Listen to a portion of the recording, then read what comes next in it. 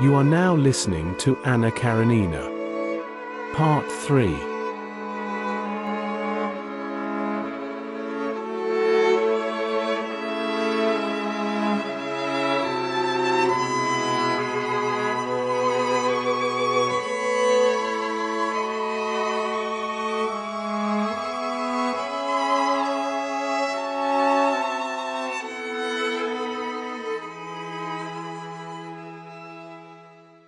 Chapter 1.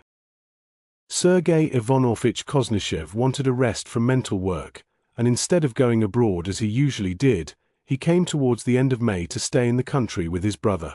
In his judgment, the best sort of life was a country life. He had come now to enjoy such a life at his brother's. Konstantin Levin was very glad to have him, especially as he did not expect his brother Nikolai that summer. But in spite of his affection and respect for Sergei Ivanovich, Konstantin Levin was uncomfortable with his brother in the country. It made him uncomfortable, and it positively annoyed him to see his brother's attitude to the country. To Konstantin Levin, the country was the background of life, that is, of pleasures, endeavors, labor. To Sergei Ivanovich, the country meant on one hand rest from work, on the other a valuable antidote to the corrupt influences of town, which he took with satisfaction and a sense of its utility. To Konstantin Levin, the country was good first because it afforded a field for labor, of the usefulness of which there could be no doubt. To Sergei Ivanovich, the country was particularly good, because there it was possible and fitting to do nothing. Moreover, Sergei Ivanovich's attitude to the peasants rather piqued Konstantin. Sergei Ivanovich used to say that he knew and liked the peasantry, and he often talked to the peasants, which he knew how to do without affectation or condescension, and from every such conversation he would deduce general conclusions in favor of the peasantry and in confirmation of his knowing them. Konstantin Levin did not like such an attitude to the peasants.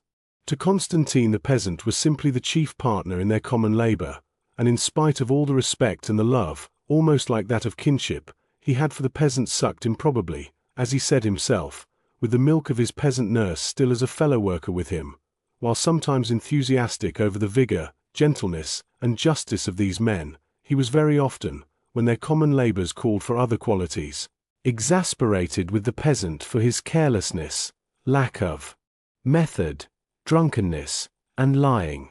If he had been asked whether he liked or didn't like the peasants, Konstantin Levin would have been absolutely at a loss what to reply. He liked and did not like the peasants, just as he liked and did not like men in general. Of course, being a good-hearted man, he liked men rather than he disliked them, and so too with the peasants. But like or dislike the people as something apart he could not only because he lived with the people, and all his interests were bound up with theirs, but also because he regarded himself as a part of the people, did not see any special qualities or failings distinguishing himself and the people, and could not contrast himself with them. Moreover, although he had lived so long in the closest relations with the peasants, as farmer and arbitrator, and what was more, as adviser, the peasants trusted him, and for 30 miles round they would come to ask his advice, he had no definite views of the people, and would have been as much at a loss to answer the question whether he knew the people as the question whether he liked them. For him to say he knew the peasantry would have been the same as to say he knew men. He was continually watching and getting to know people of all sorts, and among them peasants, whom he regarded as good and interesting people, and he was continually observing new points in them, altering his former views of them and forming new ones. With Sergei Ivanovich it was quite the contrary. Just as he liked and praised a country life in comparison with a life he did not like, so too he liked the peasantry in contradistinction to the class of men he did not like, and so too he knew the peasantry as something distinct from and opposed to men generally. In his methodical brain there were distinctly formulated certain aspects of peasant life, deduced partly from that life itself, but chiefly from contrast with other modes of life. He never changed his opinion of the peasantry and his sympathetic attitude towards them. In the discussions that arose between the brothers on their views of the peasantry, Sergei Ivanovich always got the better of his brother, precisely because Sergei Ivanovich had definite ideas about the peasant, his character, his qualities, and his tastes. Konstantin Levin had no definite and unalterable idea on the subject, and so in their arguments Konstantin was readily convicted of contradicting himself. In Sergei Ivanovitch's eyes his younger brother was a capital fellow, with his heart in the right place, as he expressed it in French, but with a mind which, though fairly quick, was too much influenced by the impressions of the moment, and consequently filled with contradictions. With all the condescension of an elder brother he sometimes explained to him the true import of things, but he derived little satisfaction from arguing with him because he got the better of him too easily. Konstantin Levin regarded his brother as a man of immense intellect and culture, as generous in the highest sense of the word, and possessed of a special faculty for working for the public good. But in the depths of his heart, the older he became, and the more intimately he knew his brother, the more and more frequently the thought struck him that this faculty of working for the public good, of which he felt himself utterly devoid, was possibly not so much a quality as a lack of something, not a lack of good, honest, noble desires and tastes, but a lack of vital force, of what is called heart, of that impulse which drives a man to choose someone out of the innumerable paths of life, and to care only for that one.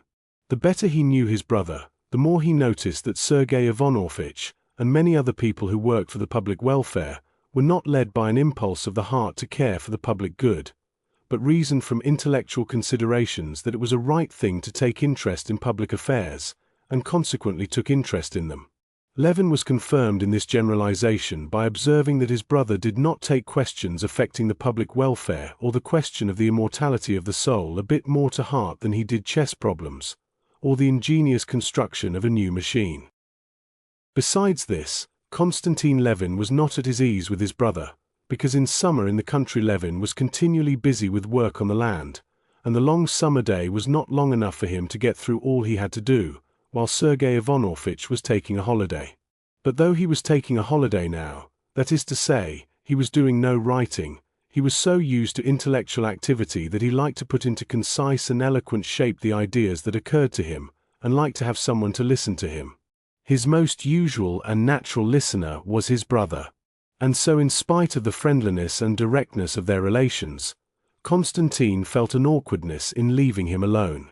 Sergei Ivanovitch liked to stretch himself on the grass in the sun, and to lie so, basking and chatting lazily. "You wouldn't believe," he would say to his brother, "what a pleasure this rural laziness is to me. Not an idea in one's brain, as empty as a drum."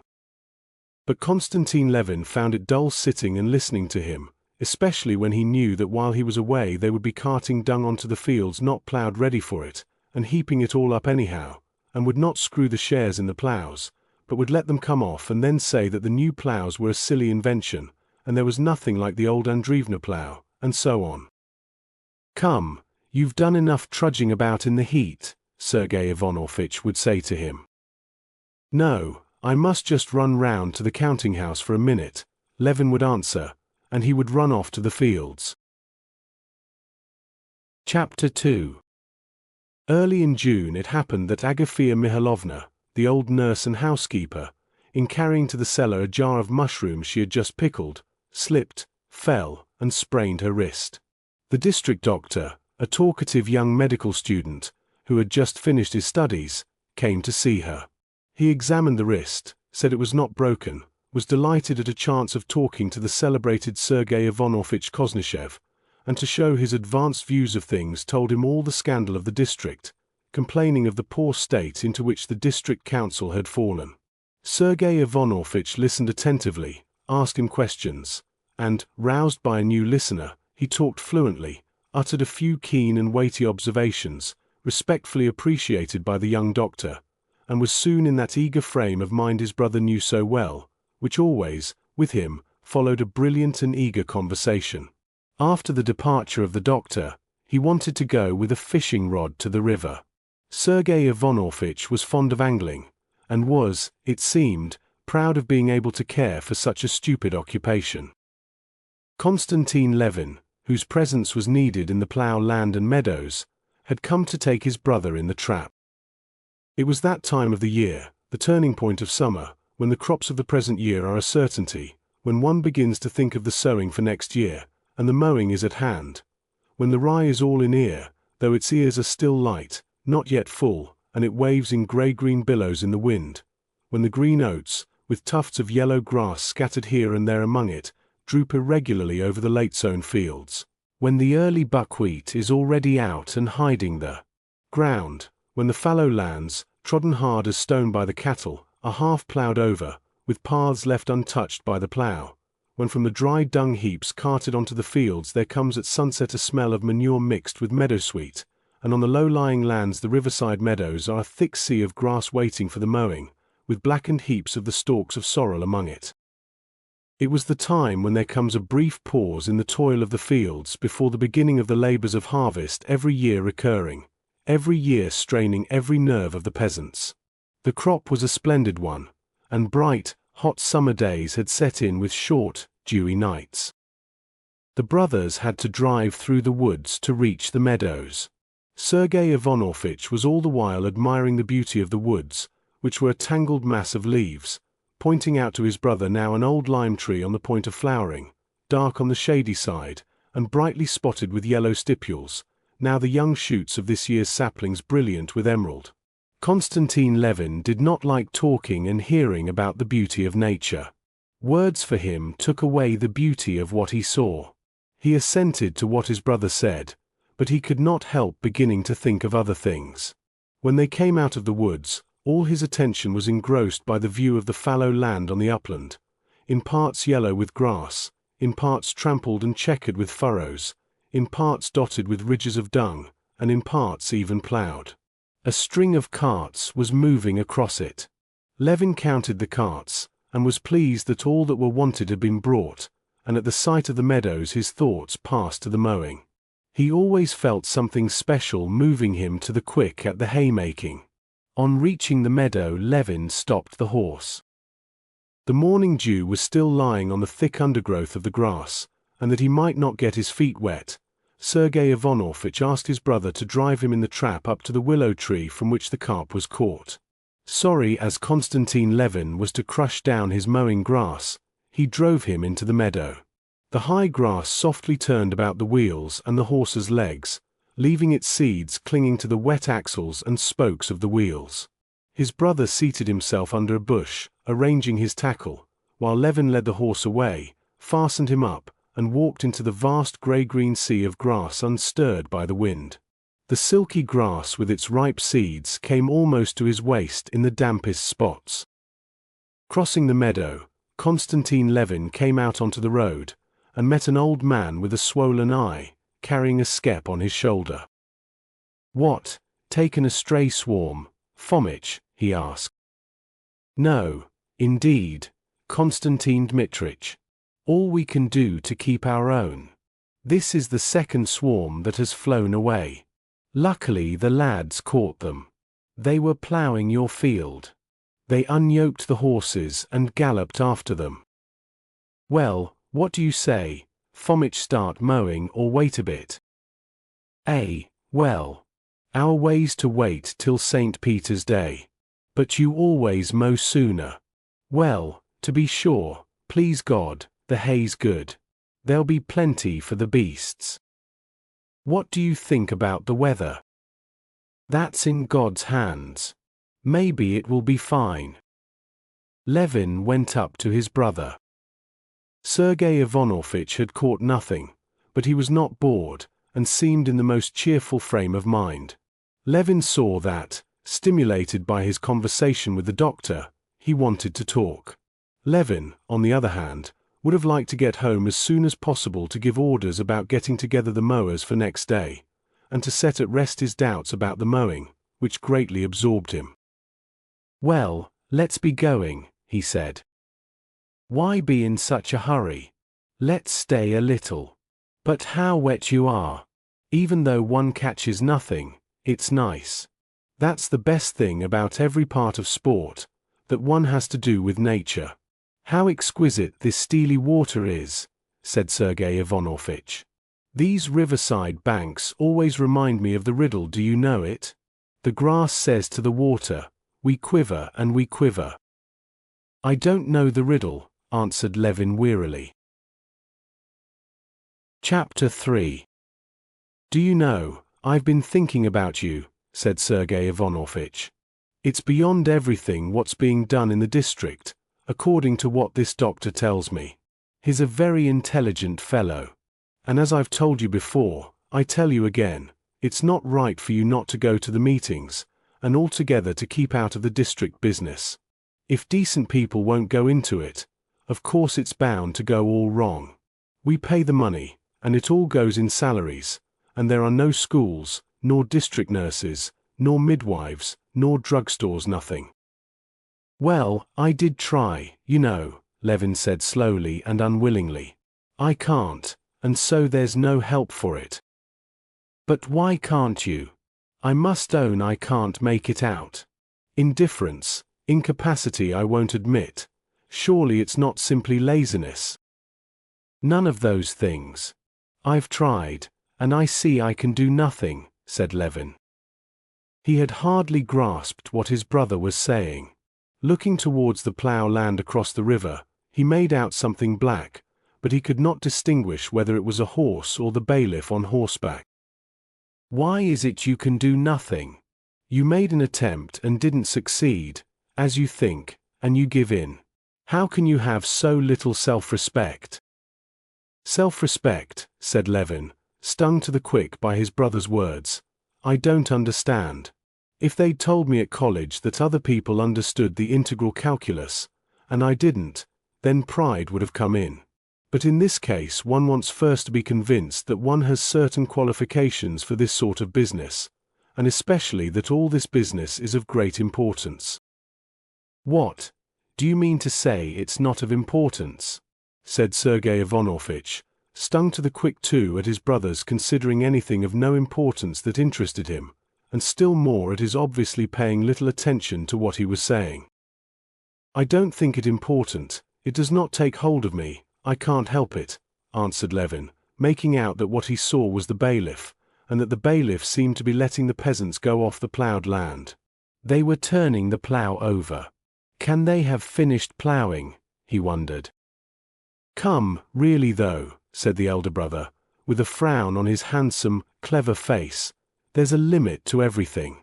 It's very well to be original and genuine, and to dislike everything conventional, I know all about that. But really, what you're saying either has no meaning, or it has a very wrong meaning. How can you think it a matter of no importance whether the peasant, whom you love as you assert—" "I never did assert it," thought Konstantin Levin. "Dies without help. The ignorant peasant women starve the children, and the people stagnate in darkness, and are helpless in the hands of every village clerk, while you have at your disposal a means of helping them, and don't help them because to your mind it's of no importance." And Sergei Ivanovich put before him the alternative: either you are so undeveloped that you can't see all that you can do, or you won't sacrifice your ease, your vanity, or whatever it is, to do it. Konstantin Levin felt that there was no course open to him but to submit, or to confess to a lack of zeal for the public good. And this mortified him and hurt his feelings. "It's both," he said resolutely. "I don't see that it was possible." What, was it impossible, if the money were properly laid out, to provide medical aid? Impossible, as it seems to me. For the 3,000 square miles of our district, what with our thaws, and the storms, and the work in the fields, I don't see how it is possible to provide medical aid all over. And besides, I don't believe in medicine. Oh, well, that's unfair. I can quote to you thousands of instances. But the schools, anyway. Why have schools? What do you mean? Can there be two opinions of the advantage of education? If it's a good thing for you, it's a good thing for everyone. Konstantin Levin felt himself morally pinned against a wall, and so he got hot, and unconsciously blurted out the chief cause of his indifference to public business. "Perhaps it may all be very good, but why should I worry myself about establishing dispensaries which I shall never make use of, and schools to which I shall never send my children, to which even the peasants don't want to send their children, and to which I've no very firm faith that they ought to send them," said he. Sergei Ivanovich was for a minute surprised at this unexpected view of the subject, but he promptly made a new plan of attack. He was silent for a little, drew out a hook, threw it in again, and turned to his brother smiling. "Come, now. In the first place, the dispensary is needed. We ourselves sent for the district doctor for Agafea Mihailovna." "Oh, well, but I fancy her wrist will never be straight again." "That remains to be proved. Next, the peasant who can read and write is as a workman of more use and value to you." "No, you can ask anyone you like," Konstantin Levin answered with decision. "The man that can read and write is much inferior as a workman. And mending the high roads is an impossibility, and as soon as they put up bridges they're stolen." "Still, that's not the point," said Sergei Ivanovich, frowning. He disliked contradiction, and still more, arguments that were continually skipping from one thing to another, introducing new and disconnected points, so that there was no knowing to which to reply. "Do you admit that education is a benefit for the people?" "Yes, I admit it," said Levin without thinking, and he was conscious immediately that he had said what he did not think. He felt that if he admitted that, it would be proved that he had been talking meaningless rubbish. How it would be proved he could not tell, but he knew that this would inevitably be logically proved to him, and he awaited the proofs. The argument turned out to be far simpler than he had expected. "If you admit that it is a benefit," said Sergei Ivanovich, "then, as an honest man, you cannot help caring about it and sympathizing with the movement, and so wishing to work for it." "But I still do not admit this movement to be just," said Konstantin Levin, reddening a little. "What? But you said just now." "That's to say, I don't admit its being either good or possible. That you can't tell without making the trial." "Well, supposing that's so," said Levin, though he did not suppose so at all. "Supposing that is so, still I don't see, all the same, what I'm to worry myself about it for." "How so?" "No, since we are talking, explain it to me from the philosophical point of view," said Levin. "I can't see where philosophy comes in," said Sergei Ivanovich, in a tone, Levin fancied, as though he did not admit his brother's right to talk about philosophy. And that irritated Levin. "I'll tell you, then," he said with heat. "I imagine the mainspring of all our actions is, after all, self-interest.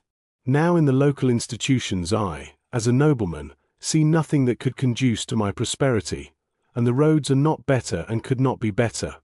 My horses carry me well enough over bad ones. Doctors and dispensaries are no use to me. An arbitrator of disputes is no use to me. I never appeal to him, and never shall appeal to him. The schools are no good to me, but positively harmful, as I told you. For me the district institutions simply mean the liability to pay fourpence halfpenny for every 3 acres, to drive into the town, sleep with bugs, and listen to all sorts of idiocy and loathsomeness, and self-interest offers me no inducement." "Excuse me," Sergei Ivanovich interposed with a smile. "Self-interest did not induce us to work for the emancipation of the serfs, but we did work for it." "No," Konstantin Levin broke in with still greater heat. "The emancipation of the serfs was a different matter. Their self-interest did come in. One longed to throw off that yoke that crushed us, all decent people among us. But to be a town councillor and discuss how many dustmen are needed, and how chimneys shall be constructed in the town in which I don't live to serve on a jury, and try a peasant who's stolen a flitch of bacon, and listen for 6 hours at a stretch to all sorts of jabber from the counsel for the defense and the prosecution, and the president cross-examining my old half-witted Alioshka. Do you admit, prisoner in the dock, the fact of the removal of the bacon? Eh?" Konstantin Levin had warmed to his subject, and began mimicking the president and the half-witted Alioshka. It seemed to him that it was all to the point. But Sergei Ivanovich shrugged his shoulders. "Well, what do you mean to say, then?" "I simply mean to say that those rights that touch me, my interest, I shall always defend to the best of my ability. that when they made raids on us students, and the police read our letters, I was ready to defend those rights to the utmost, to defend my rights to education and freedom. I can understand compulsory military service, which affects my children, my brothers, and myself. I am ready to deliberate on what concerns me. But deliberating on how to spend 40,000 rubles of district council money, or judging the half-witted Alyoshka, I don't understand, and I can't do it. Konstantin Levin spoke as though the floodgates of his speech had burst open. Sergei Ivanovich smiled. But tomorrow it'll be your turn to be tried. Would it have suited your tastes better to be tried in the old criminal tribunal? I'm not going to be tried. I shan't murder anybody, and I've no need of it. Well, I tell you what, he went on, flying off again to a subject quite beside the point. Our district self-government and all the rest of it, it's just like the birch branches we stick in the ground on Trinity Day, for instance, to look like a copse which has grown up of itself in Europe, and I can't gush over these birch branches and believe in them. Sergei Ivanovich merely shrugged his shoulders, as though to express his wonder how the birch branches had come into their argument at that point, though he did really understand at once what his brother meant. Excuse me, but you know one really can't argue in that way, he observed. But Konstantin Levin wanted to justify himself for the failing, of which he was conscious, of lack of zeal for the public welfare, and he went on. I imagine, he said, that no sort of activity is likely to be lasting if it is not founded on self-interest. That's a universal principle, a philosophical principle, he said, repeating the word philosophical with determination, as though wishing to show that he had as much right as anyone else to talk of philosophy. Sergei Ivanovich smiled. He too has a philosophy of his own at the service of his natural tendencies, he thought. Come, you'd better let philosophy alone, he said. The chief problem of the philosophy of all ages consists just in finding the indispensable connection which exists between individual and social interests. But that's not to the point. What is to the point is a correction I must make in your comparison. The birches are not simply stuck in, but some are sown and some are planted, and one must deal carefully with them. It's only those peoples that have an intuitive sense of what's of importance and significance in their institutions, and know how to value them, that have a future before them. It's only those peoples that one can truly call historical. And Sergei Ivanovich carried the subject into the regions of philosophical history where Konstantin Levin could not follow him, and showed him all the incorrectness of his view. As for your dislike of it, excuse my saying so, that's simply our Russian sloth and old serf owners' ways, and I'm convinced that in you it's a temporary error and will pass. Konstantin was silent. He felt himself vanquished on all sides, but he felt at the same time that what he wanted to say was unintelligible to his brother. Only he could not make up his mind whether it was unintelligible because he was not capable of expressing his meaning clearly, or because his brother would not or could not understand him. But he did not pursue the speculation, and without replying, he fell to musing on a quite different and personal matter. Sergei Ivanovich wound up the last line, untied the horse, and they drove off. Chapter 4. The personal matter that absorbed Levin during his conversation with his brother was this. Once in a previous year he had gone to look at the mowing, and being made very angry by the bailiff, he had recourse to his favorite means for regaining his temper. He took a scythe from a peasant and began mowing. He liked the work so much that he had several times tried his hand at mowing since. He had cut the whole of the meadow in front of his house, and this year, ever since the early spring, he had cherished a plan for mowing for whole days together with the peasants. Ever since his brother's arrival, he had been in doubt whether to mow or not. He was loath to leave his brother alone all day long, and he was afraid his brother would laugh at him about it. But as he drove into the meadow, and recalled the sensations of mowing, he came near deciding that he would go mowing. After the irritating discussion with his brother, he pondered over this intention again. I must have physical exercise, or my temple'll certainly be ruined, he thought, and he determined he would go mowing, however awkward he might feel about it with his brother or the peasants. Towards evening Konstantin Levin went to his counting house, gave directions as to the work to be done, and sent about the village to summon the mowers for the morrow, to cut the hay in Kalinov meadow, the largest and best of his grass lands. And send my scythe, please, to Tit, for him to set it, and bring it round tomorrow. I shall maybe do some mowing myself too, he said, trying not to be embarrassed. The bailiff smiled and said, "Yes, sir."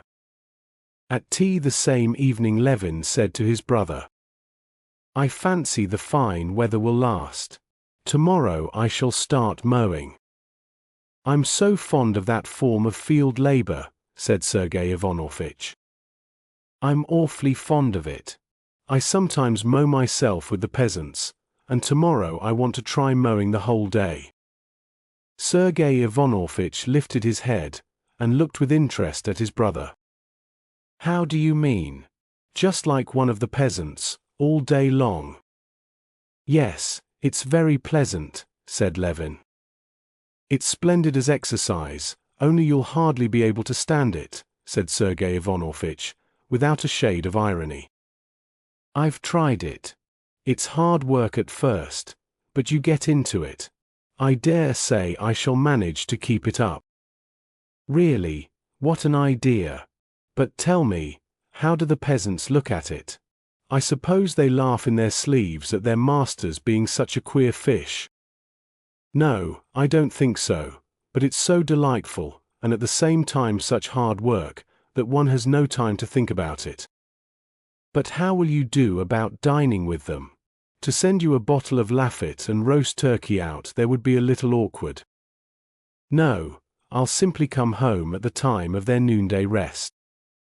Next morning Konstantin Levin got up earlier than usual, but he was detained giving directions on the farm, and when he reached the mowing grass the mowers were already at their second row. From the uplands he could get a view of the shaded cut part of the meadow below, with its greyish ridges of cut grass, and the black heaps of coats, taken off by the mowers at the place from which they had started cutting. Gradually, as he rode towards the meadow, the peasants came into sight, some in coats, some in their shirts mowing, one behind another in a long string, swinging their scythes differently. He counted 42 of them. They were mowing slowly over the uneven, low-lying parts of the meadow, where there had been an old dam. Levin recognized some of his own men.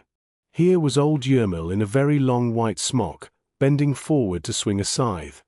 There was a young fellow, Vaska, who had been a coachman of Levin's, taking every row with a wide sweep.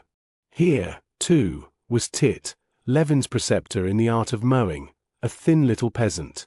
He was in front of all, and cut his wide row without bending, as though playing with the scythe. Levin got off his mare, and fastening her up by the roadside went to meet Tit, who took a second scythe out of a bush and gave it to him.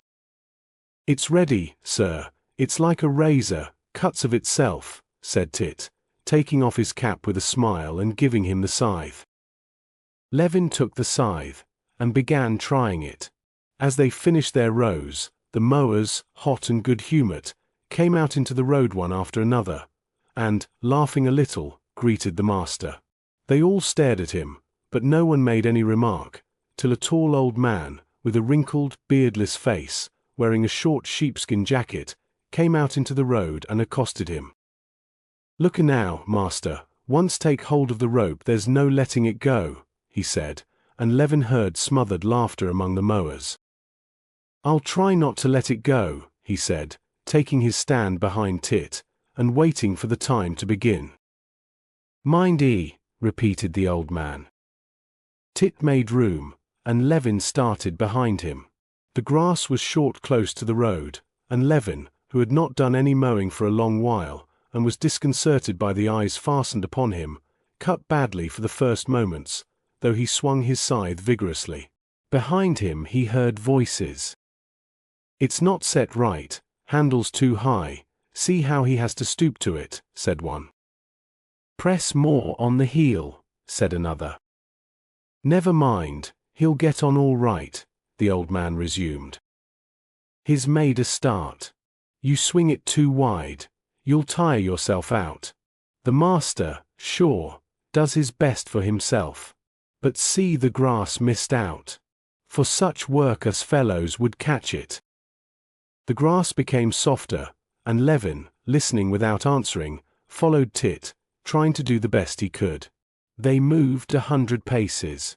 Tit kept moving on, without stopping, not showing the slightest weariness, but Levin was already beginning to be afraid he would not be able to keep it up. He was so tired. He felt as he swung his scythe that he was at the very end of his strength, and was making up his mind to ask Tit to stop. But at that very moment Tit stopped of his own accord, and stooping down picked up some grass, rubbed his scythe, and began wetting it. Levin straightened himself, and drawing a deep breath looked round. Behind him came a peasant, and he too was evidently tired, for he stopped at once without waiting to mow up to Levin, and began wetting his scythe. Tit sharpened his scythe and Levin's, and they went on.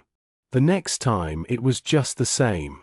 Tit moved on with sweep after sweep of his scythe, not stopping nor showing signs of weariness. Levin followed him, trying not to get left behind, and he found it harder and harder. The moment came when he felt he had no strength left, but at that very moment Tit stopped and wetted the scythes. So they mowed the first row. And this long row seemed particularly hard work to Levin, but when the end was reached and Tit, shouldering his scythe, began with deliberate stride returning on the tracks left by his heels in the cut grass, and Levin walked back in the same way over the space he had cut, in spite of the sweat that ran in streams over his face and fell in drops down his nose, and drenched his back as though he had been soaked in water, he felt very happy. What delighted him particularly was that now he knew he would be able to hold out. His pleasure was only disturbed by his row not being well cut. I will swing less with my arm and more with my whole body, he thought, comparing Tit's row, which looked as if it had been cut with a line, with his own unevenly and irregularly lying grass. The first row, as Levin noticed, Tit had mowed specially quickly, probably wishing to put his master to the test, and the row happened to be a long one. The next rows were easier, but still Levin had to strain every nerve not to drop behind the peasants. He thought of nothing, wished for nothing, but not to be left behind the peasants, and to do his work as well as possible. He heard nothing but the swish of scythes, and saw before him Tit's upright figure mowing away, the crescent-shaped curve of the cut grass, the grass and flower heads slowly and rhythmically falling before the blade of his scythe, and ahead of him the end of the row, where would come the rest. Suddenly, in the midst of his toil, without understanding what it was or whence it came, he felt a pleasant sensation of chill on his hot, moist shoulders. He glanced at the sky in the interval for wetting the scythes. A heavy, lowering storm cloud had blown up, and big raindrops were falling. Some of the peasants went to their coats and put them on. Others, just like Levin himself, merely shrugged their shoulders, enjoying the pleasant coolness of it. Another row, and yet another row, followed long rows and short rows, with good grass and with poor grass. Levin lost all sense of time, and could not have told whether it was late or early now.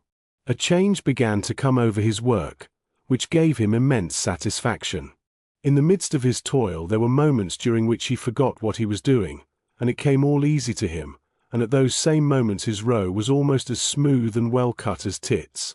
But so soon as he recollected what he was doing, and began trying to do better, he was at once conscious of all the difficulty of his task, and the row was badly mown.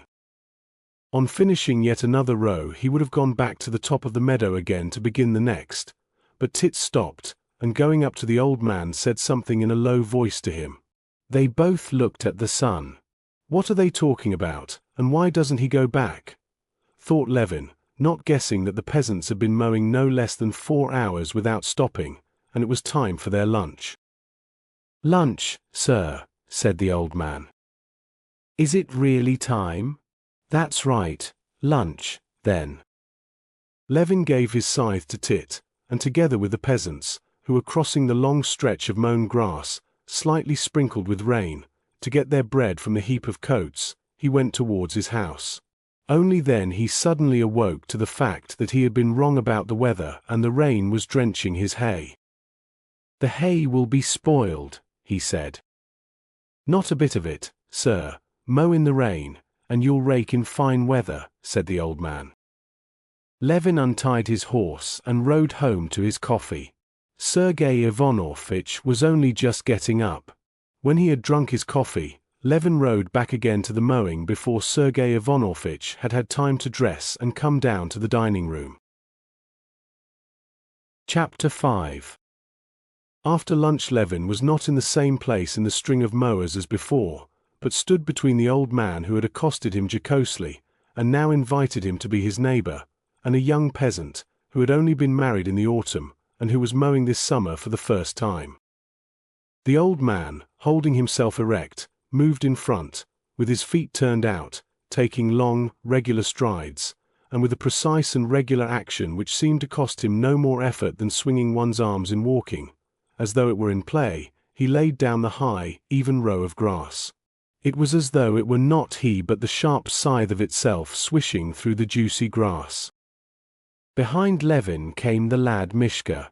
His pretty, boyish face, with a twist of fresh grass bound round his hair, was all working with effort, but whenever anyone looked at him he smiled.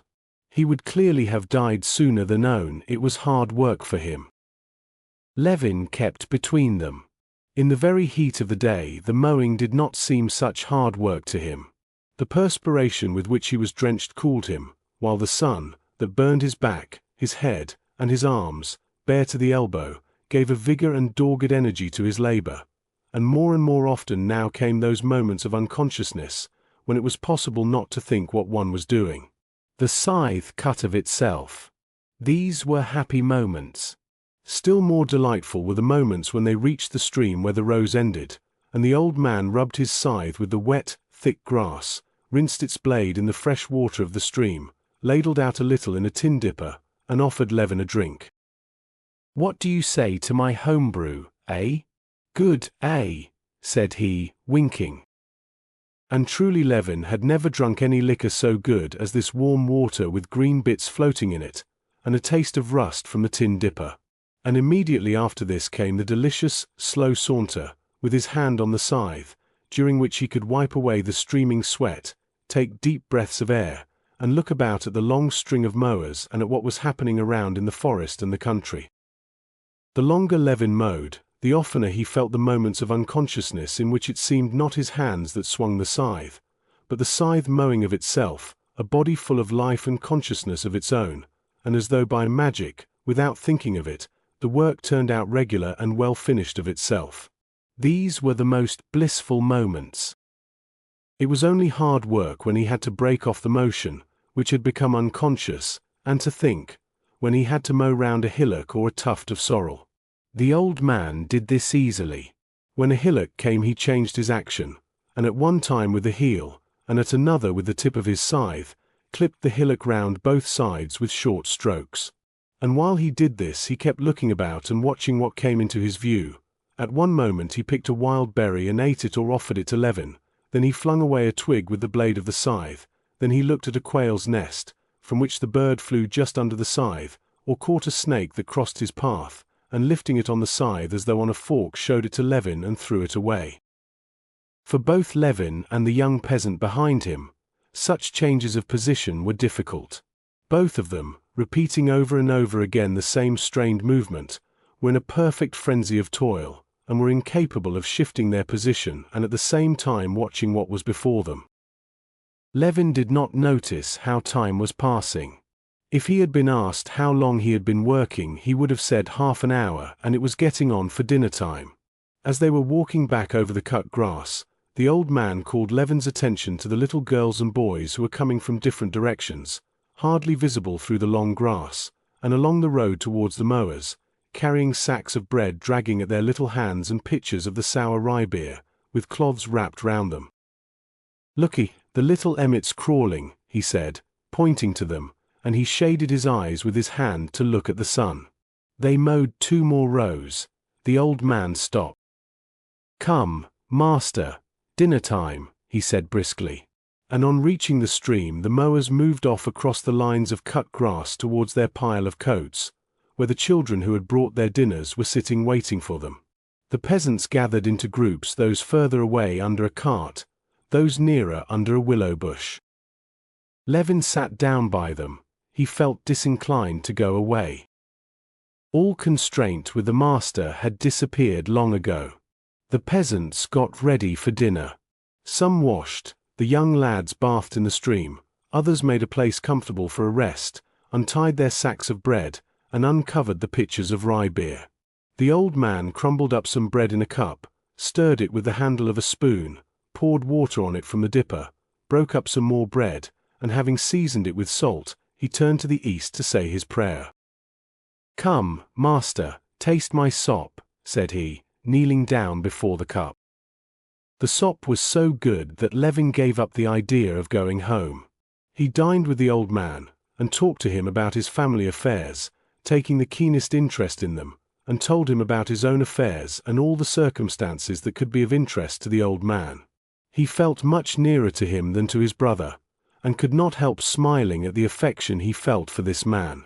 When the old man got up again, said his prayer, and lay down under a bush, putting some grass under his head for a pillow, Levin did the same, and in spite of the clinging flies that were so persistent in the sunshine, and the midges that tickled his hot face and body, he fell asleep at once and only waked when the sun had passed to the other side of the bush and reached him. The old man had been awake a long while, and was sitting up whetting the scythes of the younger lads. Levin looked about him and hardly recognized the place. Everything was so changed. The immense stretch of meadow had been mown and was sparkling with a peculiar fresh brilliance, with its lines of already sweet-smelling grass in the slanting rays of the evening sun.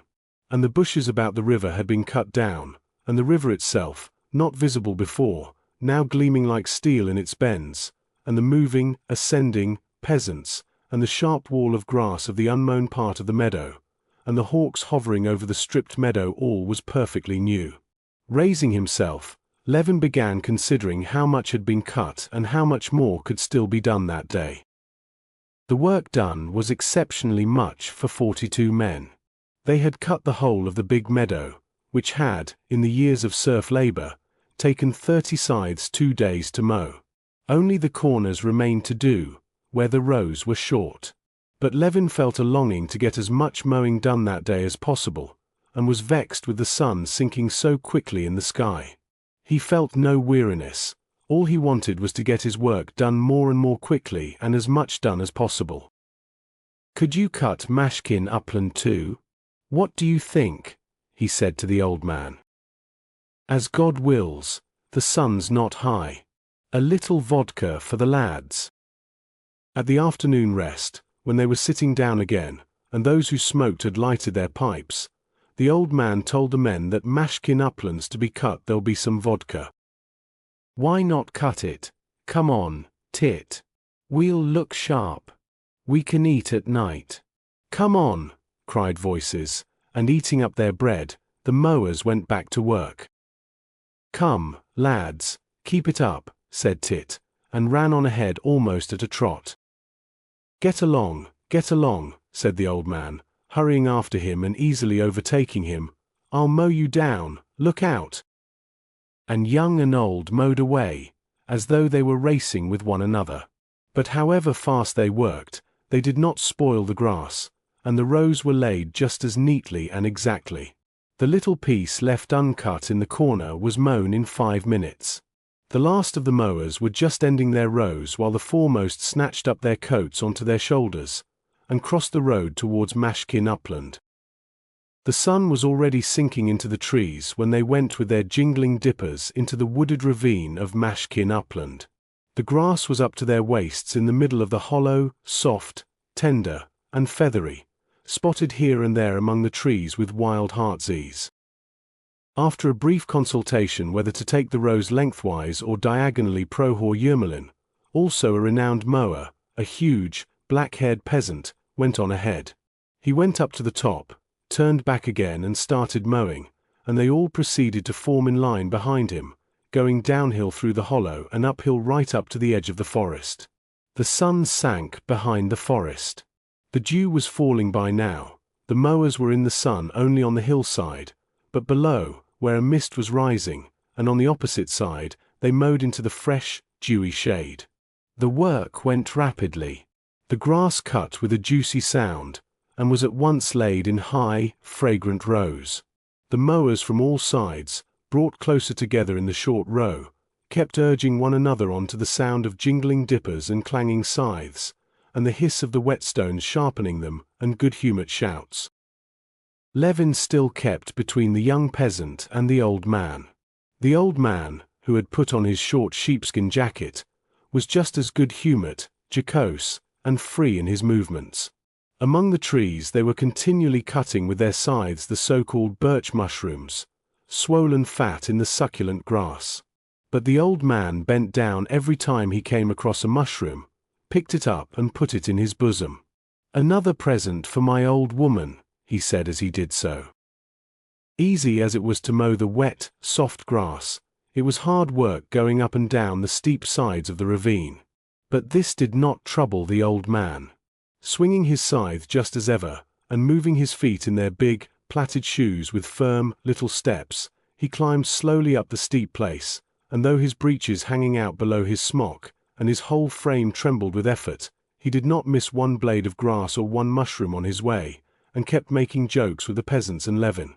Levin walked after him and often thought he must fall, as he climbed with a scythe up a steep cliff where it would have been hard work to clamber without anything. But he climbed up and did what he had to do. He felt as though some external force were moving him. Chapter 6. Mashkin upland was mown, the last row finished, the peasants had put on their coats and were gaily trudging home. Levin got on his horse and, parting regretfully from the peasants, rode homewards. On the hillside he looked back. He could not see them in the mist that had risen from the valley. He could only hear rough, good-humoured voices, laughter, and the sound of clanking scythes. Sergei Ivanovitch had long ago finished dinner, and was drinking iced lemon and water in his own room, looking through the reviews and papers which he had only just received by post, when Levin rushed into the room, talking merrily, with his wet and matted hair sticking to his forehead, and his back and chest grimed and moist. "We mowed the whole meadow. Oh, it is nice, delicious. And how have you been getting on?" said Levin, completely forgetting the disagreeable conversation of the previous day. "Mercy, what do you look like?" said Sergei Ivanovitch, for the first moment looking round with some dissatisfaction. "And the door, do shut the door," he cried. "You must have let in a dozen at least." Sergei Ivanovitch could not endure flies, and in his own room he never opened the window except at night, and carefully kept the door shut. "Not one, on my honor. But if I have, I'll catch them. You wouldn't believe what a pleasure it is. How have you spent the day?" "Very well. But have you really been mowing the whole day? I expect you're as hungry as a wolf. Kuzma has got everything ready for you." "No, I don't feel hungry even. I had something to eat there. But I'll go and wash." "Yes, go along, and I'll come to you directly," said Sergei Ivanovitch, shaking his head as he looked at his brother. "Go along, make haste," he added smiling, and gathering up his books, he prepared to go too. He, too, felt suddenly good-humoured and disinclined to leave his brother's side. "But what did you do while it was raining?" "Rain? Why, there was scarcely a drop. I'll come directly. So you had a nice day too? That's first-rate." And Levin went off to change his clothes. 5 minutes later the brothers met in the dining room. Although it seemed to Levin that he was not hungry, and he sat down to dinner simply so as not to hurt Kuzma's feelings, yet when he began to eat the dinner struck him as extraordinarily good. Sergei Ivanovitch watched him with a smile. "Oh, by the way, there's a letter for you," said he. "Kuzma, bring it down, please. And mind you shut the doors." The letter was from Oblonsky. Levin read it aloud. Oblonsky wrote to him from Petersburg, "I have had a letter from Dolly, she's at Ergoshovo, and everything seems going wrong there. Do ride over and see her, please, help her with advice, you know all about it. She will be so glad to see you. She's quite alone. Poor thing. My mother-in-law and all of them are still abroad. That's capital. I will certainly ride over to her, said Levin. Or we'll go together. She's such a splendid woman, isn't she? They're not far from here, then. 25 miles. Or perhaps it is 30. But a capital road. Capital, we'll drive over. I shall be delighted, said Sergei Ivanovitch, still smiling. The sight of his younger brother's appearance had immediately put him in a good humor. Well, you have an appetite, he said, looking at his dark red, sunburnt face and neck bent over the plate. Splendid. You can't imagine what an effectual remedy it is for every sort of foolishness. I want to enrich medicine with a new word, Arbeitska. Well, but you don't need it, I should fancy. No, but for all sorts of nervous invalids. Yes, it ought to be tried.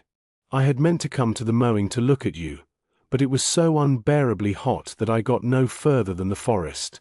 I sat there a little, and went on by the forest to the village, met your old nurse, and sounded her as to the peasants' view of you. As far as I can make out, they don't approve of this.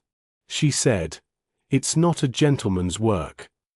Altogether, I fancy that in the people's ideas there are very clear and definite notions of certain, as they call it, gentlemanly lines of action. And they don't sanction the gentry's moving outside bounds clearly laid down in their ideas. Maybe so, but anyway it's a pleasure such as I have never known in my life.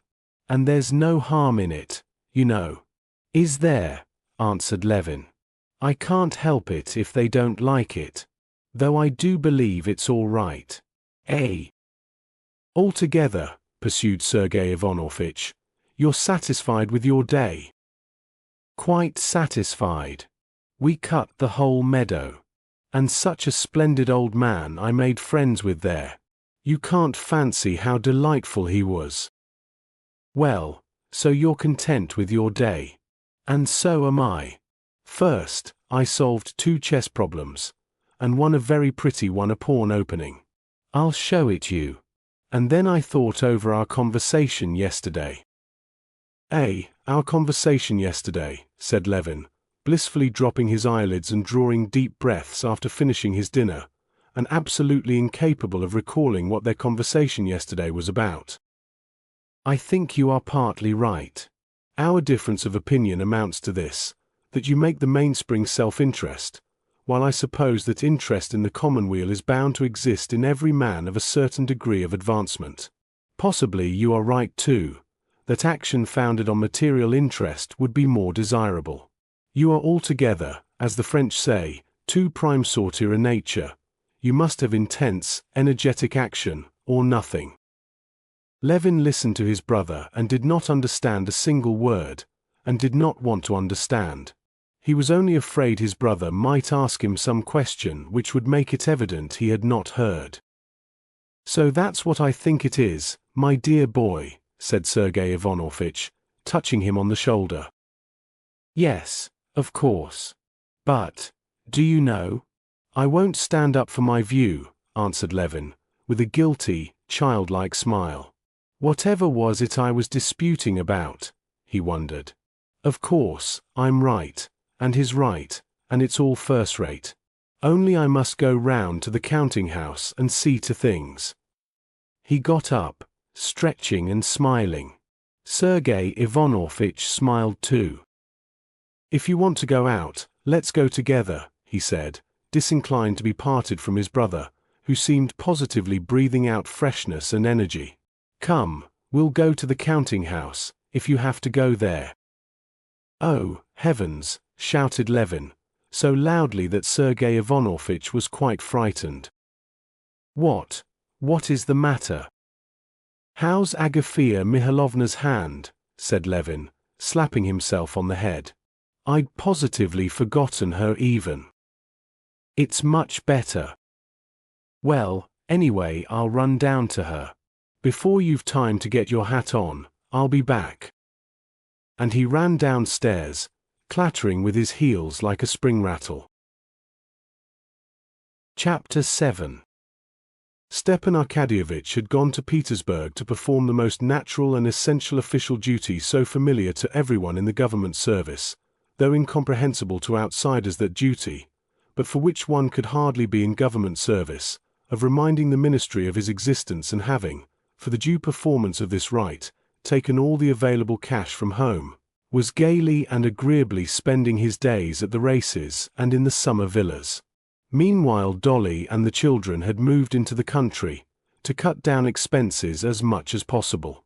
She had gone to Ergoshovo, the estate that had been her dowry, and the one where in spring the forest had been sold. It was nearly 40 miles from Levin's Pokrovskoe. The big, old house at Ergoshovo had been pulled down long ago, and the old prince had had the lodge done up and built onto. 20 years before, when Dolly was a child, the lodge had been roomy and comfortable, though, like all lodges, it stood sideways to the entrance avenue and faced the south. But by now this lodge was old and dilapidated. When Stepan Arkadyevitch had gone down in the spring to sell the forest, Dolly had begged him to look over the house and order what repairs might be needed. Stepan Arkadyevitch, like all unfaithful husbands indeed, was very solicitous for his wife's comfort, and he had himself looked over the house and given instructions about everything that he considered necessary. What he considered necessary was to cover all the furniture with cretonne, to put up curtains, to weed the garden, to make a little bridge on the pond, and to plant flowers. But he forgot many other essential matters, the want of which greatly distressed Darya Alexandrovna later on. In spite of Stepan Arkadyevitch's efforts to be an attentive father and husband, he never could keep in his mind that he had a wife and children. He had bachelor tastes, and it was in accordance with them that he shaped his life. On his return to Moscow he informed his wife with pride that everything was ready, that the house would be a little paradise, and that he advised her most certainly to go. His wife's staying away in the country was very agreeable to Stepan Arkadyevitch from every point of view. It did the children good, it decreased expenses, and it left him more at liberty. Darya Alexandrovna regarded staying in the country for the summer as essential for the children, especially for the little girl, who had not succeeded in regaining her strength after the scarlatina, and also as a means of escaping the petty humiliations, the little bills owing to the wood merchant, the fishmonger, the shoemaker, which made her miserable. Besides this, she was pleased to go away to the country because she was dreaming of getting her sister Kitty to stay with her there. Kitty was to be back from abroad in the middle of the summer, and bathing had been prescribed for her. Kitty wrote that no prospect was so alluring as to spend the summer with Dolly at Ergoshovo, full of childish associations for both of them. The first days of her existence in the country were very hard for Dolly. She used to stay in the country as a child, and the impression she had retained of it was that the country was a refuge from all the unpleasantness of the town, that life there, though not luxurious, Dolly could easily make up her mind to that was cheap and comfortable, that there was plenty of everything, everything was cheap, everything could be got, and children were happy. But now coming to the country as the head of a family, she perceived that it was all utterly unlike what she had fancied. The day after their arrival there was a heavy fall of rain, and in the night the water came through in the corridor and in the nursery, so that the beds had to be carried into the drawing-room. There was no kitchen maid to be found. Of the 9 cows, it appeared from the words of the cowherd woman that some were about to calve, others had just calved, others were old, and others again hard-uddered. There was not butter nor milk enough even for the children. There were no eggs. They could get no fowls. Old, purplish, stringy cocks were all they had for roasting and boiling. Impossible to get women to scrub the floors, all were potato hoeing. Driving was out of the question, because one of the horses was restive, and bolted in the shafts. There was no place where they could bathe. The whole of the riverbank was trampled by the cattle and open to the road. Even walks were impossible, for the cattle strayed into the garden through a gap in the hedge, and there was one terrible bull, who bellowed, and therefore might be expected to gore somebody. There were no proper cupboards for their clothes. What cupboards there were either would not close at all, or burst open whenever anyone passed by them. There were no pots and pans, there was no copper in the wash-house, nor even an ironing board in the maid's room. Finding instead of peace and rest all these, from her point of view, fearful calamities, Darya Alexandrova was at first in despair. She exerted herself to the utmost, felt the hopelessness of the position, and was every instant suppressing the tears that started into her eyes.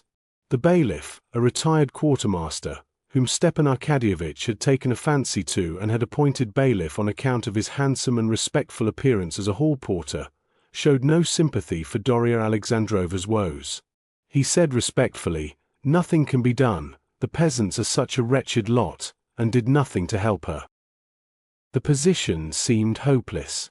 But in the Oblonsky's household, as in all families indeed, there was one inconspicuous but most valuable and useful person, Marya Philimonovna.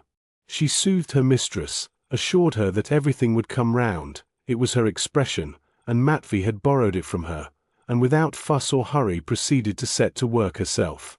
She had immediately made friends with the bailiff's wife, and on the very first day she drank tea with her and the bailiff under the acacias, and reviewed all the circumstances of the position. Very soon Marya Philimonovna had established her club, so to say, under the acacias, and there it was, in this club, consisting of the bailiff's wife, the village elder, and the counting-house clerk, that the difficulties of existence were gradually smoothed away, and in a week's time everything actually had come round. The roof was mended, a kitchen maid was found, a crony of the village elder's hens were bought, the cows began giving milk, the garden hedge was stopped up with stakes, the carpenter made a mangle, hooks were put in the cupboards, and they ceased to burst open spontaneously, and an ironing board covered with army cloth was placed across from the arm of a chair to the chest of drawers, and there was a smell of flat irons in the maid's room. "Just see, now, and you were quite in despair," said Marya Philimonovna, pointing to the ironing board. "They even rigged up a bathing shed of straw hurdles." Lily began to bathe, and Darya Alexandrova began to realize, if only in part, her expectations, if not of a peaceful, at least of a comfortable, life in the country. Peaceful with 6 children Darya Alexandrova could not be. One would fall ill, another might easily become so, a third would be without something necessary, a fourth would show symptoms of a bad disposition, and so on. Rare indeed were the brief periods of peace. But these cares and anxieties were for Darya Alexandrova the sole happiness possible. Had it not been for them, she would have been left alone to brood over her husband who did not love her. And besides, hard though it was for the mother to bear the dread of illness, the illnesses themselves, and the grief of seeing signs of evil propensities in her children, the children themselves were even now repaying her in small joys for her sufferings. Those joys were so small that they passed unnoticed, like gold in sand, and at bad moments she could see nothing but the pain, nothing but sand. But there were good moments too when she saw nothing but the joy, nothing but gold. Now in the solitude of the country, she began to be more and more frequently aware of those joys. Often, looking at them, she would make every possible effort to persuade herself that she was mistaken, that she as a mother was partial to her children.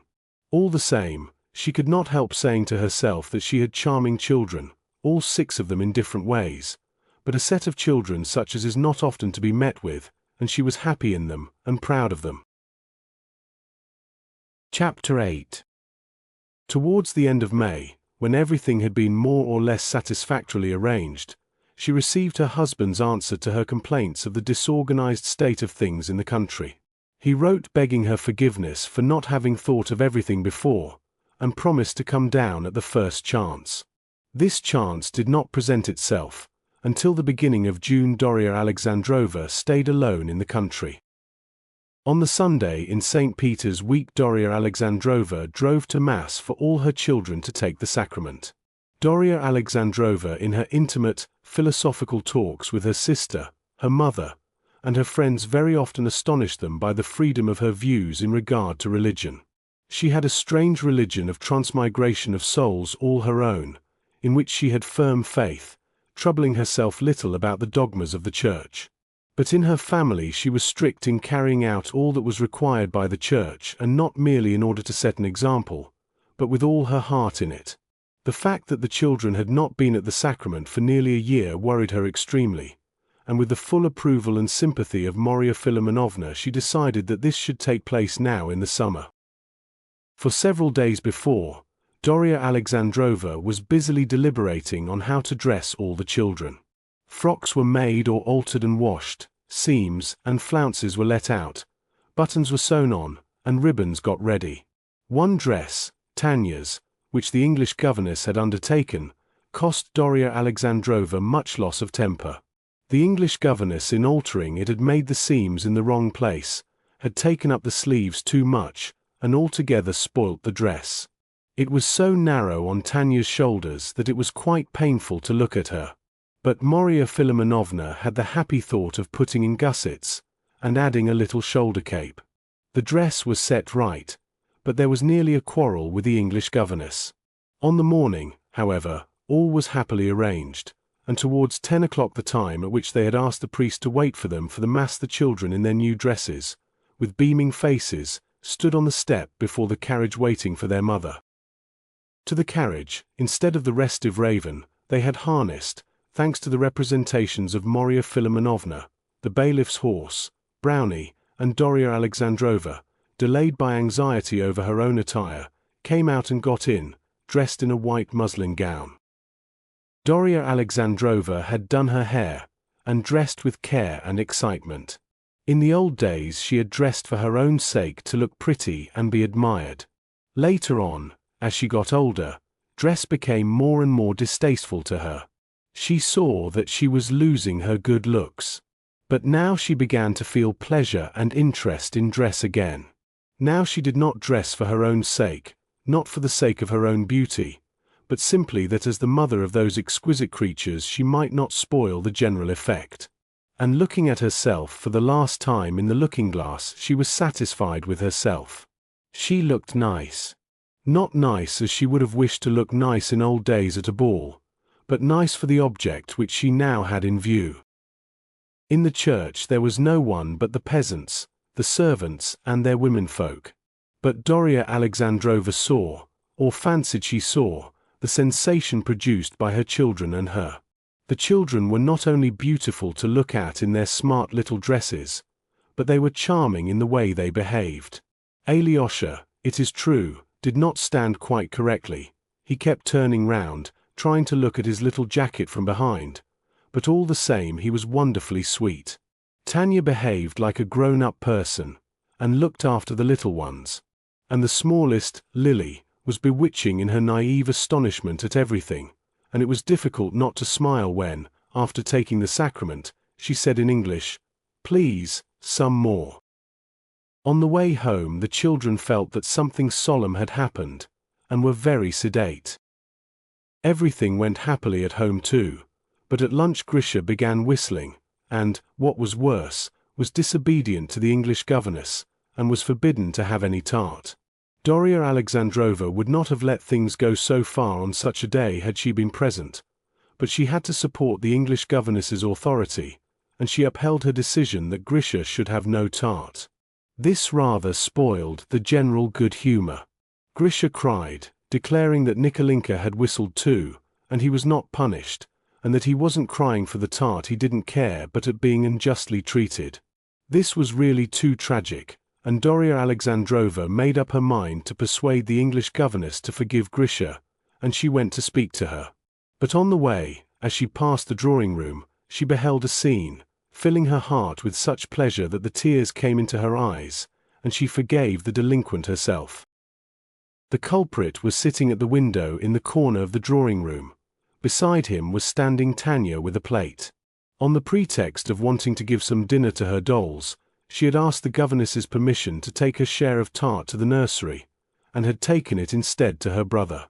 While still weeping over the injustice of his punishment, he was eating the tart, and kept saying through his sobs, "Eat yourself, let's eat it together. Together." Tanya had at first been under the influence of her pity for Grisha, then of a sense of her noble action, and tears were standing in her eyes too, but she did not refuse, and ate her share. On catching sight of their mother they were dismayed, but, looking into her face, they saw they were not doing wrong. They burst out laughing, and, with their mouths full of tart, they began wiping their smiling lips with their hands, and smearing their radiant faces all over with tears and jam. "Mercy! Your new white frock. Tanya!" "Grisha," said their mother, trying to save the frock, but with tears in her eyes, smiling a blissful, rapturous smile. The new frocks were taken off, and orders were given for the little girls to have their blouses put on, and the boys their old jackets, and the wagonette to be harnessed, with Brownie, to the bailiff's annoyance, again in the shafts, to drive out for mushroom picking and bathing. A roar of delighted shrieks arose in the nursery, and never ceased till they had set off for the bathing place. They gathered a whole basketful of mushrooms. Even Lily found a birch mushroom. It had always happened before that Miss Hall found them and pointed them out to her, but this time she found a big one quite of herself, and there was a general scream of delight. "Lily has found a mushroom." Then they reached the river, put the horses under the birch trees, and went to the bathing place. The coachman, Terenty, fastened the horses, who kept whisking away the flies, to a tree, and, treading down the grass, lay down in the shade of a birch and smoked his shag, while the never-ceasing shrieks of delight of the children floated across to him from the bathing place.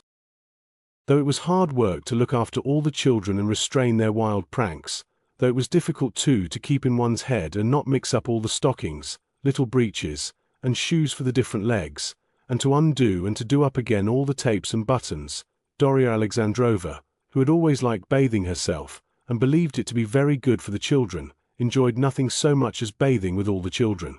To go over all those fat little legs, pulling on their stockings, to take in her arms and dip those little naked bodies, and to hear their screams of delight and alarm, to see the breathless faces with wide open, scared, and happy eyes of all her splashing cherubs, was a great pleasure to her. When half the children had been dressed, some peasant women in holiday dress, out picking herbs, came up to the bathing shed and stopped shyly.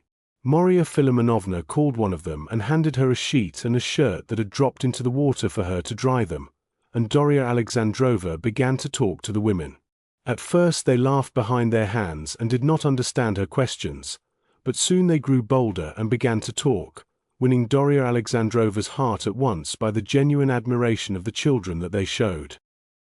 "My, what a beauty, as white as sugar," said one, admiring Tanitchka, and shaking her head, "but thin." "Yes, she has been ill." "And so they've been bathing you too," said another to the baby. "No, he's only 3 months old," answered Darya Alexandrova with pride. "You don't say so. And have you any children?" "I've had 4. I've 2 living, a boy and a girl. I weaned her last carnival." "How old is she?" "Why, 2 years old." "Why did you nurse her so long?" "It's our custom, for 3 fasts." And the conversation became most interesting to Darya Alexandrova. What sort of time did she have? What was the matter with the boy? Where was her husband? Did it often happen? Darya Alexandrova felt disinclined to leave the peasant women. So interesting to her was their conversation, so completely identical were all their interests. What pleased her most of all was that she saw clearly what all the women admired more than anything was her having so many children, and such fine ones. The peasant women even made Darya Alexandrova laugh, and offended the English governess, because she was the cause of the laughter she did not understand. One of the younger women kept staring at the Englishwoman, who was dressing after all the rest, and when she put on her 3rd petticoat she could not refrain from the remark. "My, she keeps putting on, and she'll never have done," she said, and they all went off into roars. Chapter 9. On the drive home, as Darya Alexandrova, with all her children round her, their heads still wet from their bath, and a kerchief tied over her own head, was getting near the house, the coachman said, "There's some gentleman coming, the master of Pokrovskoe, I do believe." Darya Alexandrova peeped out in front, and was delighted when she recognized in the grey hat and grey coat the familiar figure of Levin walking to meet them. She was glad to see him at any time, but at this moment she was specially glad he should see her in all her glory. No one was better able to appreciate her grandeur than Levin. Seeing her, he found himself face to face with one of the pictures of his daydream of family life. "You're like a hen with your chickens, Daria Alexandrova." "Ah, how glad I am to see you," she said, holding out her hand to him. "Glad to see me. But you didn't let me know. My brother's staying with me. I got a note from Steva that you were here." "From Steva?"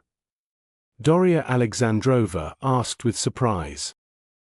"Yes, he writes that you are here, and that he thinks you might allow me to be of use to you," said Levin, and as he said it he became suddenly embarrassed, and, stopping abruptly, he walked on in silence by the wagonette, snapping off the buds of the lime trees and nibbling them.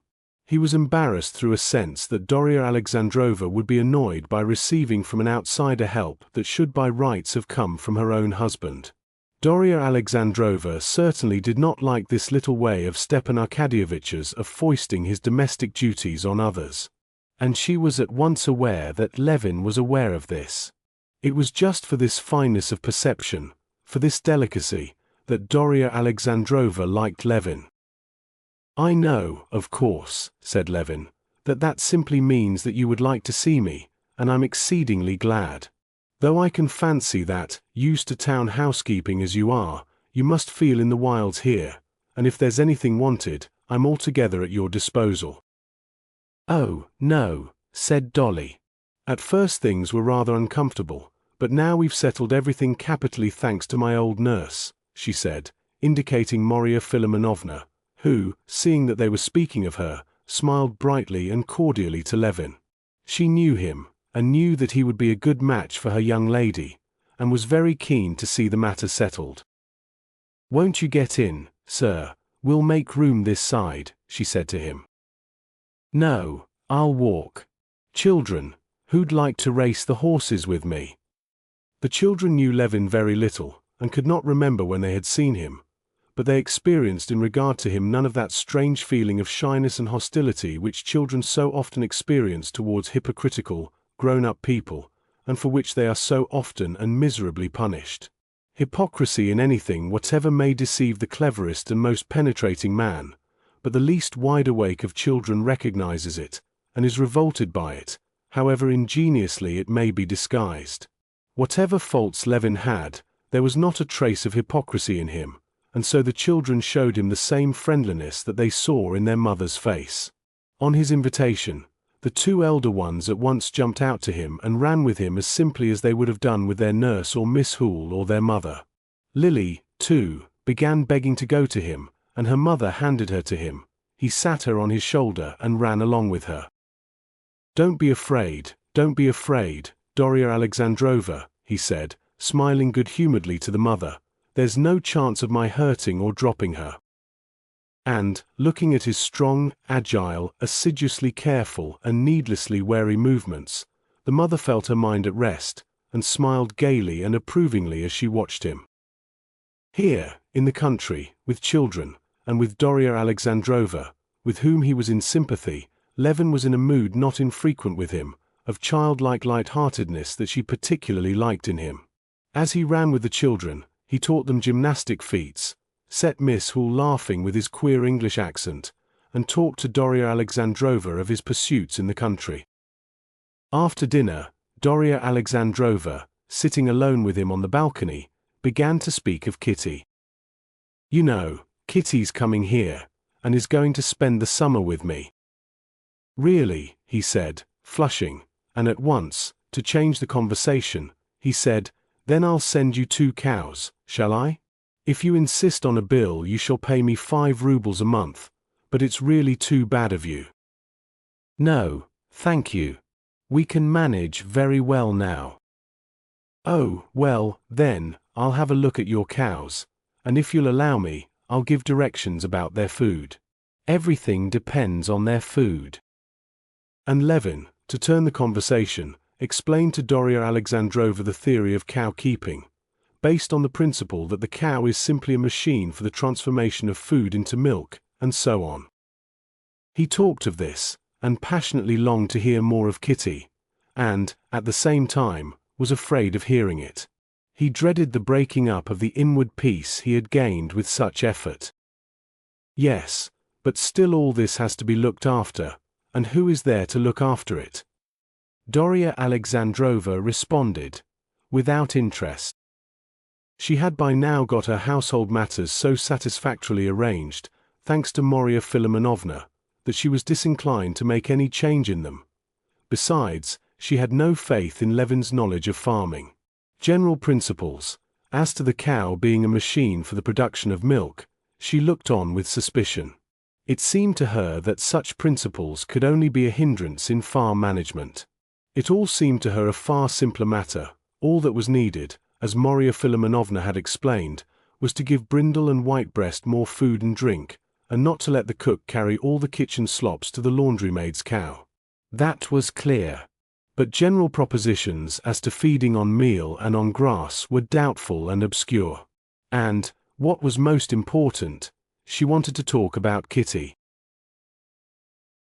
Chapter 10. Kitty writes to me that there's nothing she longs for so much as quiet and solitude, Dolly said after the silence that had followed. And how is she better?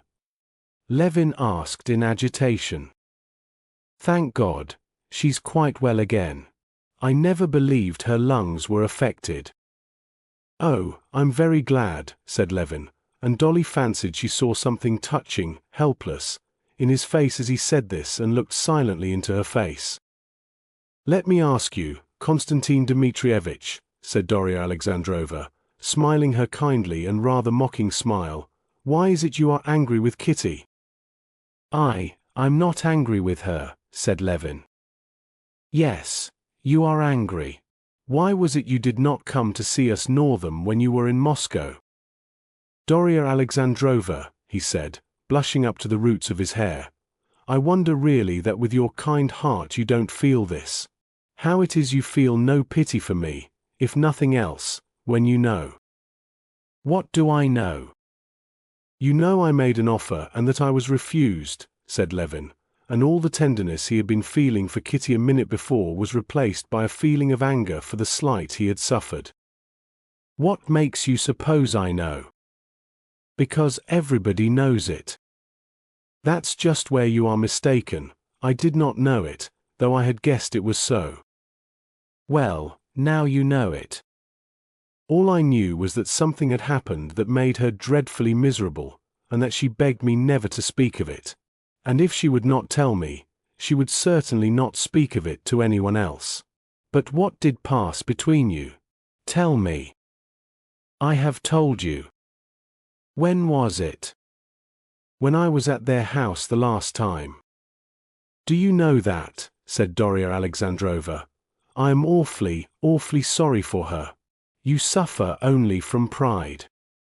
Perhaps so, said Levin, but... She interrupted him. But she, poor girl. I am awfully, awfully sorry for her. Now I see it all. Well, Darya Alexandrova, you must excuse me, he said, getting up. Goodbye, Darya Alexandrova, till we meet again. No, wait a minute, she said, clutching him by the sleeve. Wait a minute, sit down. Please, please, don't let us talk of this, he said, sitting down, and at the same time feeling rise up and stir within his heart a hope he had believed to be buried. If I did not like you, she said, and tears came into her eyes, if I did not know you, as I do know you. The feeling that had seemed dead revived more and more, rose up and took possession of Levin's heart. Yes, I understand it all now, said Darya Alexandrova. You can't understand it. For you men, who are free and make your own choice, it's always clear whom you love. But a girl's in a position of suspense, with all a woman's or maiden's modesty, a girl who sees you men from afar, who takes everything on trust, a girl may have, and often has, such a feeling that she cannot tell what to say. Yes, if the heart does not speak. No, the heart does speak, but just consider, you men have views about a girl, you come to the house, You make friends, you criticize, you wait to see if you have found what you love, and then, when you are sure you love her, you make an offer. Well, that's not quite it. Anyway, you make an offer, when your love is ripe or when the balance has completely turned between the two you are choosing from. But a girl is not asked. She is expected to make her choice, and yet she cannot choose, she can only answer yes or no. Yes, to choose between me and Vronsky, thought Levin, and the dead thing that had come to life within him died again, and only weighed on his heart and set it aching. Darya Alexandrova, he said, that's how one chooses a new dress or some purchase or other, not love. The choice has been made, and so much the better, and there can be no repeating it. Ah, pride, said Darya Alexandrova, as though despising him for the baseness of this feeling in comparison with that other feeling which only women know. At the time when you made Kitty an offer, she was just in a position in which she could not answer. She was in doubt. Doubt between you and Vronsky. Him she was seeing every day, and you she had not seen for a long while. Supposing she had been older. I, for instance, in her place could have felt no doubt. I always disliked him, and so it has turned out. Levin recalled Kitty's answer. She had said, "No, that cannot be." "Darya Alexandrova," he said dryly, "I appreciate your confidence in me. I believe you are making a mistake. But whether I am right or wrong, that pride you so despise makes any thought of Katerina Alexandrova out of the question for me. You understand, utterly out of the question. I will only say one thing more. You know that I am speaking of my sister, whom I love as I love my own children. I don't say she cared for you. All I meant to say is that her refusal at that moment proves nothing." "I don't know," said Levin, jumping up. "If you only knew how you are hurting me." "It's just as if a child of yours were dead, and they were to say to you, he would have been like this and like that, and he might have lived, and how happy you would have been in him. But he's dead, dead, dead."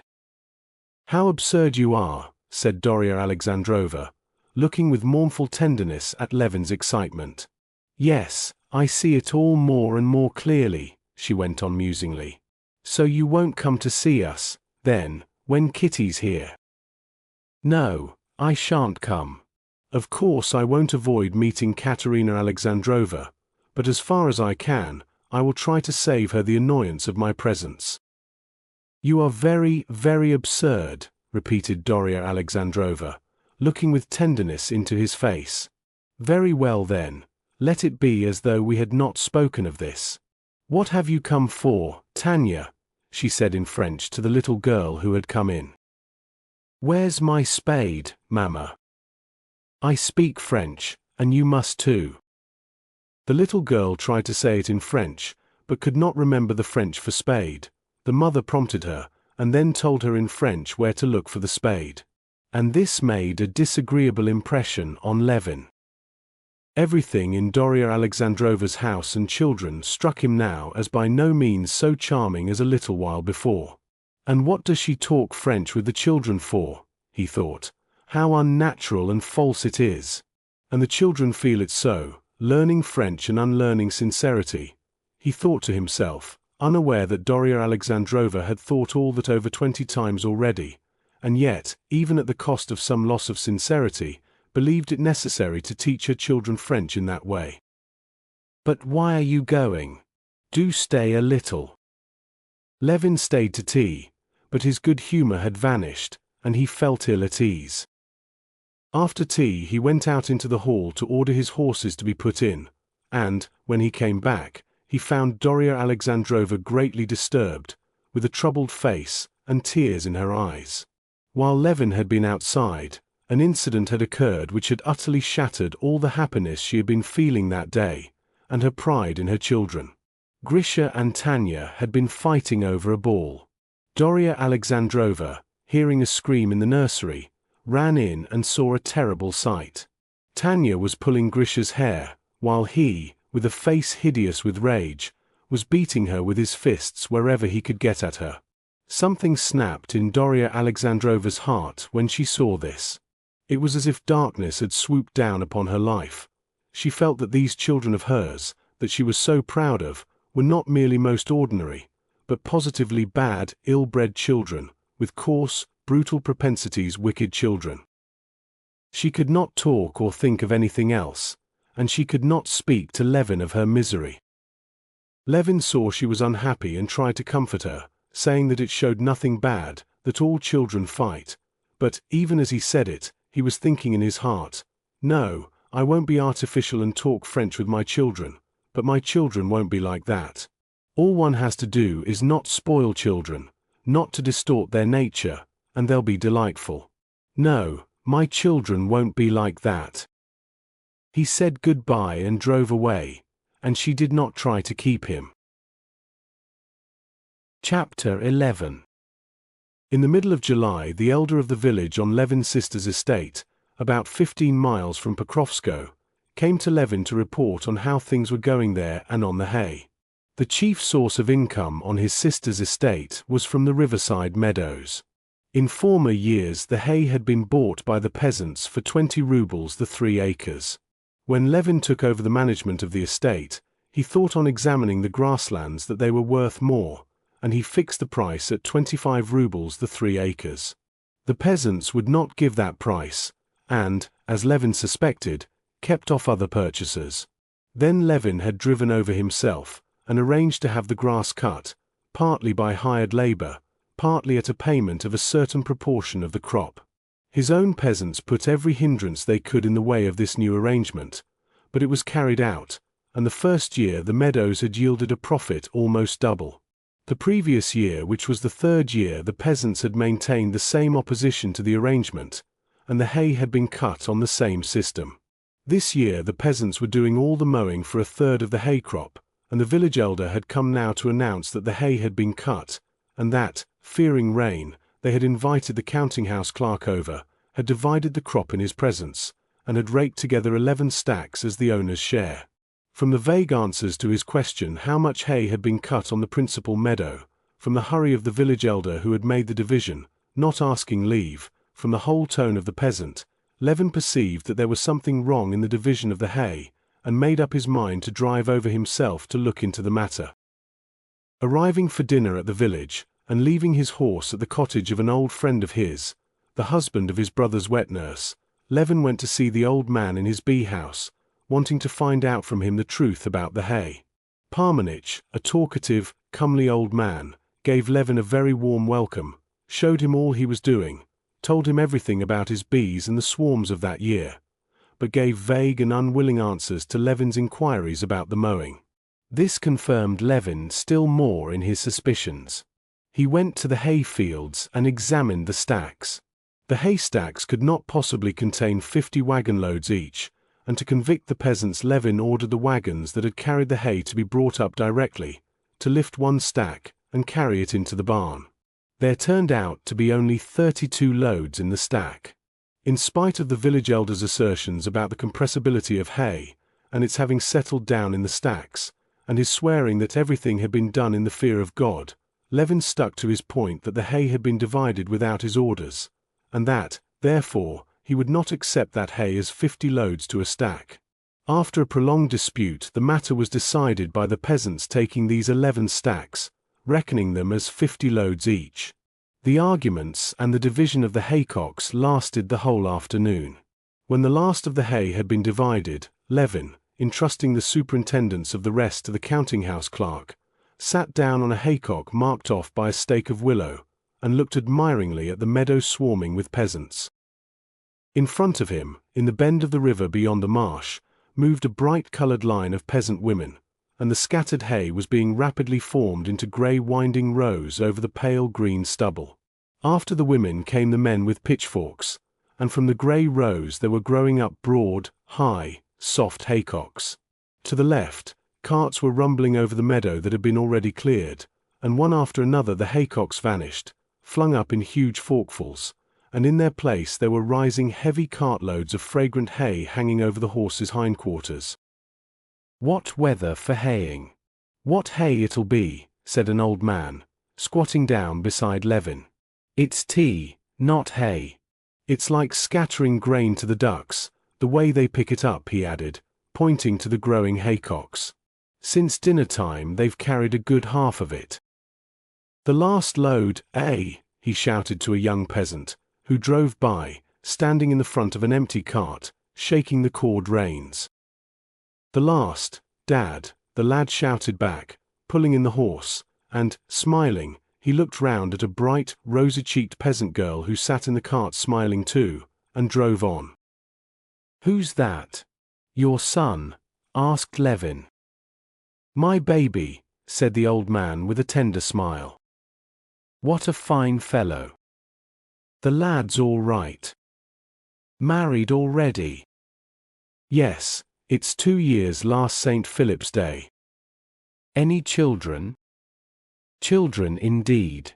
Why, for over a year he was innocent as a babe himself, and bashful too," answered the old man.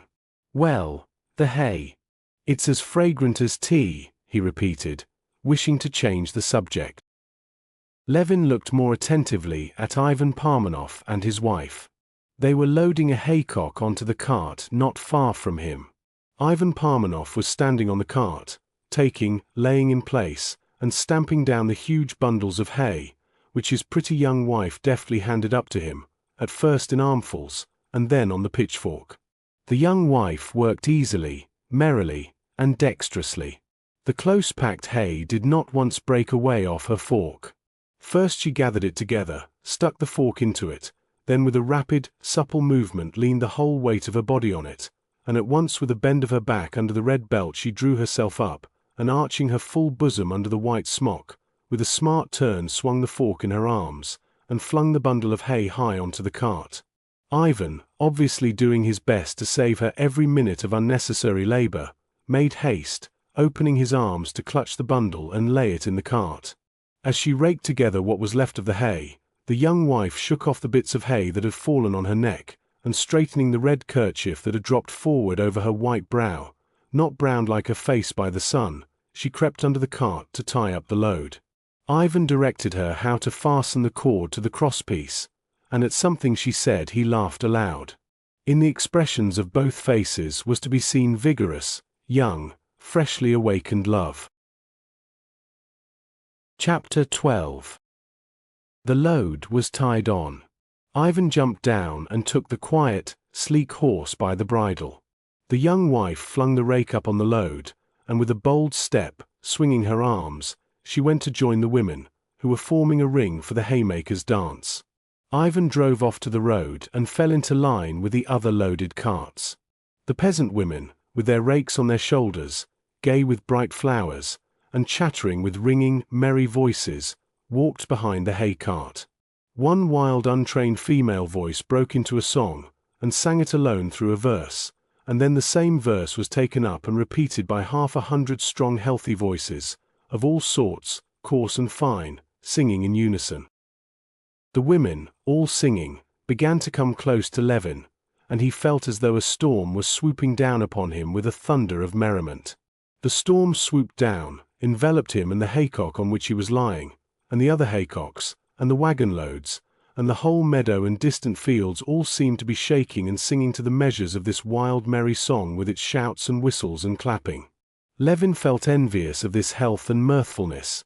He longed to take part in the expression of this joy of life. But he could do nothing, and had to lie and look on and listen. When the peasants, with their singing, had vanished out of sight and hearing, a weary feeling of despondency at his own isolation, his physical inactivity, his alienation from this world, came over Levin.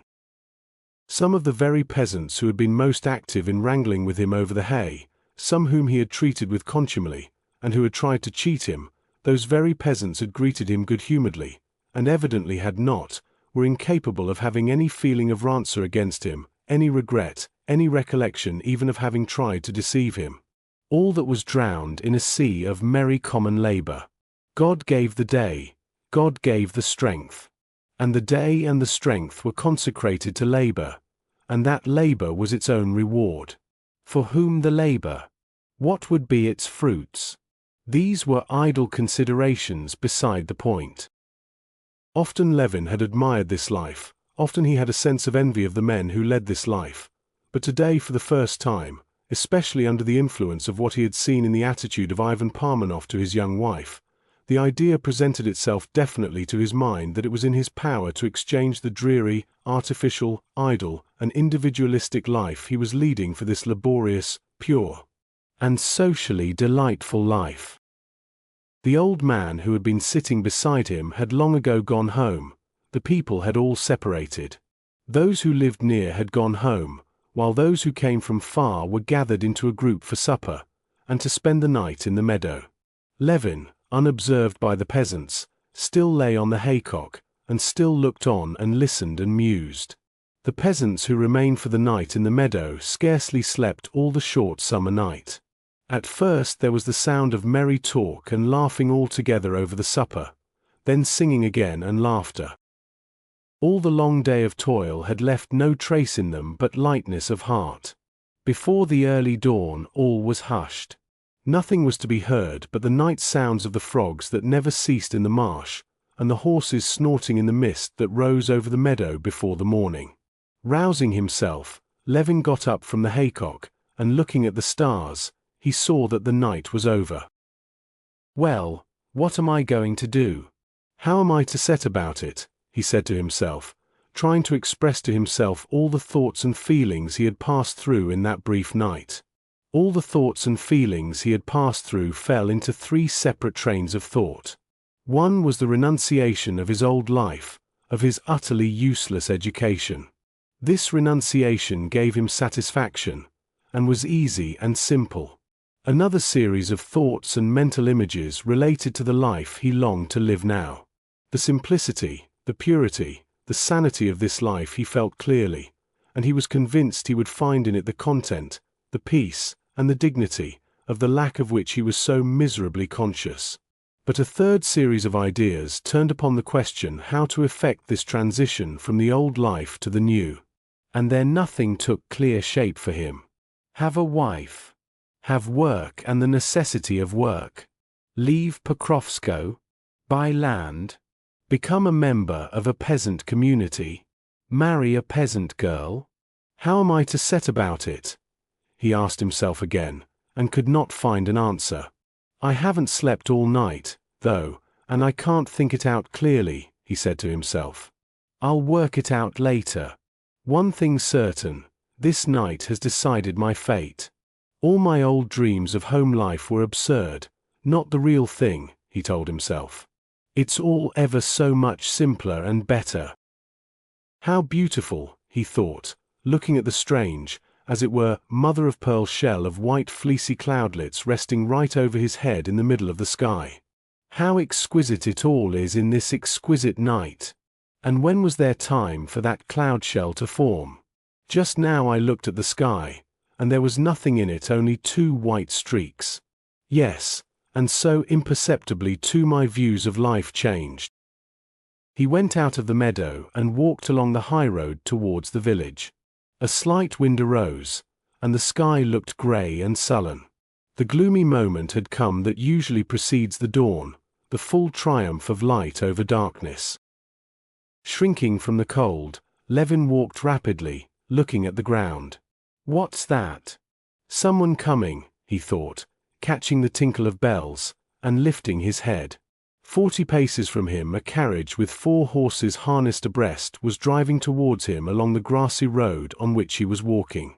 The shaft horses were tilted against the shafts by the ruts, but the dexterous driver sitting on the box held the shaft over the ruts, so that the wheels ran on the smooth part of the road. This was all Levin noticed, and without wondering who it could be, he gazed absently at the coach. In the coach was an old lady dozing in one corner, and at the window, evidently only just awake, sat a young girl holding in both hands the ribbons of a white cap. With a face full of light and thought, full of a subtle, complex inner life, that was remote from Levin, she was gazing beyond him at the glow of the sunrise. At the very instant when this apparition was vanishing, the truthful eyes glanced at him. She recognized him, and her face lighted up with wondering delight. He could not be mistaken. There were no other eyes like those in the world. There was only one creature in the world that could concentrate for him all the brightness and meaning of life. It was she. It was Kitty. He understood that she was driving to Ergoshovo from the railway station. And everything that had been stirring Levin during that sleepless night, all the resolutions he had made, all vanished at once. He recalled with horror his dreams of marrying a peasant girl. There only, in the carriage that had crossed over to the other side of the road, and was rapidly disappearing, there only could he find the solution of the riddle of his life, which had weighed so agonizingly upon him of late. She did not look out again. The sound of the carriage springs was no longer audible, the bells could scarcely be heard. The barking of dogs showed the carriage had reached the village, and all that was left was the empty fields all round, the village in front, and he himself isolated and apart from it all, wandering lonely along the deserted highroad. He glanced at the sky, expecting to find there the cloud shell he had been admiring and taking as the symbol of the ideas and feelings of that night. There was nothing in the sky in the least like a shell. There, in the remote heights above, a mysterious change had been accomplished. There was no trace of shell, and there was stretched over fully half the sky an even cover of tiny and ever tinier cloudlets. The sky had grown blue and bright, and with the same softness, but with the same remoteness, it met his questioning gaze. No, he said to himself, however good that life of simplicity and toil may be, I cannot go back to it. I love her. Chapter 13.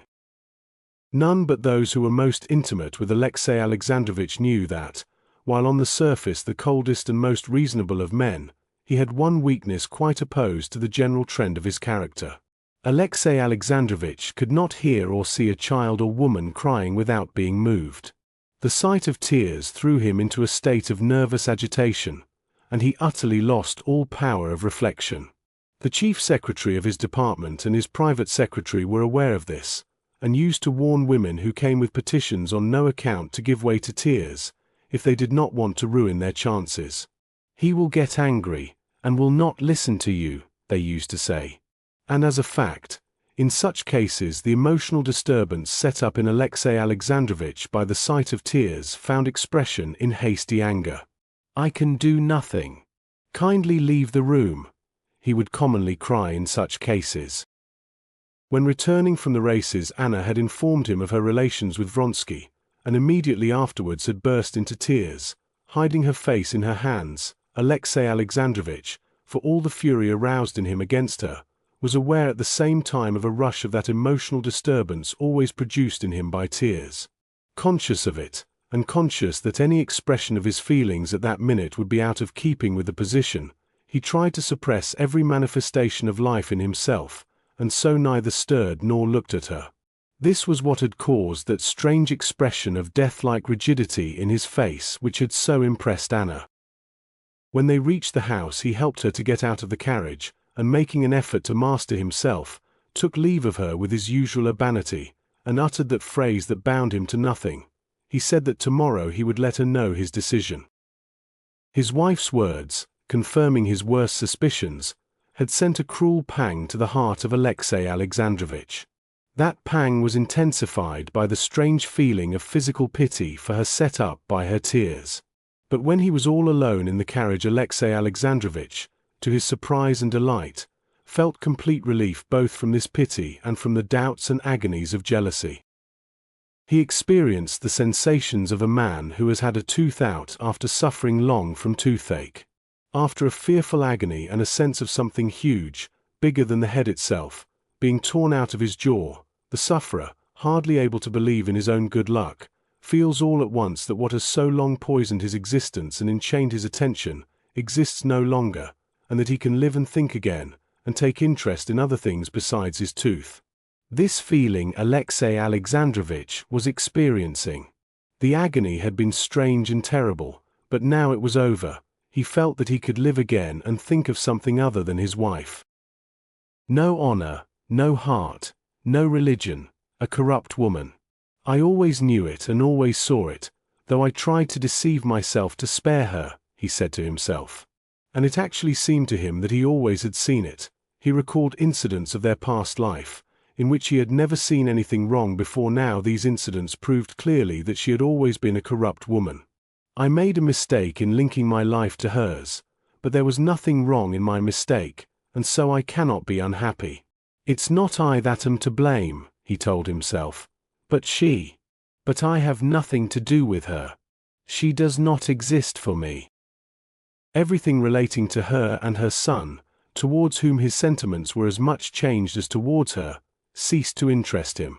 The only thing that interested him now was the question of in what way he could best, with most propriety and comfort for himself, and thus with most justice, extricate himself from the mud with which she had spattered him in her fall, and then proceed along his path of active, honorable, and useful existence.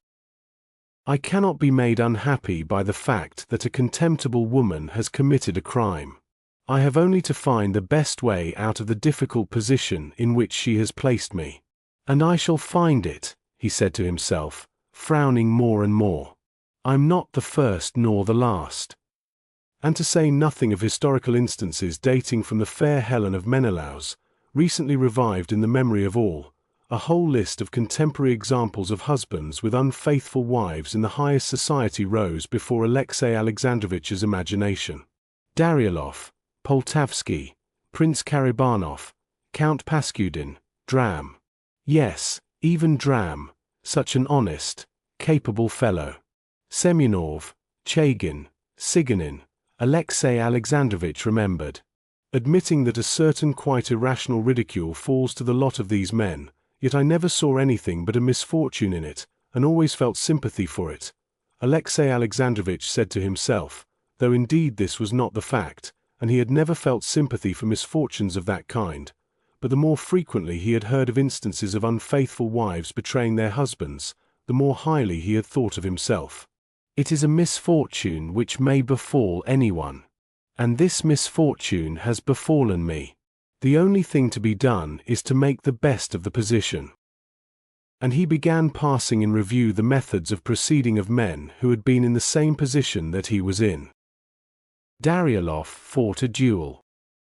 The duel had particularly fascinated the thoughts of Alexey Alexandrovich in his youth, just because he was physically a coward, and was himself well aware of the fact.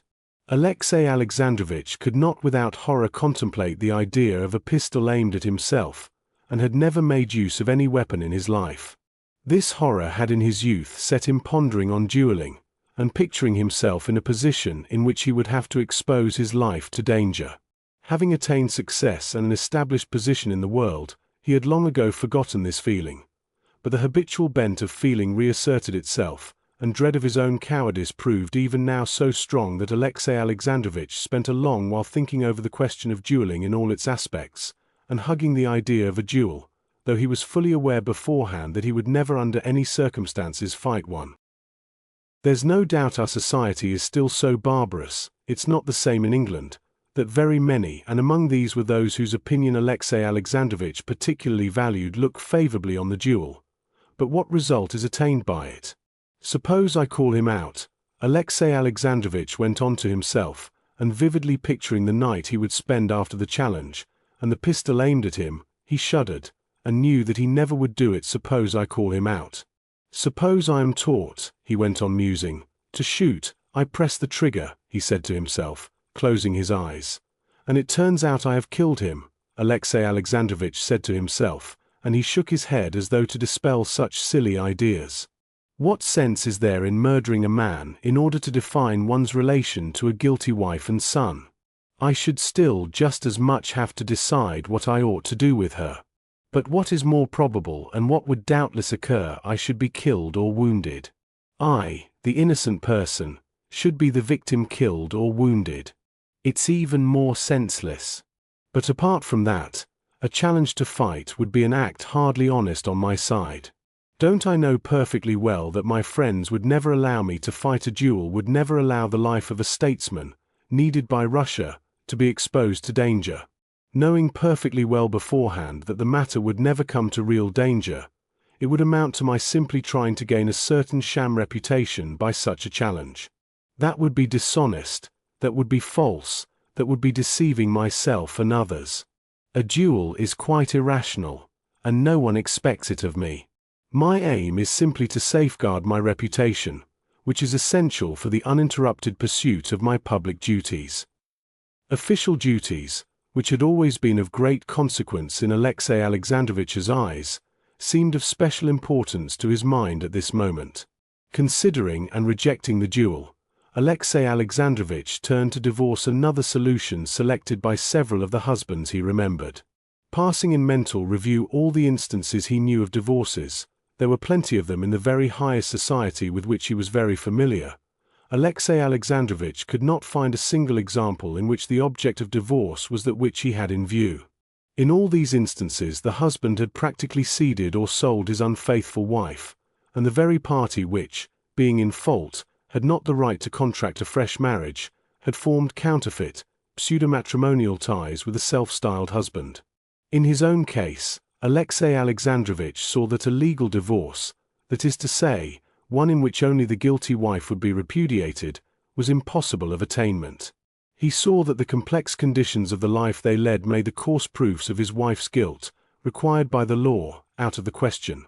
He saw that a certain refinement in that life would not admit of such proofs being brought forward, even if he had them, and that to bring forward such proofs would damage him in the public estimation more than it would her. An attempt at divorce could lead to nothing but a public scandal, which would be a perfect godsend to his enemies for calumny and attacks on his high position in society.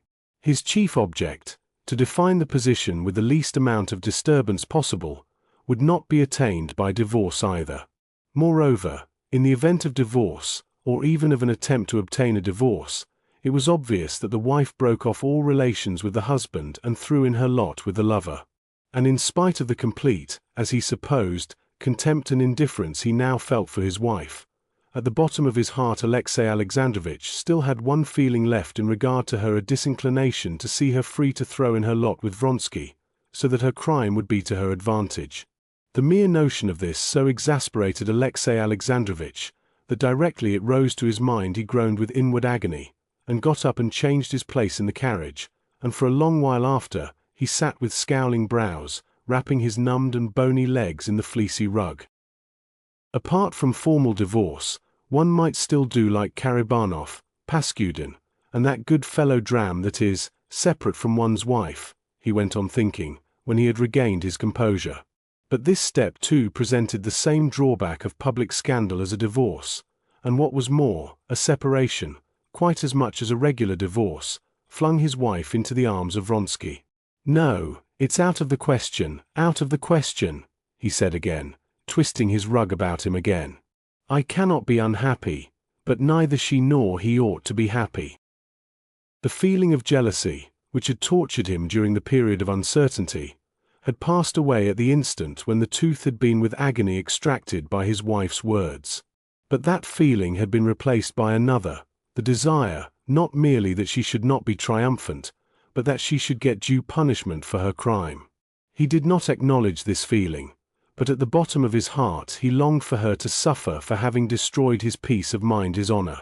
And going once again over the conditions inseparable from a duel, a divorce, a separation, and once again rejecting them, Alexey Alexandrovich felt convinced that there was only one solution: to keep her with him, concealing what had happened from the world, and using every measure in his power to break off the intrigue, and still more though this he did not admit to himself, to punish her. "I must inform her of my conclusion, that thinking over the terrible position in which she has placed her family, all other solutions will be worse for both sides than an external status quo, and that such I agree to retain, on the strict condition of obedience on her part to my wishes, that is to say, cessation of all intercourse with her lover." When this decision had been finally adopted, another weighty consideration occurred to Alexey Alexandrovich in support of it. "By such a course only shall I be acting in accordance with the dictates of religion," he told himself. "In adopting this course, I am not casting off a guilty wife, but giving her a chance of amendment, and, indeed, difficult as the task will be to me, I shall devote part of my energies to her reformation and salvation." Though Alexey Alexandrovich was perfectly aware that he could not exert any moral influence over his wife, that such an attempt at reformation could lead to nothing but falsity.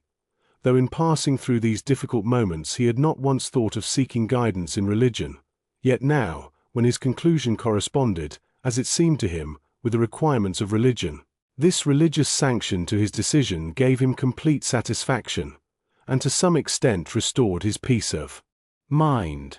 He was pleased to think that, even in such an important crisis in life, no one would be able to say that he had not acted in accordance with the principles of that religion whose banner he had always held aloft amid the general coolness and indifference. As he pondered over subsequent developments, Alexey Alexandrovich did not see, indeed, why his relations with his wife should not remain practically the same as before.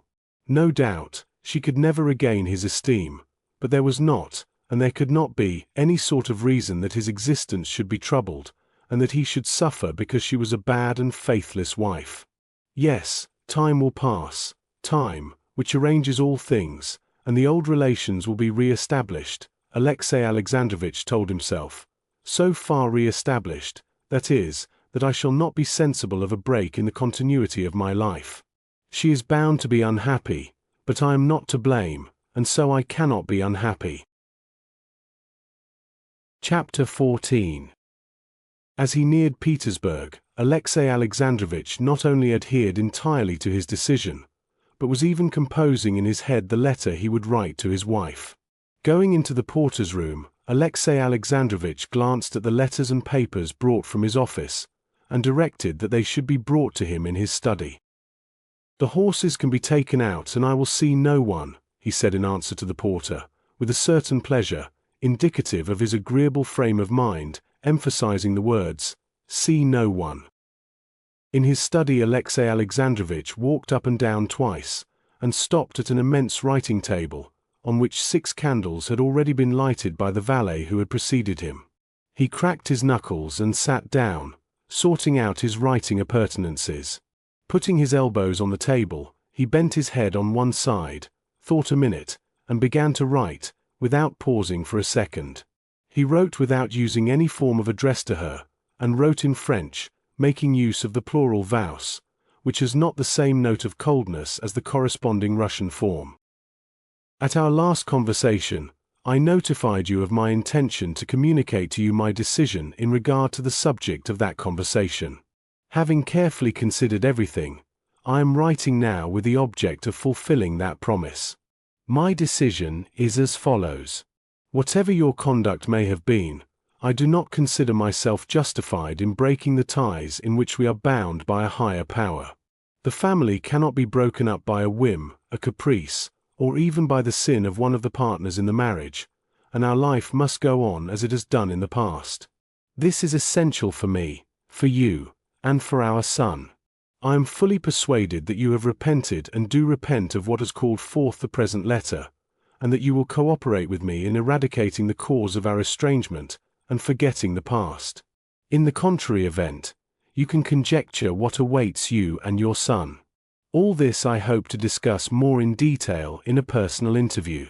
As the season is drawing to a close, I would beg you to return to Petersburg as quickly as possible, not later than Tuesday. All necessary preparations shall be made for your arrival here. I beg you to note that I attach particular significance to compliance with this request. A. Karenina. P.S. I enclose the money which may be needed for your expenses." He read the letter through and felt pleased with it, and especially that he had remembered to enclose money. There was not a harsh word, not a reproach in it, nor was there undue indulgence. Most of all, it was a golden bridge for return. Folding the letter and smoothing it with a massive ivory knife, and putting it in an envelope with the money, he rang the bell with the gratification it always afforded him to use the well-arranged appointments of his writing table. "Give this to the courier to be delivered to Anna Arkadyevna tomorrow at the summer villa," he said, getting up. "Certainly, Your Excellency. Tea to be served in the study?" Alexey Alexandrovich ordered tea to be brought to the study, and playing with the massive paper knife, he moved to his easy chair, near which there had been placed ready for him a lamp and the French work on Egyptian hieroglyphics that he had begun. Over the easy chair there hung in a gold frame an oval portrait of Anna, a fine painting by a celebrated artist. Alexey Alexandrovich glanced at it. The unfathomable eyes gazed ironically and insolently at him. Insufferably insolent and challenging was the effect in Alexey Alexandrovich's eyes of the black lace about the head, admirably touched in by the painter, the black hair and handsome white hand with one finger lifted, covered with rings. After looking at the portrait for a minute, Alexey Alexandrovich shuddered so that his lips quivered and he uttered the sound "brr" and turned away. He made haste to sit down in his easy chair and open the book. He tried to read, but he could not revive the very vivid interest he had felt before in Egyptian hieroglyphics. He looked at the book and thought of something else. He thought not of his wife, but of a complication that had arisen in his official life, which at the time constituted the chief interest of it. He felt that he had penetrated more deeply than ever before into this intricate affair, and that he had originated a leading idea, he could say it without self-flattery, calculated to clear up the whole business, to strengthen him in his official career, to discomfit his enemies, and thereby to be of the greatest benefit to the government. Directly the servant had set the tea and left the room, Alexey Alexandrovich got up and went to the writing table. Moving into the middle of the table a portfolio of papers, with a scarcely perceptible smile of self-satisfaction, he took a pencil from a rack and plunged into the perusal of a complex report relating to the present complication. The complication was of this nature: Alexey Alexandrovich's characteristic quality as a politician, that special individual qualification that every rising functionary possesses, the qualification that with his unflagging ambition, his reserve, his honesty, and with his self-confidence had made his career, was his contempt for red tape, his cutting down of correspondence, his direct contact, wherever possible, with the living fact, and his economy. It happened that the famous commission of the 2nd of June had set on foot an inquiry into the irrigation of lands in the Zaraysky province, which fell under Alexey Alexandrovich's department, and was a glaring example of fruitless expenditure and paper reforms. Alexey Alexandrovich was aware of the truth of this. The irrigation of these lands in the Zaraysky province had been initiated by the predecessor of Alexey Alexandrovich's predecessor, and vast sums of money had actually been spent and were still being spent on this business, and utterly unproductively, and the whole business could obviously lead to nothing whatever. Alexey Alexandrovich had perceived this at once on entering office, and would have liked to lay hands on the Board of Irrigation. But at first, when he did not yet feel secure in his position, he knew it would affect too many interests, and would be injudicious. Later on he had been engrossed in other questions, and had simply forgotten the Board of Irrigation. It went of itself, like all such boards, by the mere force of inertia. Many people gained their livelihood by the Board of Irrigation, especially one highly conscientious and musical family. All the daughters played on stringed instruments, and Alexey Alexandrovich knew the family and had stood godfather to one of the elder daughters. The raising of this question by a hostile department was in Alexey Alexandrovich's opinion a dishonorable proceeding, seeing that in every department there were things similar and worse, which no one inquired into, for well-known reasons of official etiquette. However, now that the glove had been thrown down to him, he had boldly picked it up and demanded the appointment of a special commission to investigate and verify the working of the Board of Irrigation of the lands in the Zaraysky province. But in compensation he gave no quarter to the enemy either. He demanded the appointment of another special commission to inquire into the question of the Native Tribes Organization Committee. The question of the native tribes had been brought up incidentally in the commission of the 2nd of June, and had been pressed forward actively by Alexey Alexandrovich as one admitting of no delay on account of the deplorable condition of the native tribes. In the commission this question had been a ground of contention between several departments. The department hostile to Alexey Alexandrovich proved that the condition of the native tribes was exceedingly flourishing, that the proposed reconstruction might be the ruin of their prosperity, and that if there were anything wrong, it arose mainly from the failure on the part of Alexey Alexandrovich's department to carry out the measures prescribed by law. Now Alexey Alexandrovich intended to demand, first, that a new commission should be formed which should be empowered to investigate the condition of the native tribes on the spot. Secondly, if it should appear that the condition of the native tribes actually was such as it appeared to be from the official documents in the hands of the committee, that another new scientific commission should be appointed to investigate the deplorable condition of the native tribes from the 1. Political, 2. Administrative, 3. Economic, 4. Ethnographical, 5. Material, and 6. Religious points of view.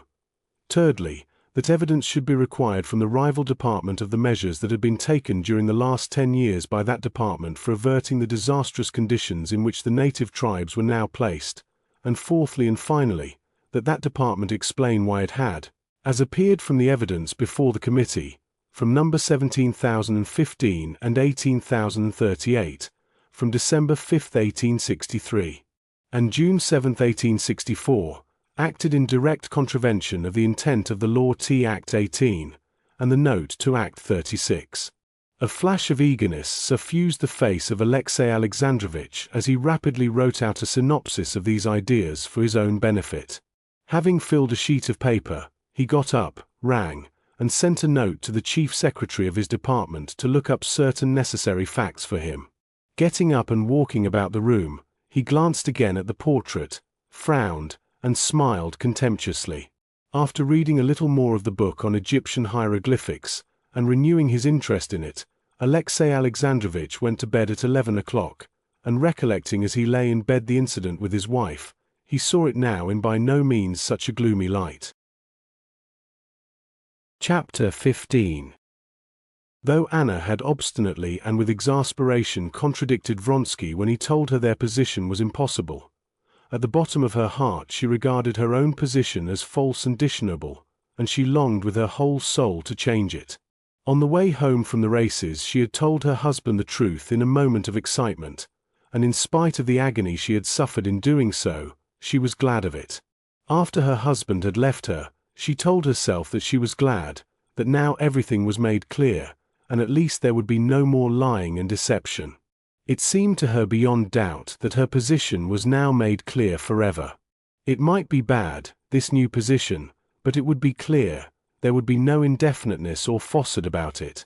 The pain she had caused herself and her husband in uttering those words would be rewarded now by everything being made clear, she thought.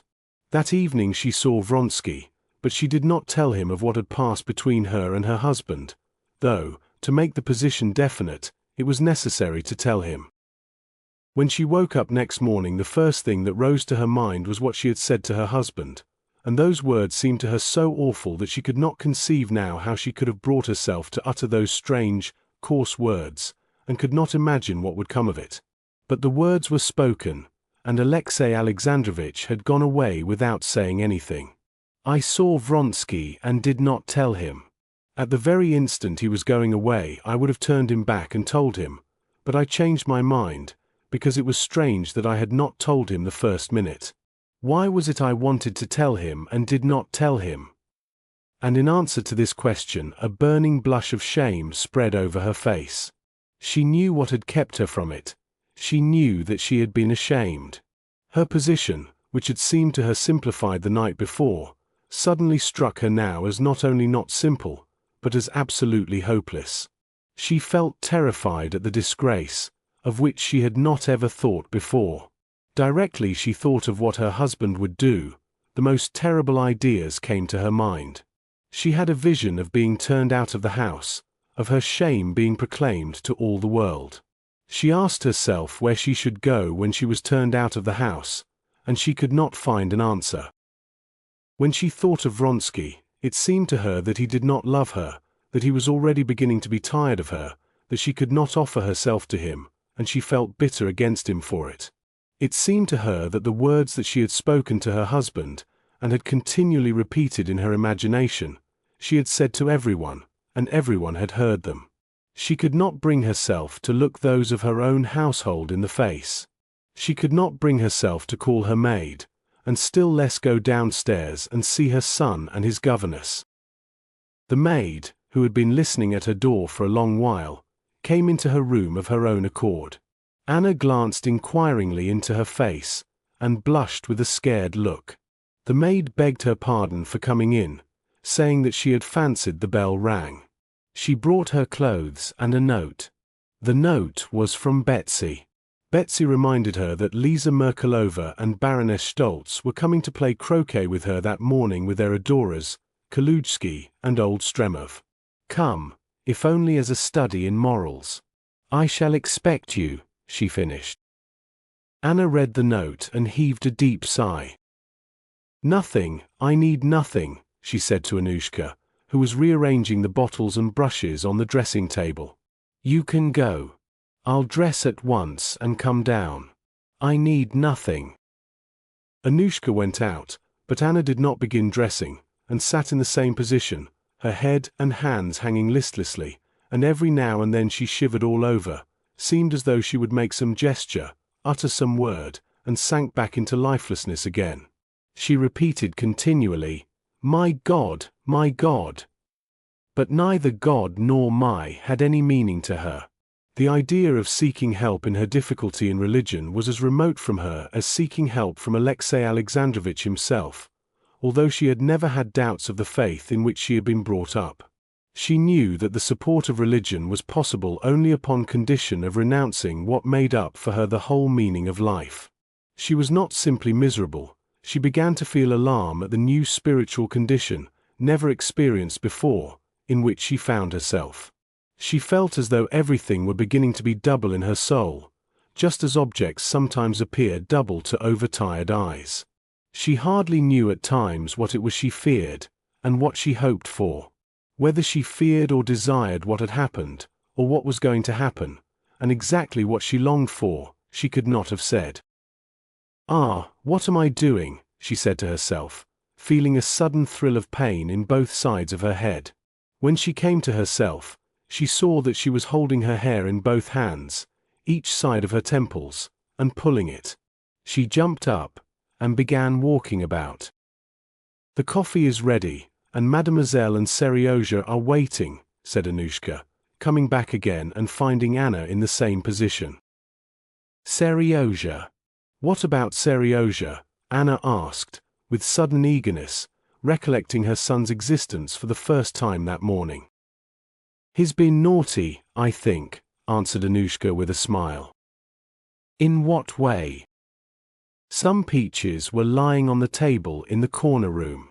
I think he slipped in and ate one of them on the sly." The recollection of her son suddenly roused Anna from the helpless condition in which she found herself. She recalled the partly sincere, though greatly exaggerated, role of the mother living for her child, which she had taken up of late years, and she felt with joy that in the plight in which she found herself she had a support, quite apart from her relation to her husband or to Vronsky. This support was her son. In whatever position she might be placed, she could not lose her son. Her husband might put her to shame and turn her out, Vronsky might grow cold to her and go on living his own life apart. She thought of him again with bitterness and reproach. She could not leave her son. She had an aim in life. And she must act to secure this relation to her son, so that he might not be taken from her. Quickly indeed, as quickly as possible, she must take action before he was taken from her. She must take her son and go away. Here was the one thing she had to do now. She needed consolation. She must be calm, and get out of this insufferable position. The thought of immediate action binding her to her son, of going away somewhere with him, gave her this consolation. She dressed quickly, went downstairs, and with resolute steps walked into the drawing room, where she found, as usual, waiting for her, the coffee, Seryozha, and his governess. Seryozha, all in white, with his back and head bent, was standing at a table under a looking-glass, and with an expression of intense concentration which she knew well, and in which he resembled his father, he was doing something to the flowers he carried. The governess had a particularly severe expression. Seryozha screamed shrilly, as he often did, "Ah, Mama," and stopped, hesitating whether to go to greet his mother and put down the flowers, or to finish making the wreath and go with the flowers. The governess, after saying good morning, began a long and detailed account of Seryozha's naughtiness, but Anna did not hear her. She was considering whether she would take her with her or not. "No, I won't take her," she decided. I'll go alone with my child. Yes, it's very wrong, said Anna, and taking her son by the shoulder she looked at him, not severely, but with a timid glance that bewildered and delighted the boy, and she kissed him. Leave him to me, she said to the astonished governess, and not letting go of her son, she sat down at the table, where coffee was set ready for her. Mama, I didn't, he said, trying to make out from her expression what was in store for him in regard to the peaches. Seryozha, she said, as soon as the governess had left the room, that was wrong, but you'll never do it again, will you? You love me. She felt that the tears were coming into her eyes. Can I help loving him? She said to herself, looking deeply into his scared and at the same time delighted eyes. And can he ever join his father in punishing me? Is it possible he will not feel for me? Tears were already flowing down her face, and to hide them she got up abruptly and almost ran out onto the terrace. After the thunder showers of the last few days, cold, bright weather had set in. The air was cold in the bright sun that filtered through the freshly washed leaves. She shivered, both from the cold and from the inward horror which had clutched her with fresh force in the open air. Run along to Mariette, she said to Seryozha, who had followed her out, and she began walking up and down on the straw matting of the terrace. Can it be that they won't forgive me, won't understand how it all couldn't be helped? She said to herself.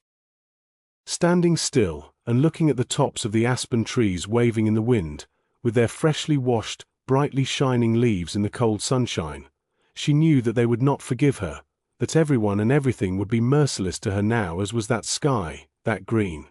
And again she felt that everything was split in two in her soul. I mustn't think, she said to herself. I must get ready. To go where? When? Whom to take with me? Yes, to Moscow by the evening train. Anushka and Seryozha, and only the most necessary things. But first I must write to them both. She went quickly indoors into her boudoir, sat down at the table, and wrote to her husband, After what has happened, I cannot remain any longer in your house. I am going away, and taking my son with me. I don't know the law, and so I don't know with which of the parents the son should remain, but I take him with me because I cannot live without him. Be generous, leave him to me. Up to this point she wrote rapidly and naturally, but the appeal to his generosity, a quality she did not recognize in him, and the necessity of winding up the letter with something touching, pulled her up. Of my fault and my remorse I cannot speak, because... She stopped again, finding no connection in her ideas. No, she said to herself, there's no need of anything, and tearing up the letter, she wrote it again, leaving out the allusion to generosity, and sealed it up. Another letter had to be written to Vronsky.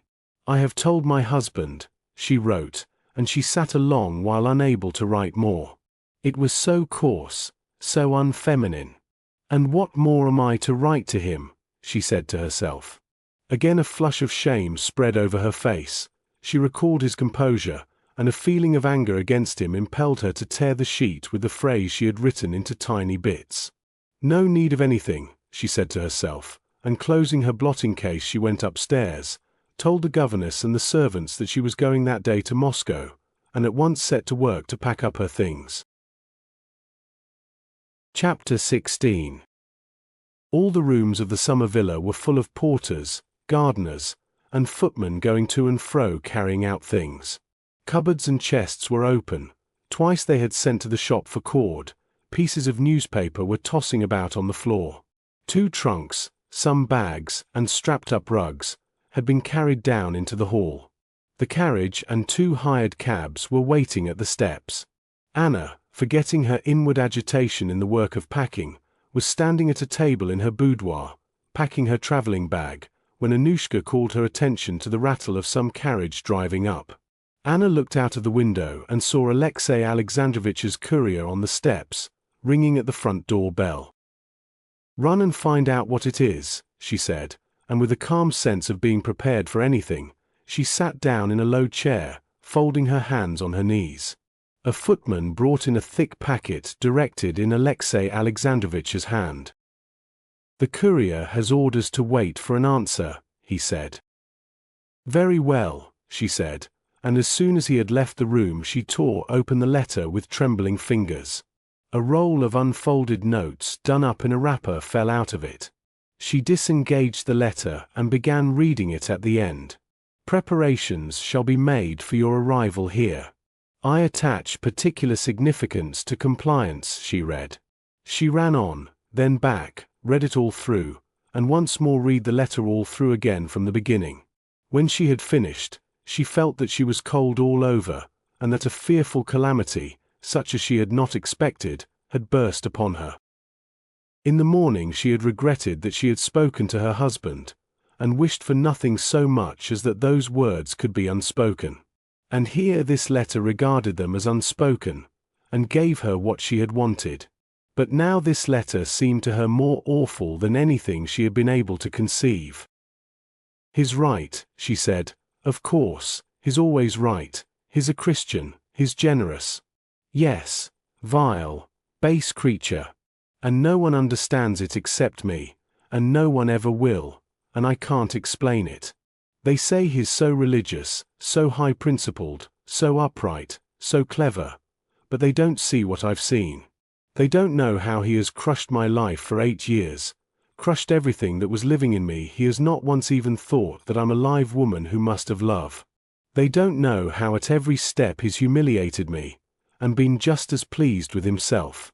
Haven't I striven with all my strength, to find something to give meaning to my life? Haven't I struggled to love him, to love my son when I could not love my husband? But the time came when I knew that I couldn't cheat myself any longer, that I was alive, that I was not to blame, that God has made me so that I must love and live. And now what does he do?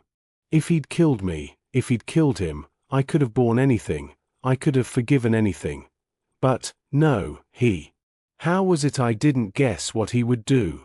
He's doing just what's characteristic of his mean character. He'll keep himself in the right, while me, in my ruin, he'll drive still lower to worse ruin yet." She recalled the words from the letter. "You can conjecture what awaits you and your son. That's a threat to take away my child, and most likely by their stupid law he can. But I know very well why he says it. He doesn't believe even in my love for my child, or he despises it, just as he always used to ridicule it. He despises that feeling in me, but he knows that I won't abandon my child, that I can't abandon my child, that there could be no life for me without my child, even with him whom I love, but that if I abandoned my child and ran away from him, I should be acting like the most infamous, basest of women. He knows that, and knows that I am incapable of doing that." She recalled another sentence in the letter.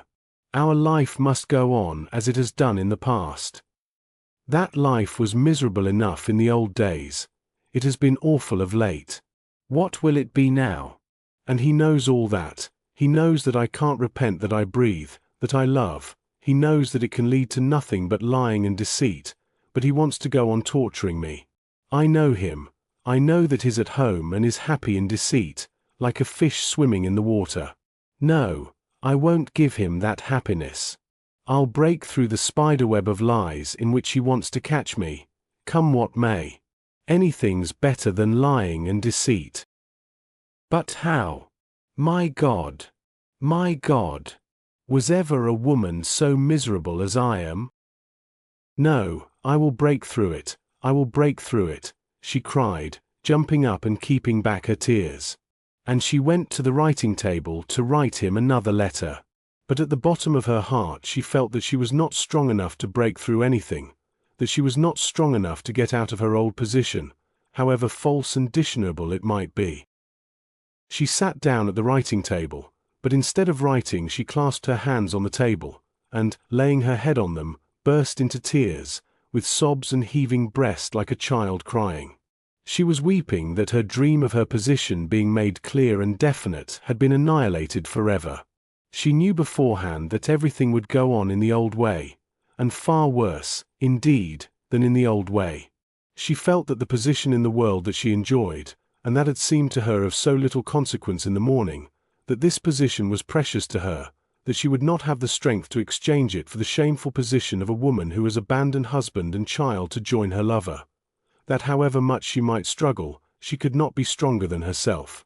She would never know freedom in love, but would remain forever a guilty wife, with the menace of detection hanging over her at every instant, deceiving her husband for the sake of a shameful connection with a man living apart and away from her, whose life she could never share. She knew that this was how it would be, and at the same time it was so awful that she could not even conceive what it would end in. And she cried without restraint, as children cry when they are punished. The sound of the footman's steps forced her to rouse herself, and, hiding her face from him, she pretended to be writing. "The courier asks if there's an answer," the footman announced. "An answer? Yes," said Anna. "Let him wait. I'll ring." "What can I write?" she thought.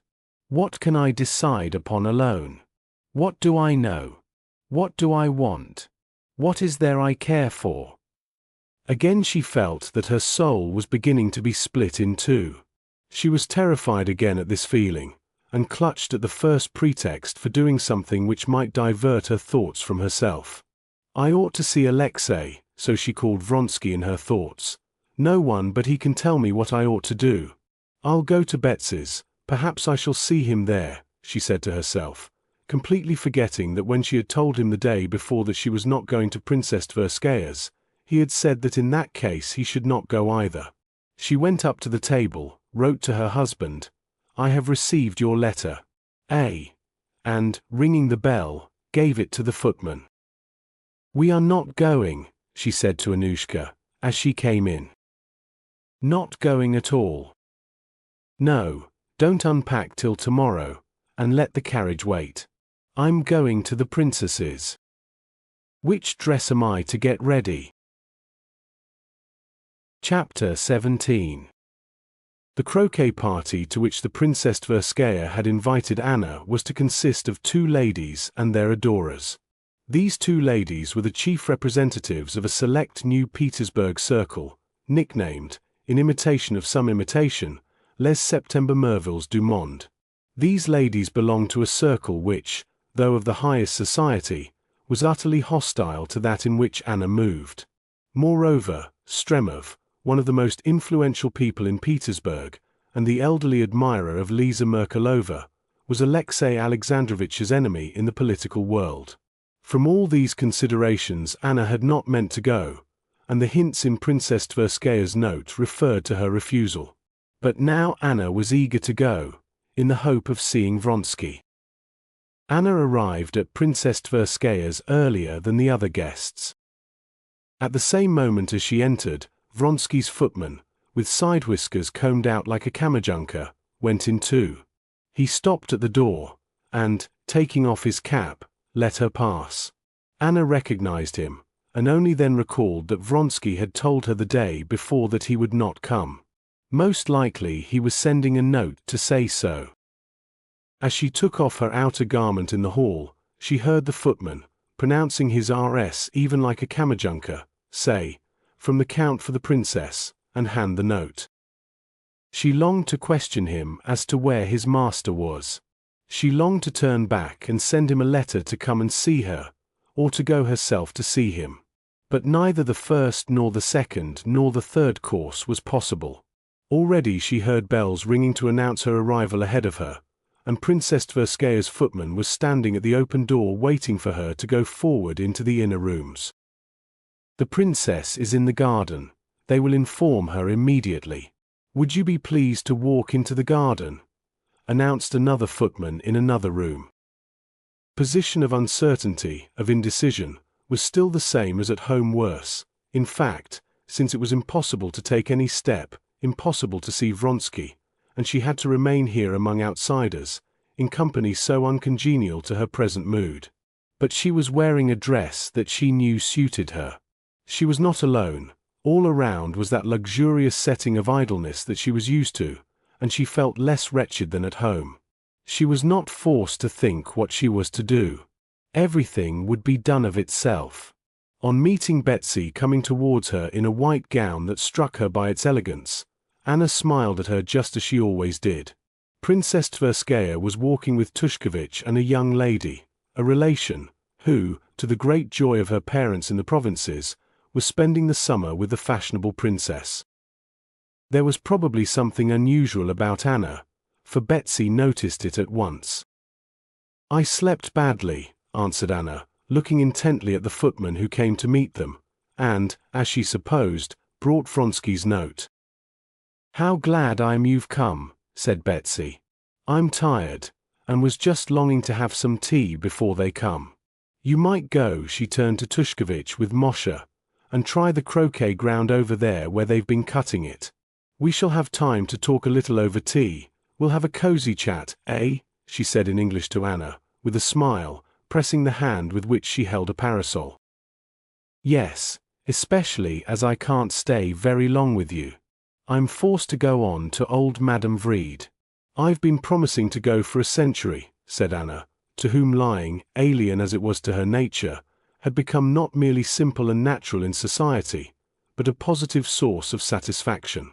Why she said this, which she had not thought of a second before, she could not have explained. She had said it simply from the reflection that as Vronsky would not be here, she had better secure her own freedom, and try to see him somehow. But why she had spoken of old Madame Vreed, whom she had to go and see, as she had to see many other people, she could not have explained. And yet, as it afterwards turned out, had she contrived the most cunning devices to meet Vronsky, she could have thought of nothing better. "No, I'm not going to let you go for anything," answered Betsy, looking intently into Anna's face. "Really, if I were not fond of you, I should feel offended. One would think you were afraid my society would compromise you.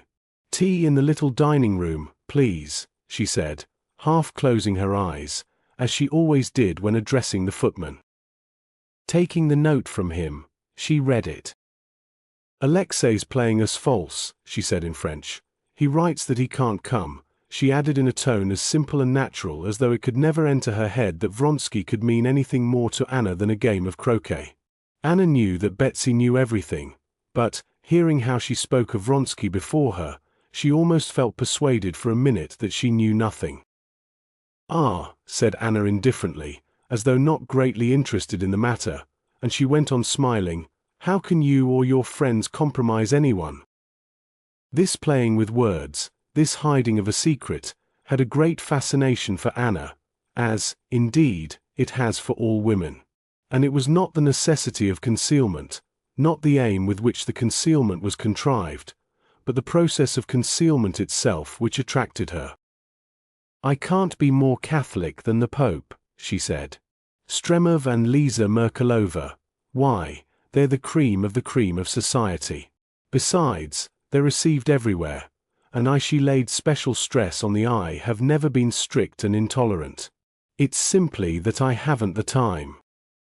"No, you don't care, perhaps, to meet Stremov? Let him and Alexei Alexandrovich tilt at each other in the committee, that's no affair of ours. But in the world, he's the most amiable man I know, and a devoted croquet player. You shall see. And, in spite of his absurd position as Lisa's lovesick swain at his age, you ought to see how he carries off the absurd position. He's very nice. Sappho Stoltz, you don't know? Oh, that's a new type, quite new." Betsy said all this, and, at the same time, from her good-humored, shrewd glance, Anna felt that she partly guessed her plight, and was hatching something for her benefit. They were in the little boudoir. "I must write to Alexei, though," and Betsy sat down to the table, scribbled a few lines, and put the note in an envelope. "I'm telling him to come to dinner. I've one lady extra to dinner with me, and no man to take her in. Look what I've said. Will that persuade him?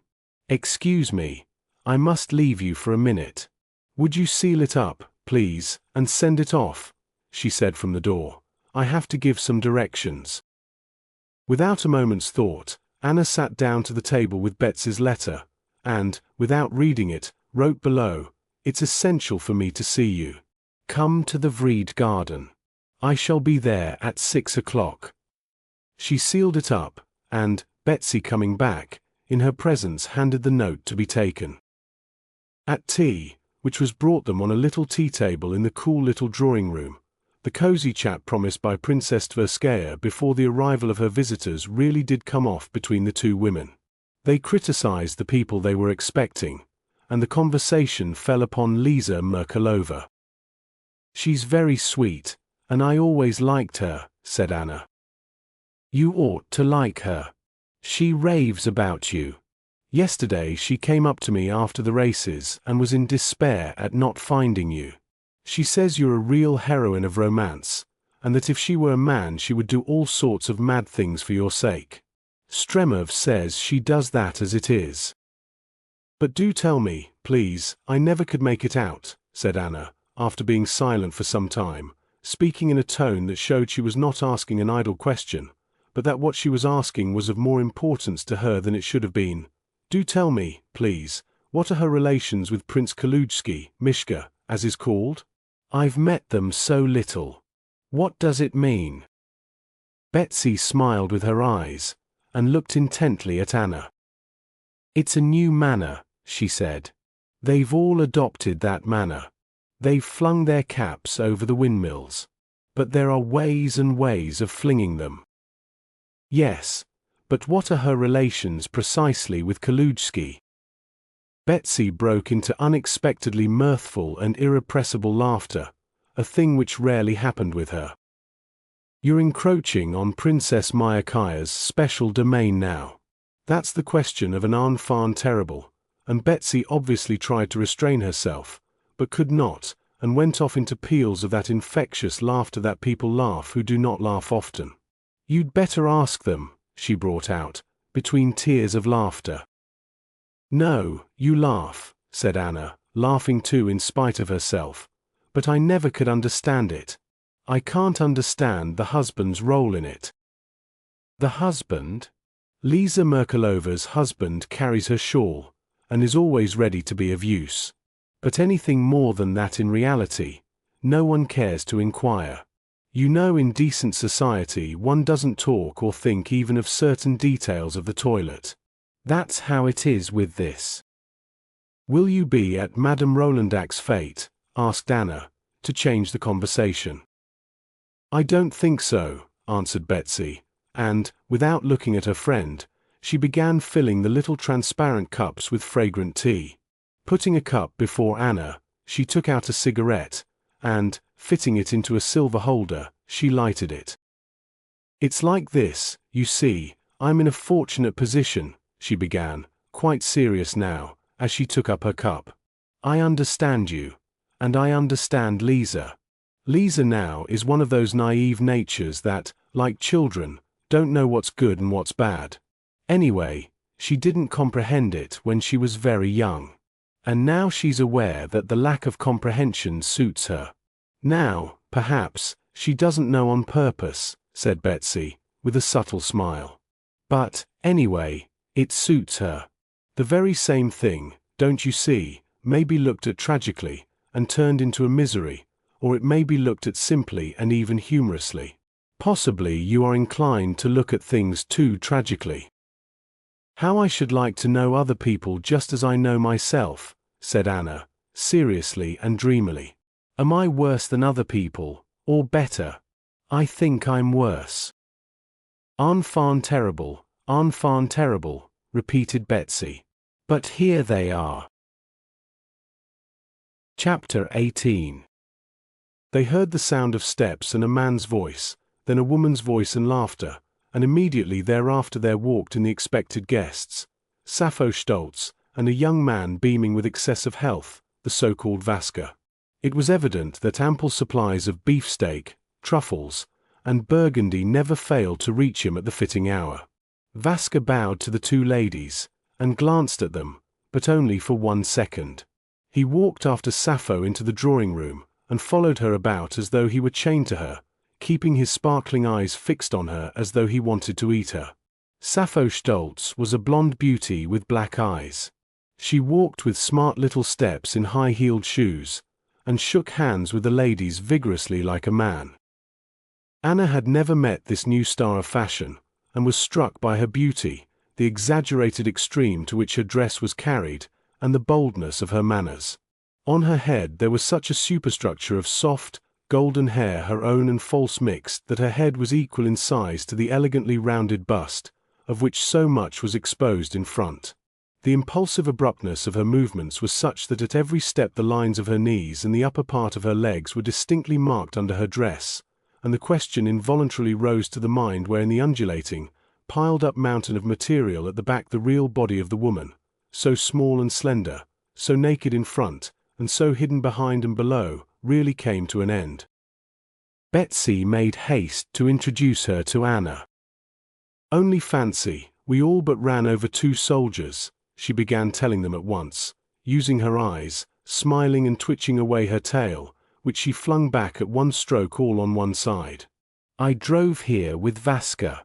Ah, to be sure, you don't know each other." And mentioning his surname she introduced the young man, and reddening a little, broke into a ringing laugh at her mistake, that is, at her having called him Vaska to a stranger. Vaska bowed once more to Anna, but he said nothing to her. He addressed Sappho. "You've lost your bet. We got here first. Pay up," said he, smiling. Sappho laughed still more festively. "Not just now," said she. "Oh, all right, I'll have it later."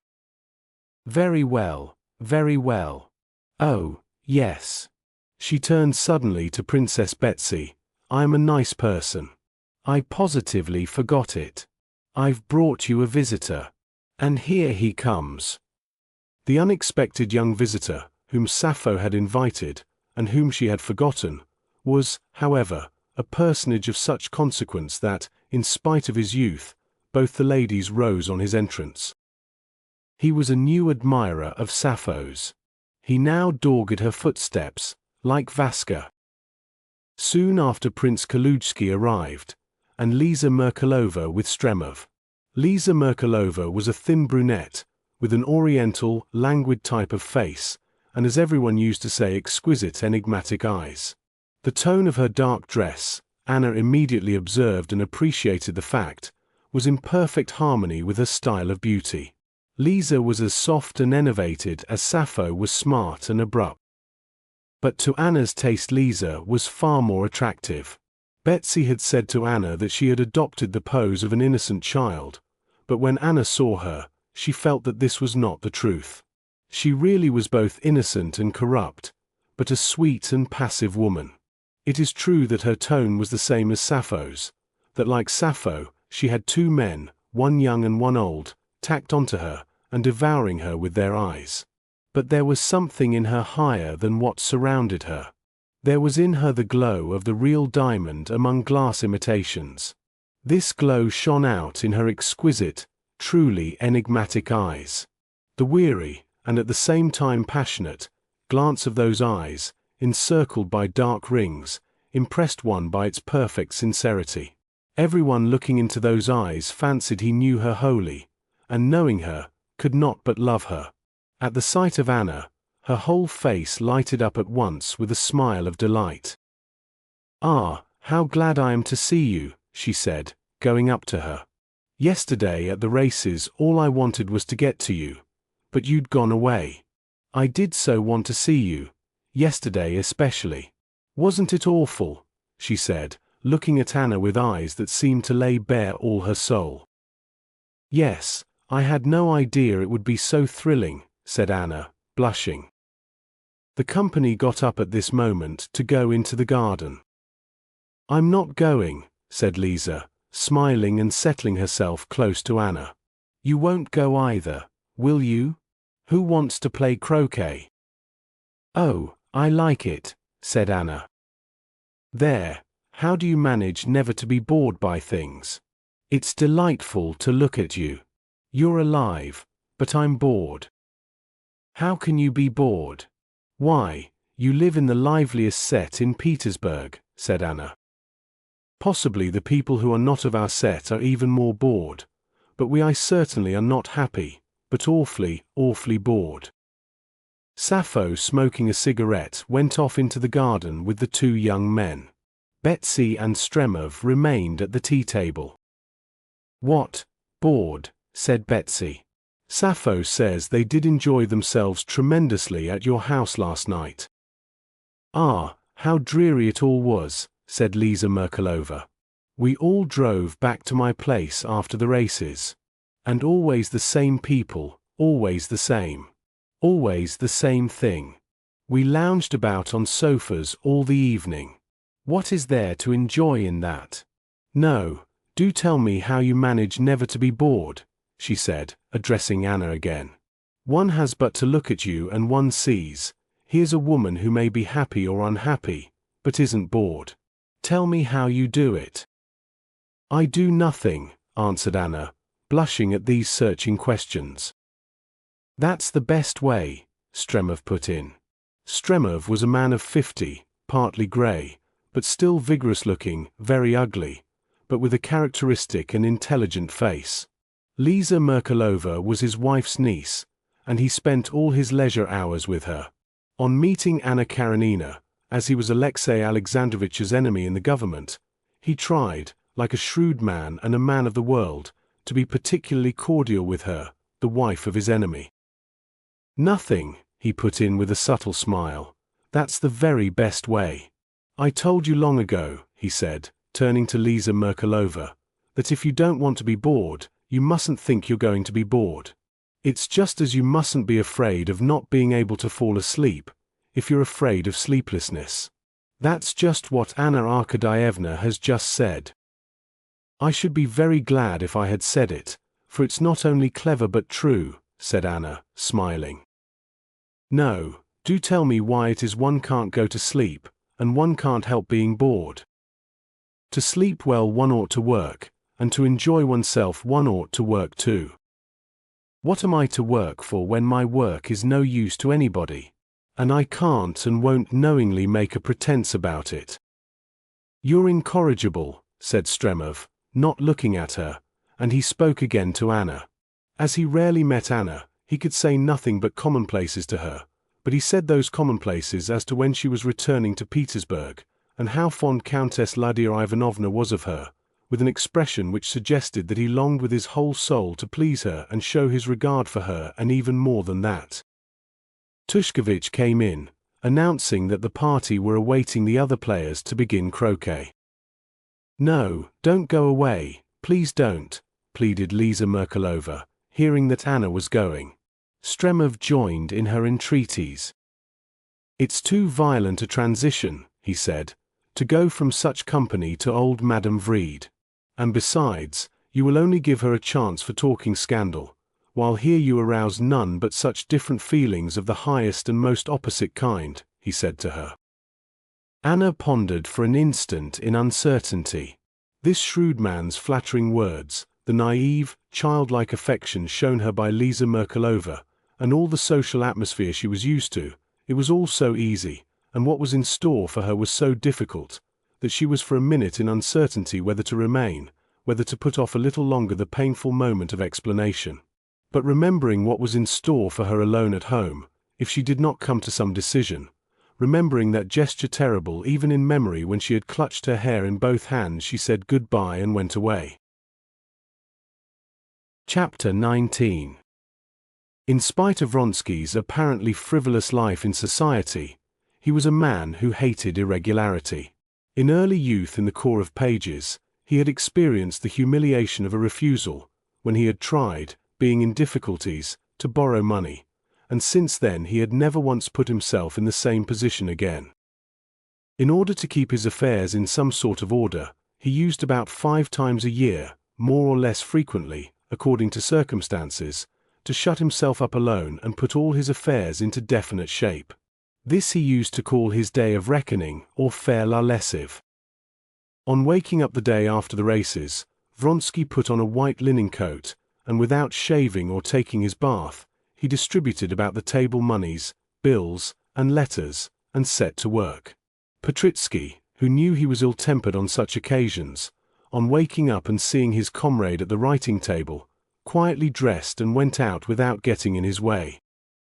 Every man who knows to the minutest details all the complexity of the conditions surrounding him cannot help imagining that the complexity of these conditions, and the difficulty of making them clear, is something exceptional and personal, peculiar to himself, and never supposes that others are surrounded by just as complicated an array of personal affairs as he is.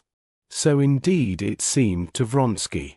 And not without inward pride, and not without reason, he thought that any other man would long ago have been in difficulties, would have been forced to some dishonorable course, if he had found himself in such a difficult position. But Vronsky felt that now especially it was essential for him to clear up and define his position if he were to avoid getting into difficulties. What Vronsky attacked first as being the easiest was his pecuniary position. Writing out on notepaper in his minute hand all that he owed, he added up the amount and found that his debts amounted to 17,000 and some odd hundreds, which he left out for the sake of clearness. Reckoning up his money in his bank book, he found that he had left 1,800 rubles, and nothing coming in before the new year. Reckoning over again his list of debts, Vronsky copied it, dividing it into 3 classes. In the first class he put the debts which he would have to pay at once, or for which he must in any case have the money ready so that on demand for payment there could not be a moment's delay in paying. Such debts amounted to about 4,000, 1,500 for a horse, and 2,500 as surety for a young comrade, Vinovsky, who had lost that sum to a card-sharper in Vronsky's presence. Vronsky had wanted to pay the money at the time, he had that amount then, but Vinovsky and Yashvin had insisted that they would pay and not Vronsky, who had not played. That was so far well, but Vronsky knew that in this dirty business, though his only share in it was undertaking by word of mouth to be surety for Vinovsky, it was absolutely necessary for him to have the 2,500 rubles so as to be able to fling it at the swindler, and have no more words with him. And so for this first and most important division he must have 4,000 rubles. The second class 8,000 rubles consisted of less important debts. These were principally accounts owing in connection with his racehorses, to the purveyor of oats and hay, the English saddler, and so on. He would have to pay some 2,000 rubles on these debts too, in order to be quite free from anxiety. The last class of debts to shops, to hotels, to his tailor were such as need not be considered. So that he needed at least 6,000 rubles for current expenses, and he only had 1,800.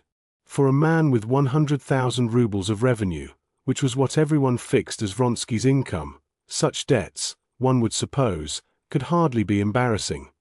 But the fact was that he was far from having 100,000. His father's immense property, which alone yielded a yearly income of 200,000, was left undivided between the brothers. At the time when the elder brother, with a mass of debts, married Princess Varia Cherkova, the daughter of a Decembrist without any fortune whatever, Alexei had given up to his elder brother almost the whole income from his father's estate, reserving for himself only 25,000 a year from it. Alexei had said at the time to his brother that that sum would be sufficient for him until he married, which he probably never would do. And his brother, who was in command of one of the most expensive regiments, and was only just married, could not decline the gift.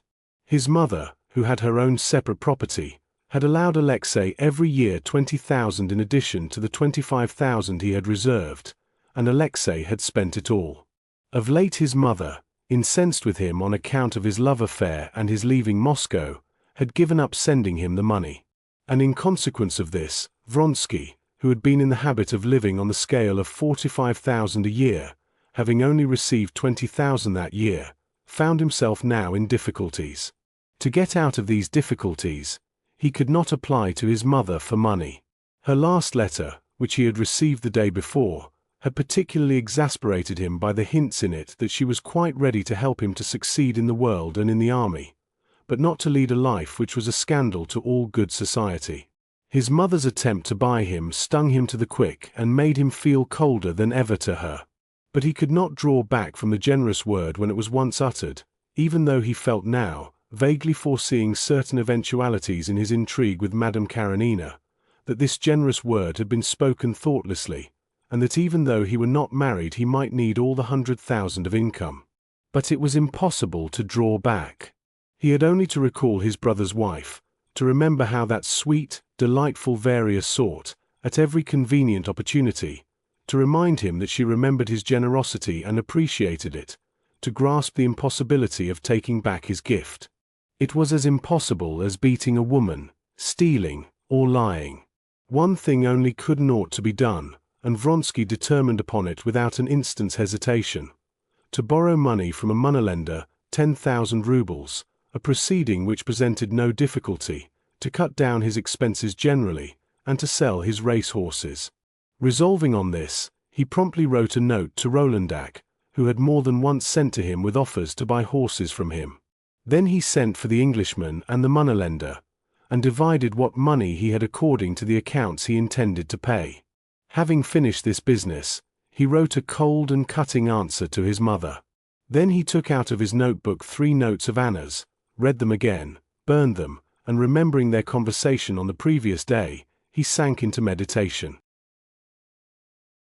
Chapter 20. Vronsky's life was particularly happy in that he had a code of principles, which defined with unfailing certitude what he ought and what he ought not to do. This code of principles covered only a very small circle of contingencies, but then the principles were never doubtful, and Vronsky, as he never went outside that circle, had never had a moment's hesitation about doing what he ought to do. These principles laid down as invariable rules: that one must pay a card sharper, but need not pay a tailor; that one must never tell a lie to a man, but one may to a woman; that one must never cheat anyone, but one may a husband; that one must never pardon an insult, but one may give one, and so on. These principles were possibly not reasonable and not good, but they were of unfailing certainty, and so long as he adhered to them, Vronsky felt that his heart was at peace and he could hold his head up. Only quite lately, in regard to his relations with Anna, Vronsky had begun to feel that his code of principles did not fully cover all possible contingencies, and to foresee in the future difficulties and perplexities for which he could find no guiding clue. His present relation to Anna and to her husband was to his mind clear and simple.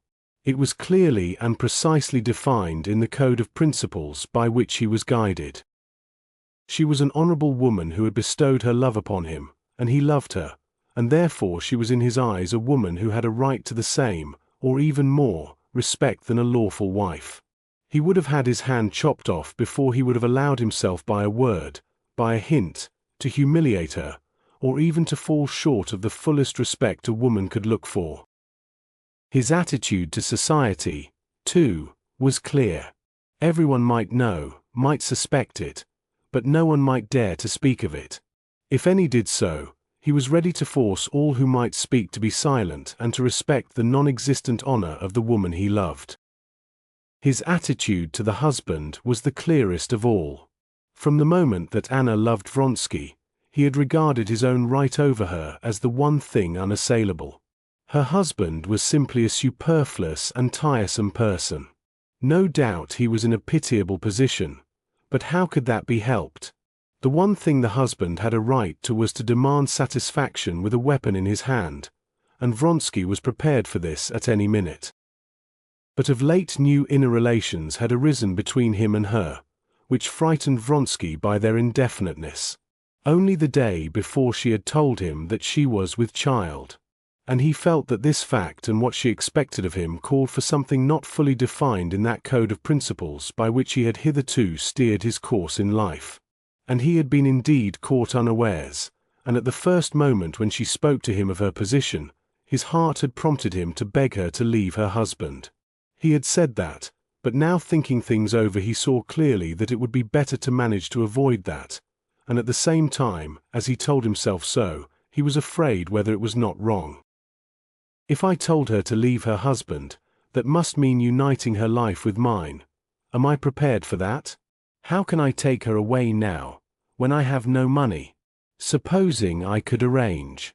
But how can I take her away while I'm in the service? If I say that I ought to be prepared to do it, that is, I ought to have the money and to retire from the army. And he grew thoughtful.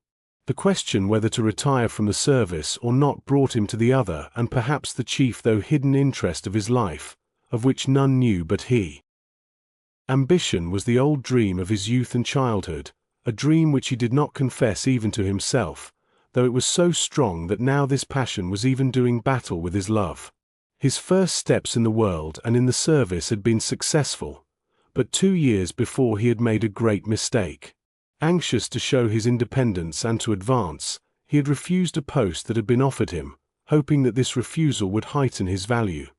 But it turned out that he had been too bold, and he was passed over. And having, whether he liked or not, taken up for himself the position of an independent man, he carried it off with great tact and good sense, behaving as though he bore no grudge against anyone, did not regard himself as injured in any way, and cared for nothing but to be left alone since he was enjoying himself. In reality, he had ceased to enjoy himself as long ago as the year before, when he went away to Moscow. He felt that this independent attitude of a man who might have done anything, but cared to do nothing, was already beginning to pall, that many people were beginning to fancy that he was not really capable of anything but being a straightforward, good-natured fellow. His connection with Madame Karenina, by creating so much sensation and attracting general attention, had given him a fresh distinction which soothed his gnawing worm of ambition for a while, but a week before that worm had been roused up again with fresh force. The friend of his childhood, a man of the same set, of the same coterie, his comrade in the corps of pages, Serpuhovskoy, who had left school with him and had been his rival in class, in gymnastics, in their scrapes and their dreams of glory, had come back a few days before from Central Asia, where he had gained 2 steps up in rank, and an order rarely bestowed upon generals so young. As soon as he arrived in Petersburg, people began to talk about him as a newly risen star of the first magnitude.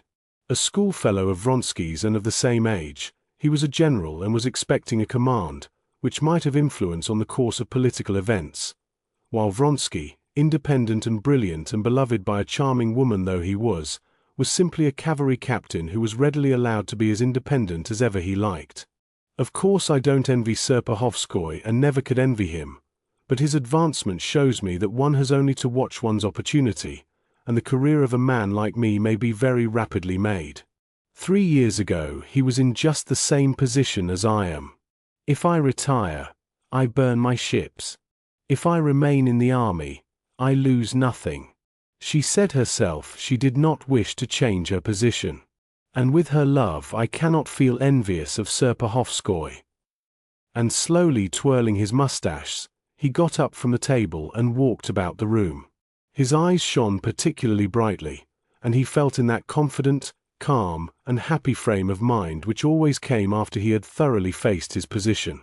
Everything was straight and clear, just as after former days of reckoning. He shaved, took a cold bath, dressed and went out. Chapter 21. We've come to fetch you. Your lessive lasted a good time today, said Petritsky. Well, is it over? It is over, answered Vronsky, smiling with his eyes only, and twirling the tips of his mustache as circumspectly as though after the perfect order into which his affairs had been brought any overbold or rapid movement might disturb it. You're always just as if you'd come out of a bath after it, said Petritsky. I've come from Gritsky's, that was what they called the colonel. They're expecting you. Vronsky, without answering, looked at his comrade, thinking of something else. Yes, is that music at his place, he said, listening to the familiar sounds of polkas and waltzes floating across to him. What's the fate? Serpuhovskoy's come. Aha, said Vronsky. Why, I didn't know. The smile in his eyes gleamed more brightly than ever. Having once made up his mind that he was happy in his love, that he sacrificed his ambition to it having anyway taken up this position, Vronsky was incapable of feeling either envious of Serpuhovskoy or hurt with him for not coming first to him when he came to the regiment. Serpuhovskoy was a good friend, and he was delighted he had come. Ah, I'm very glad. The colonel, Demon, had taken a large country house. The whole party were in the wide lower balcony.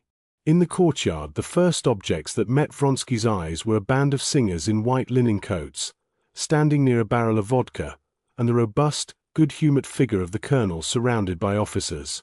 He had gone out as far as the first step of the balcony and was loudly shouting across the band that played Offenbach's quadrille, waving his arms and giving some orders to a few soldiers standing on one side. A group of soldiers, a quartermaster, and several subalterns came up to the balcony with Vronsky. The colonel returned to the table, went out again onto the steps with a tumbler in his hand, and proposed a toast, "To the health of our former comrade, the gallant general, Prince Serpuhovskoy." Hurrah! The colonel was followed by Serpuhovskoy, who came out onto the steps smiling, with a glass in his hand. "You always get younger, Bondarenko," he said to the rosy-cheeked, smart-looking quartermaster standing just before him, still youngish-looking though doing his second term of service. It was 3 years since Vronsky had seen Serpuhovskoy. He looked more robust, had let his whiskers grow, but was still the same graceful creature, whose face and figure were even more striking from their softness and nobility than their beauty. The only change Vronsky detected in him was that subdued, continual radiance of beaming content which settles on the faces of men who are successful and are sure of the recognition of their success by everyone. Vronsky knew that radiant air, and immediately observed it in Serpuhovskoy. As Serpuhovskoy came down the steps, he saw Vronsky. A smile of pleasure lighted up his face. He tossed his head upwards and waved the glass in his hand, greeting Vronsky, and showing him by the gesture that he could not come to him before the quartermaster, who stood craning forward, his lips ready to be kissed. "Here he is," shouted the colonel. "Yushvin told me you were in one of your gloomy tempers." Serpuhovskoy kissed the moist, fresh lips of the gallant-looking quartermaster, and wiping his mouth with his handkerchief, went up to Vronsky. "How glad I am," he said, squeezing his hand and drawing him on one side. "You look after him," the colonel shouted to Yushvin, pointing to Vronsky, and he went down below to the soldiers. "Why weren't you at the races yesterday?" "I expected to see you there," said Vronsky, scrutinizing Serpuhovskoy. "I did go, but late. I beg your pardon," he added, and he turned to the adjutant. "Please have this divided from me, each man as much as it runs to." And he hurriedly took notes for 300 rubles from his pocketbook, blushing a little. "Vronsky, have anything to eat or drink?" asked Yushvin. "Hi, something for the count to eat. Ah, here it is, have a glass." The fete at the colonel's lasted a long while. There was a great deal of drinking. They tossed Serpuhovskoy in the air and caught him again several times. Then they did the same to the colonel. Then, to the accompaniment of the band, the colonel himself danced with Petritsky. Then the colonel, who began to show signs of feebleness, sat down on a bench in the courtyard and began demonstrating to Yushvin the superiority of Russia over Prussia, especially in cavalry attack, and there was a lull in the revelry for a moment. Serpuhovskoy went into the house to the bathroom to wash his hands and found Vronsky there. Vronsky was drenching his head with water. He had taken off his coat and put his sunburnt, hairy neck under the tap, and was rubbing it and his head with his hands. When he had finished, Vronsky sat down by Serpuhovskoy. They both sat down in the bathroom on a lounge, and a conversation began which was very interesting to both of them. "I've always been hearing about you through my wife," said Serpuhovskoy. "I'm glad you've been seeing her pretty often." "She's friendly with Varia, and they're the only women in Petersburg I care about seeing," answered Vronsky, smiling. He smiled because he foresaw the topic the conversation would turn on, and he was glad of it. "The only ones?" Serpuhovskoy queried, smiling. "Yes, and I heard news of you, but not only through your wife," said Vronsky, checking his hint by a stern expression of face. "I was greatly delighted to hear of your success, but not a bit surprised. I expected even more." Serpuhovskoy smiled. Such an opinion of him was obviously agreeable to him, and he did not think it necessary to conceal it. "Well, I on the contrary expected less, I'll own frankly. But I'm glad, very glad. I'm ambitious, that's my weakness, and I confess to it." Perhaps you wouldn't confess to it if you hadn't been successful, said Vronsky. I don't suppose so, said Serpuhovskoy, smiling again. I won't say life wouldn't be worth living without it, but it would be dull. Of course I may be mistaken, but I fancy I have a certain capacity for the line I've chosen, and that power of any sort in my hands, if it is to be, will be better than in the hands of a good many people I know, said Serpuhovskoy, with beaming consciousness of success. And so the nearer I get to it, the better pleased I am. Perhaps that is true for you, but not for everyone. I used to think so too, but here I live and think life worth living not only for that. There it's out, here it comes, said Serpuhovskoy, laughing. Ever since I heard about you, about your refusal, I began. Of course, I approved of what you did. But there are ways of doing everything. And I think your action was good in itself, but you didn't do it quite in the way you ought to have done. What's done can't be undone, and you know I never go back on what I've done. And besides, I'm very well off. Very well off for the time. But you're not satisfied with that. I wouldn't say this to your brother. He's a nice child, like our host here. There he goes, he added, listening to the roar of hurrah. And he's happy, but that does not satisfy you. I didn't say it did satisfy me. Yes, but that's not the only thing. Such men as you are wanted. By whom? By whom? By society, by Russia. Russia needs men, she needs a party, or else everything goes and will go to the dogs. How do you mean? Bertenev's party against the Russian communists? No, said Serpuhovskoy, frowning with vexation at being suspected of such an absurdity. Tout ça est une blague. That's always been and always will be. There are no communists. But intriguing people have to invent a noxious, dangerous party. It's an old trick. No, what's wanted is a powerful party of independent men like you and me. But why so? Vronsky mentioned a few men who were in power. Why aren't they independent men? Simply because they have not, or have not had from birth, an independent fortune.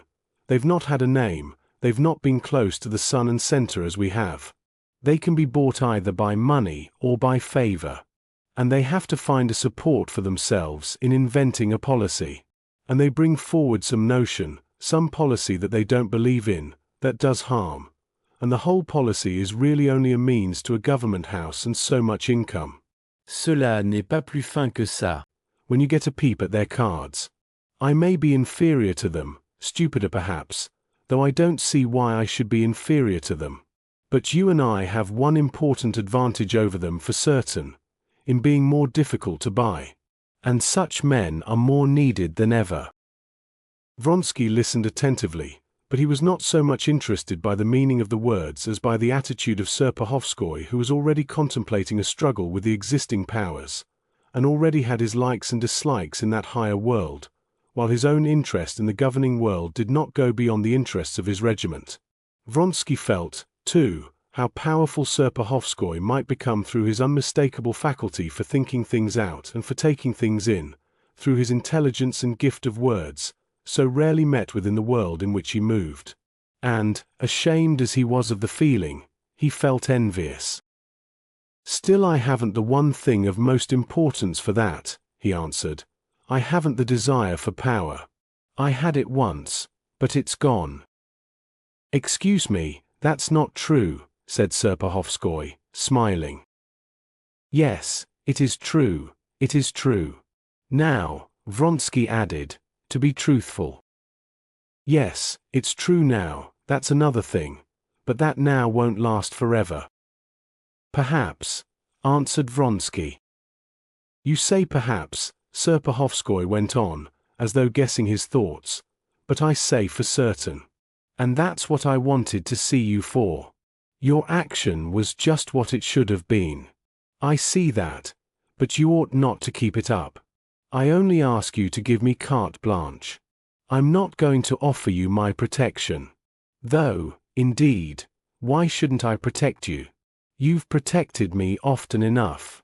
I should hope our friendship rises above all that sort of thing. Yes, he said, smiling to him as tenderly as a woman. Give me carte blanche, retire from the regiment, and I'll draw you upwards imperceptibly.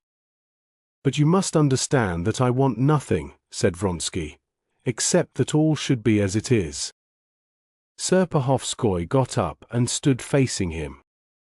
You say that all should be as it is. I understand what that means. But listen, we're the same age, you've known a greater number of women perhaps than I have.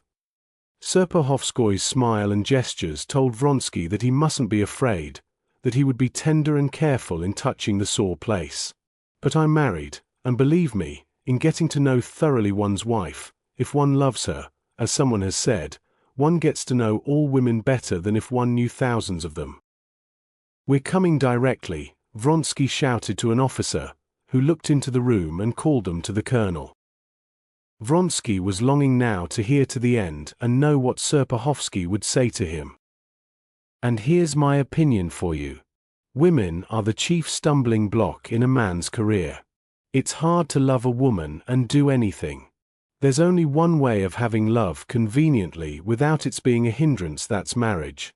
How am I to tell you what I mean, said Serpuhovskoy, who liked similes. Wait a minute. Yes, just as you can only carry a fardeau and do something with your hands, when the fardeau is tied on your back, and that's marriage. And that's what I felt when I was married. My hands were suddenly set free.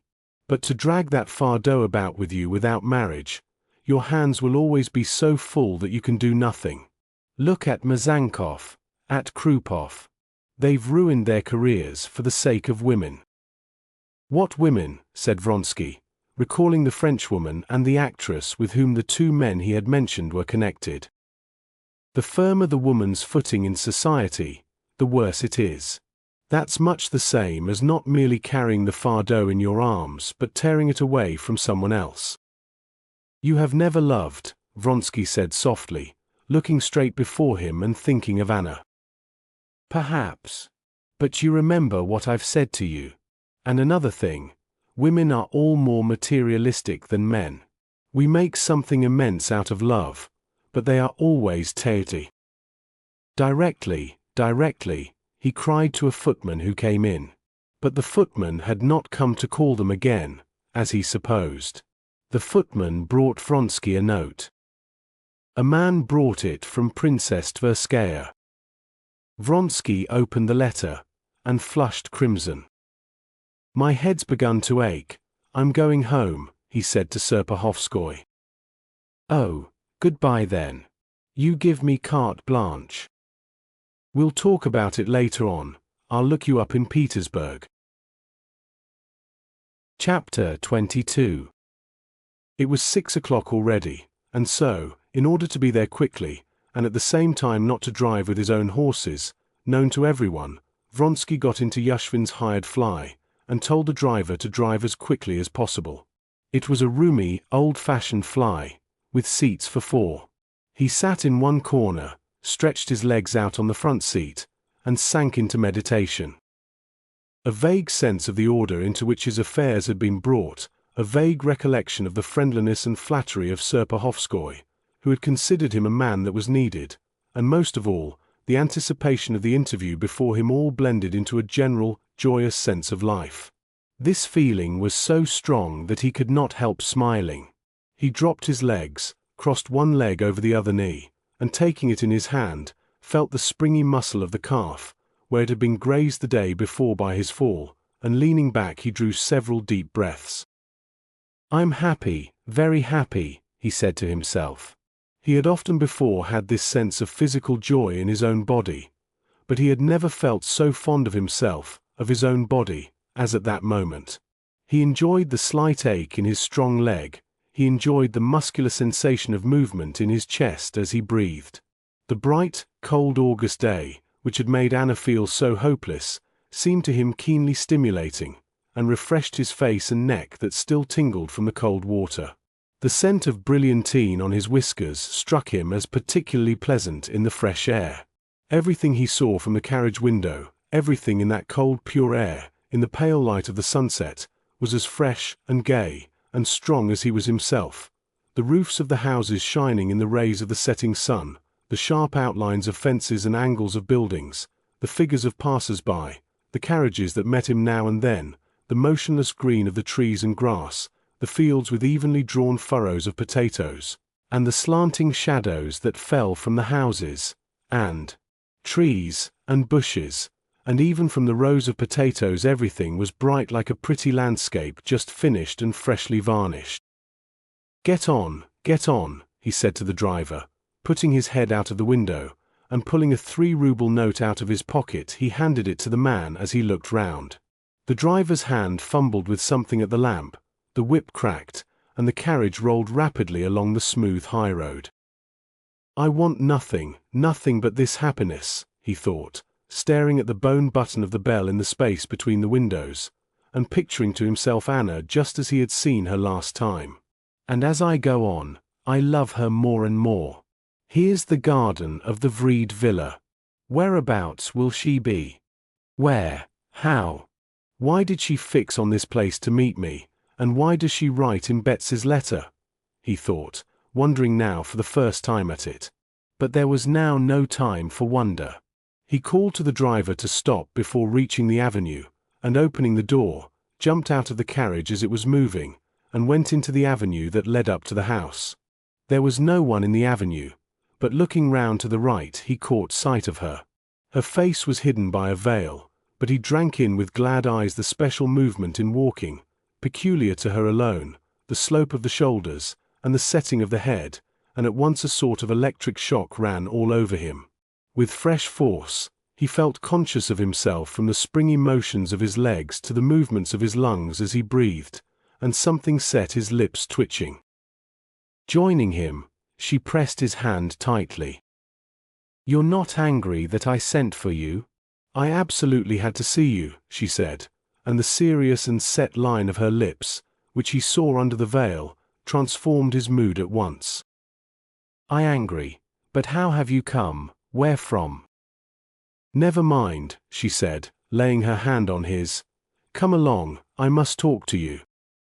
He saw that something had happened, and that the interview would not be a joyous one. In her presence he had no will of his own. Without knowing the grounds of her distress, he already felt the same distress unconsciously passing over him. What is it? What? He asked her, squeezing her hand with his elbow, and trying to read her thoughts in her face. She walked on a few steps in silence, gathering up her courage, then suddenly she stopped. I did not tell you yesterday, she began, breathing quickly and painfully, that coming home with Alexey Alexandrovitch I told him everything. Told him I could not be his wife, and told him everything. He heard her, unconsciously bending his whole figure down to her as though hoping in this way to soften the hardness of her position for her. But directly she had said this he suddenly drew himself up, and a proud and hard expression came over his face. Yes, that's better, 1,000 times better. I know how painful it was, he said. But she was not listening to his words, she was reading his thoughts from the expression of his face. She could not guess that that expression arose from the first idea that presented itself to Vronsky that a duel was now inevitable. The idea of a duel had never crossed her mind, and so she put a different interpretation on this passing expression of hardness. When she got her husband's letter, she knew then at the bottom of her heart that everything would go on in the old way, that she would not have the strength of will to forego her position, to abandon her son, and to join her lover. The morning spent at Princess Tverskaya's had confirmed her still more in this. But this interview was still of the utmost gravity for her. She hoped that this interview would transform her position, and save her. If on hearing this news he were to say to her resolutely, passionately, without an instant's wavering, "Throw up everything and come with me," she would give up her son and go away with him. But this news had not produced what she had expected in him. He simply seemed as though he were resenting some affront. It was not in the least painful to me.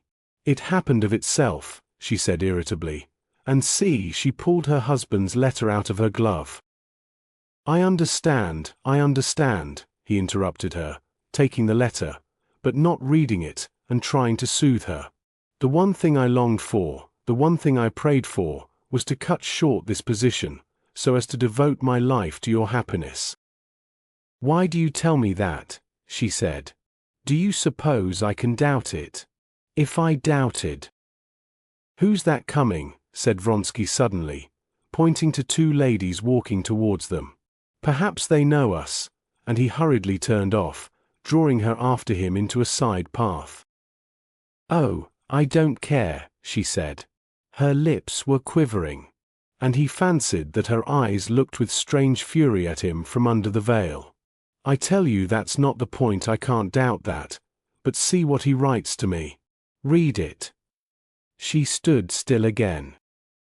Again, just as at the first moment of hearing of her rupture with her husband, Vronsky, on reading the letter, was unconsciously carried away by the natural sensation aroused in him by his own relation to the betrayed husband. Now, while he held his letter in his hands, he could not help picturing the challenge, which he would most likely find at home today or tomorrow, and the duel itself, in which, with the same cold and haughty expression that his face was assuming at this moment, he would await the injured husband's shot, after having himself fired into the air. And at that instant there flashed across his mind the thought of what Serpuhovskoy had just said to him, and what he had himself been thinking in the morning, that it was better not to bind himself, and he knew that this thought he could not tell her. Having read the letter, he raised his eyes to her, and there was no determination in them. She saw at once that he had been thinking about it before by himself. She knew that whatever he might say to her, he would not say all he thought. And she knew that her last hope had failed her. This was not what she had been reckoning on. You see the sort of man he is, she said, with a shaking voice. He... Forgive me, but I rejoice at it, Vronsky interrupted. For God's sake, let me finish, he added, his eyes imploring her to give him time to explain his words. I rejoice, because things cannot possibly remain as he supposes. Why can't they? Anna said, restraining her tears, and obviously attaching no sort of consequence to what he said. She felt that her fate was sealed. Vronsky meant that after the duel inevitable, he thought things could not go on as before, but he said something different. It can't go on. I hope that now you will leave him. I hope he was confused, and reddened, that you will let me arrange and plan our life. Tomorrow he was beginning. She did not let him go on. But my child, she shrieked. You see what he writes. I should have to leave him, and I can't and won't do that. But, for God's sake, which is better? Leave your child, or keep up this degrading position? To whom is it degrading? To all, and most of all to you. You say degrading. Don't say that. Those words have no meaning for me, she said in a shaking voice. She did not want him now to say what was untrue. She had nothing left her but his love, and she wanted to love him. Don't you understand that from the day I loved you everything has changed for me? For me there is one thing, and one thing only, your love. If that's mine, I feel so exalted, so strong, that nothing can be humiliating to me. I am proud of my position, because... proud of being... proud. She could not say what she was proud of. Tears of shame and despair choked her utterance. She stood still and sobbed. He felt, too, something swelling in his throat and twitching in his nose, and for the first time in his life he felt on the point of weeping. He could not have said exactly what it was touched him so. He felt sorry for her, and he felt he could not help her, and with that he knew that he was to blame for her wretchedness, and that he had done something wrong. Is not a divorce possible? He said feebly. She shook her head, not answering. Couldn't you take your son, and still leave him? Yes, but it all depends on him. "Now I must go to him," she said shortly. Her presentiment that all would again go on in the old way had not deceived her. "On Tuesday I shall be in Petersburg, and everything can be settled." "Yes," she said. "But don't let us talk any more of it." Anna's carriage, which she had sent away, and ordered to come back to the little gate of the Vrede garden, drove up. Anna said goodbye to Vronsky, and drove home. Chapter 23. On Monday there was the usual sitting of the Commission of the 2nd of June. Alexey Alexandrovich walked into the hall where the sitting was held, greeted the members and the president, as usual, and sat down in his place, putting his hand on the papers laid ready before him. Among these papers lay the necessary evidence and a rough outline of the speech he intended to make. But he did not really need these documents. He remembered every point, and did not think it necessary to go over in his memory what he would say. He knew that when the time came, and when he saw his enemy facing him, and studiously endeavoring to assume an expression of indifference, his speech would flow of itself better than he could prepare it now. He felt that the import of his speech was of such magnitude that every word of it would have weight. Meantime, as he listened to the usual report, he had the most innocent and inoffensive air. No one, looking at his white hands, with their swollen veins and long fingers, so softly stroking the edges of the white paper that lay before him, and at the air of weariness with which his head drooped on one side, would have suspected that in a few minutes a torrent of words would flow from his lips that would arouse a fearful storm, set the members shouting and attacking one another, and force the president to call for order.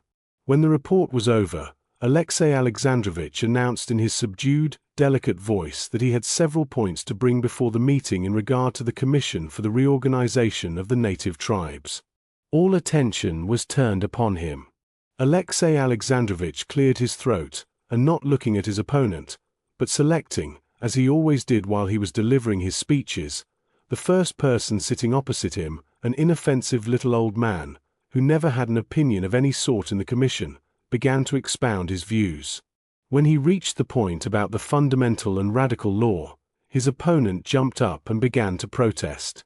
Stremov, who was also a member of the Commission, and also stung to the quick, began defending himself, and altogether a stormy sitting followed. But Alexey Alexandrovich triumphed, and his motion was carried. 3 new commissions were appointed, and the next day in a certain Petersburg circle nothing else was talked of but this sitting. Alexey Alexandrovich's success had been even greater than he had anticipated. Next morning, Tuesday, Alexey Alexandrovich, on waking up, recollected with pleasure his triumph of the previous day, and he could not help smiling, though he tried to appear indifferent, when the chief secretary of his department, anxious to flatter him, informed him of the rumors that had reached him concerning what had happened in the commission. Absorbed in business with the chief secretary, Alexey Alexandrovich had completely forgotten that it was Tuesday, the day fixed by him for the return of Anna Arkadyevna, and he was surprised and received a shock of annoyance when a servant came in to inform him of her arrival. Anna had arrived in Petersburg early in the morning. The carriage had been sent to meet her in accordance with her telegram, and so Alexey Alexandrovich might have known of her arrival. But when she arrived, he did not meet her. She was told that he had not yet gone out, but was busy with his secretary. She sent word to her husband that she had come, went to her own room, and occupied herself in sorting out her things, expecting he would come to her. But an hour passed. He did not come. She went into the dining room on the pretext of giving some directions, and spoke loudly on purpose, expecting him to come out there. But he did not come, though she heard him go to the door of his study as he parted from the chief secretary.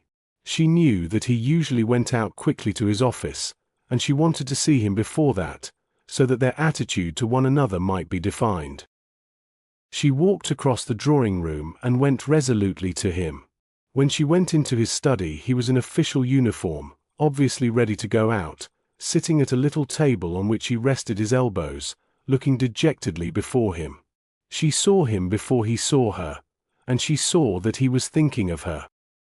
On seeing her, he would have risen, but changed his mind. Then his face flushed hotly, a thing Anna had never seen before, and he got up quickly and went to meet her, looking not at her eyes, but above them at her forehead and hair. He went up to her, took her by the hand, and asked her to sit down. "I am very glad you have come," he said, sitting down beside her, and obviously wishing to say something, he stuttered. Several times he tried to begin to speak, but stopped.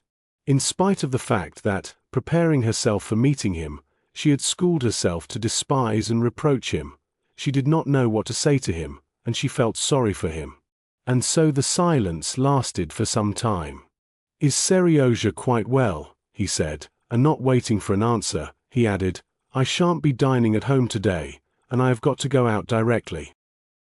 "I had thought of going to Moscow," she said. "No, you did quite right to come," he said, and was silent again. Seeing that he was powerless to begin the conversation, she began herself.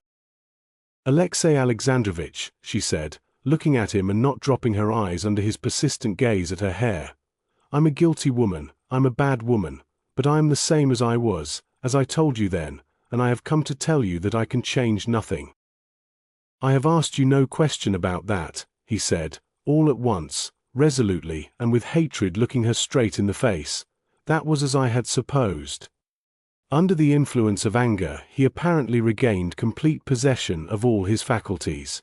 "But as I told you then, and have written to you," he said in a thin, shrill voice, "I repeat now, that I am not bound to know this.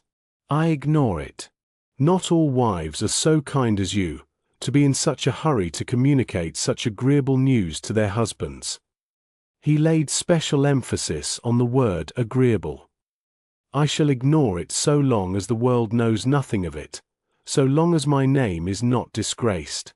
And so I simply inform you that our relations must be just as they have always been, and that only in the event of your compromising me I shall be obliged to take steps to secure my honor." "But our relations cannot be the same as always," Anna began in a timid voice, looking at him with dismay.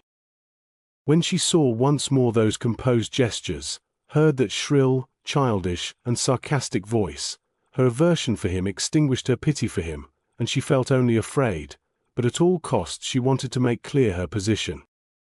"I cannot be your wife while she began.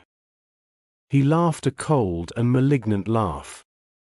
"The manner of life you have chosen is reflected, I suppose, in your ideas. I have too much respect or contempt, or both. I respect your past and despise your present. That I was far from the interpretation you put on my words." Anna sighed and bowed her head. "Though indeed I fail to comprehend how, with the independence you show," he went on, getting hot, "announcing your infidelity to your husband and seeing nothing reprehensible in it, apparently you can see anything reprehensible in performing a wife's duties in relation to your husband." "Alexey Alexandrovitch, what is it you want of me?" "I want you not to meet that man here, and to conduct yourself so that neither the world nor the servants can reproach you. Not to see him. That's not much, I think. And in return you will enjoy all the privileges of a faithful wife without fulfilling her duties. That's all I have to say to you. Now it's time for me to go. I'm not dining at home." He got up and moved towards the door. Anna got up too. Bowing in silence, he let her pass before him. Chapter 24. The night spent by Levin on the haycock did not pass without result for him. The way in which he had been managing his land revolted him and had lost all attraction for him. In spite of the magnificent harvest, never had there been, or, at least, never it seemed to him, had there been so many hindrances and so many quarrels between him and the peasants as that year, and the origin of these failures and this hostility was now perfectly comprehensible to him. The delight he had experienced in the work itself, and the consequent greater intimacy with the peasants, the envy he felt of them, of their life, the desire to adopt that life, which had been to him that night not a dream but an intention, the execution of which he had thought out in detail, all this had so transformed his view of the farming of the land as he had managed it, that he could not take his former interest in it, and could not help seeing that unpleasant relation between him and the Work people, which was the foundation of it all. The herd of improved cows such as Pava, the whole land ploughed over and enriched, the 9 level fields surrounded with hedges, the 240 acres heavily manured, the seed sown in drills, and all the rest of it. It was all splendid if only the work had been done for themselves, or for themselves and comrades, people in sympathy with them.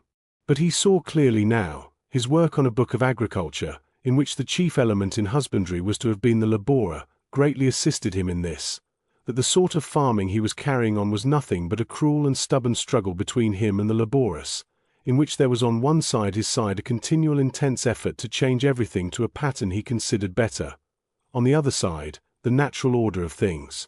And in this struggle he saw that with immense expenditure of force on his side, and with no effort or even intention on the other side, all that was attained was that the work did not go to the liking of either side, and that splendid tools, splendid cattle and land were spoiled with no good to anyone.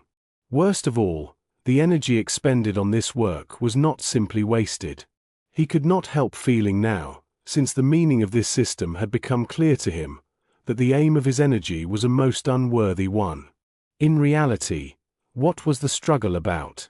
He was struggling for every farthing of his share, and he could not help it, for he had only to relax his efforts, and he would not have had the money to pay his laborious wages, while they were only struggling to be able to do their work easily and agreeably, that is to say, as they were used to doing it.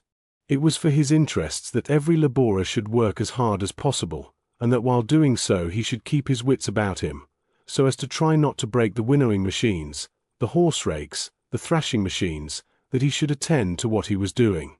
What the laborer wanted was to work as pleasantly as possible, with rests, and above all, carelessly and heedlessly, without thinking. That summer Levin saw this at every step. He sent the men to mow some clover for hay, picking out the worst patches where the clover was overgrown with grass and weeds and of no use for seed. Again and again they mowed the best acres of clover, justifying themselves by the pretense that the bailiff had told them to, and trying to pacify him with the assurance that it would be splendid hay, but he knew that it was owing to those acres being so much easier to mow. He sent out a hay machine for pitching the hay. It was broken at the first row because it was dull work for a peasant to sit on the seat in front with the great wings waving above him. And he was told, "Don't trouble, your honor, sure, the women folks will pitch it quick enough." The ploughs were practically useless, because it never occurred to the laborer to raise the share when he turned the plough, and forcing it round, he strained the horses and tore up the ground, and Levin was begged not to mind about it. The horses were allowed to stray into the wheat because not a single laborer would consent to be night watchman, and in spite of orders to the contrary, the laborers insisted on taking turns for night duty, and Ivan, after working all day long, fell asleep and was very penitent for his fault, saying, "Do what you will to me, your honor." They killed 3 of the best calves by letting them into the clover aftermath without care as to their drinking, and nothing would make the men believe that they had been blown out by the clover. But they told him, by way of consolation, that one of his neighbors had lost 112 head of cattle in 3 days. All this happened, not because anyone felt ill will to Levin or his farm. On the contrary, he knew that they liked him, thought him a simple gentleman, their highest praise. But it happened simply because all they wanted was to work merrily and carelessly, and his interests were not only remote and incomprehensible to them, but fatally opposed to their most just claims. Long before, Levin had felt dissatisfaction with his own position in regard to the land. He saw where his boat leaked, but he did not look for the leak, perhaps purposely deceiving himself. Nothing would be left him if he lost faith in it. But now he could deceive himself no longer. The farming of the land, as he was managing it, had become not merely unattractive but revolting to him, and he could take no further interest in it. To this now was joined the presence, only 25 miles off, of Kitty Sherbatskaya, whom he longed to see and could not see. Doria Alexandrova Oblonskaya had invited him, when he was over there, to come with the object of renewing his offer to her sister, who would, so she gave him to understand, accept him now. Levin himself had felt on seeing Kitty Sherbatskaya that he had never ceased to love her, but he could not go over to the Oblonskys, knowing she was there. The fact that he had made her an offer, and she had refused him, had placed an insuperable barrier between her and him. I can't ask her to be my wife merely because she can't be the wife of the man she wanted to marry, he said to himself. The thought of this made him cold and hostile to her. I should not be able to speak to her without a feeling of reproach. I could not look at her without resentment, and she will only hate me all the more, as she's bound to. And besides, how can I now, after what Doria Alexandrova told me, go to see them? Can I help showing that I know what she told me? And me to go magnanimously to forgive her, and have pity on her? Me go through a performance before her of forgiving, and deigning to bestow my love on her? What induced Doria Alexandrova to tell me that? By chance I might have seen her, then everything would have happened of itself. But, as it is, it's out of the question, out of the question. Doria Alexandrova sent him a letter, asking him for a side saddle for Kitty's use. I'm told you have a side saddle, she wrote to him. I hope you will bring it over yourself. This was more than he could stand. How could a woman of any intelligence, of any delicacy, put her sister in such a humiliating position? He wrote 10 notes, and tore them all up, and sent the saddle without any reply. To write that he would go was impossible, because he could not go. To write that he could not come because something prevented him, or that he would be away, that was still worse. He sent the saddle without an answer, and with a sense of having done something shameful. He handed over all the now revolting business of the estate to the bailiff, and set off next day to a remote district to see his friend Sviazhsky, who had splendid marshes for grouse in his neighborhood, and had lately written to ask him to keep a long-standing promise to stay with him. The grouse marsh, in the Surovsky district, had long tempted Levin, but he had continually put off this visit on account of his work on the estate. Now he was glad to get away from the neighborhood of the Sherbatskys, and still more from his farm work, especially on a shooting expedition, which always in trouble served as the best consolation. Chapter 25. In the Surovsky district there was no railway nor service of post horses, and Levin drove there with his own horses in his big, old-fashioned carriage. He stopped halfway at a well-to-do peasant's to feed his horses. A bald, well-preserved old man, with a broad, red beard, grey on his cheeks, opened the gate, squeezing against the gate-post to let the 3 horses pass. Directing the coachman to a place under the shed in the big, clean, tidy yard, with charred, old-fashioned ploughs in it, the old man asked Levin to come into the parlour. A cleanly dressed young woman, with clogs on her bare feet, was scrubbing the floor in the new outer room. She was frightened of the dog, that ran in after Levin, and uttered a shriek, but began laughing at her own fright at once when she was told the dog would not hurt her. Pointing Levin with her bare arm to the door into the parlour, she bent down again, hiding her handsome face, and went on scrubbing. "Would you like the samovar?" she asked. "Yes, please." The parlour was a big room, with a Dutch stove, and a screen dividing it into 2. Under the holy pictures stood a table painted in patterns, a bench, and 2 chairs. Near the entrance was a dresser full of crockery. The shutters were closed, there were few flies, and it was so clean that Levin was anxious that Laska, who had been running along the road and bathing in puddles, should not muddy the floor, and ordered her to a place in the corner by the door. After looking round the parlour, Levin went out in the back yard. The good-looking young woman in clogs, swinging the empty pails on the yoke, ran on before him to the well for water. "Look sharp, my girl," the old man shouted after her, good-humouredly, and he went up to Levin. "Well, sir, are you going to Nikolai Ivanovitch Sviazhsky? His honour comes to us too," he began, chatting, leaning his elbows on the railing of the steps. In the middle of the old man's account of his acquaintance with Sviazhsky, the gates creaked again, and Laboris came into the yard from the fields, with wooden ploughs and harrows. The horses harnessed to the ploughs and harrows were sleek and fat. The Laboris were obviously of the household. 2 were young men in cotton shirts and caps, the 2 others were hired Laboris in homespun shirts, one an old man, the other a young fellow. Moving off from the steps, the old man went up to the horses and began unharnessing them. What have they been ploughing? Asked Levin. Ploughing up the potatoes. We rent a bit of land too. Fedo, don't let out the gelding, but take it to the trough, and we'll put the other in harness.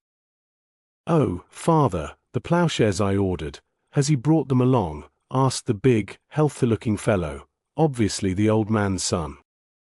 There.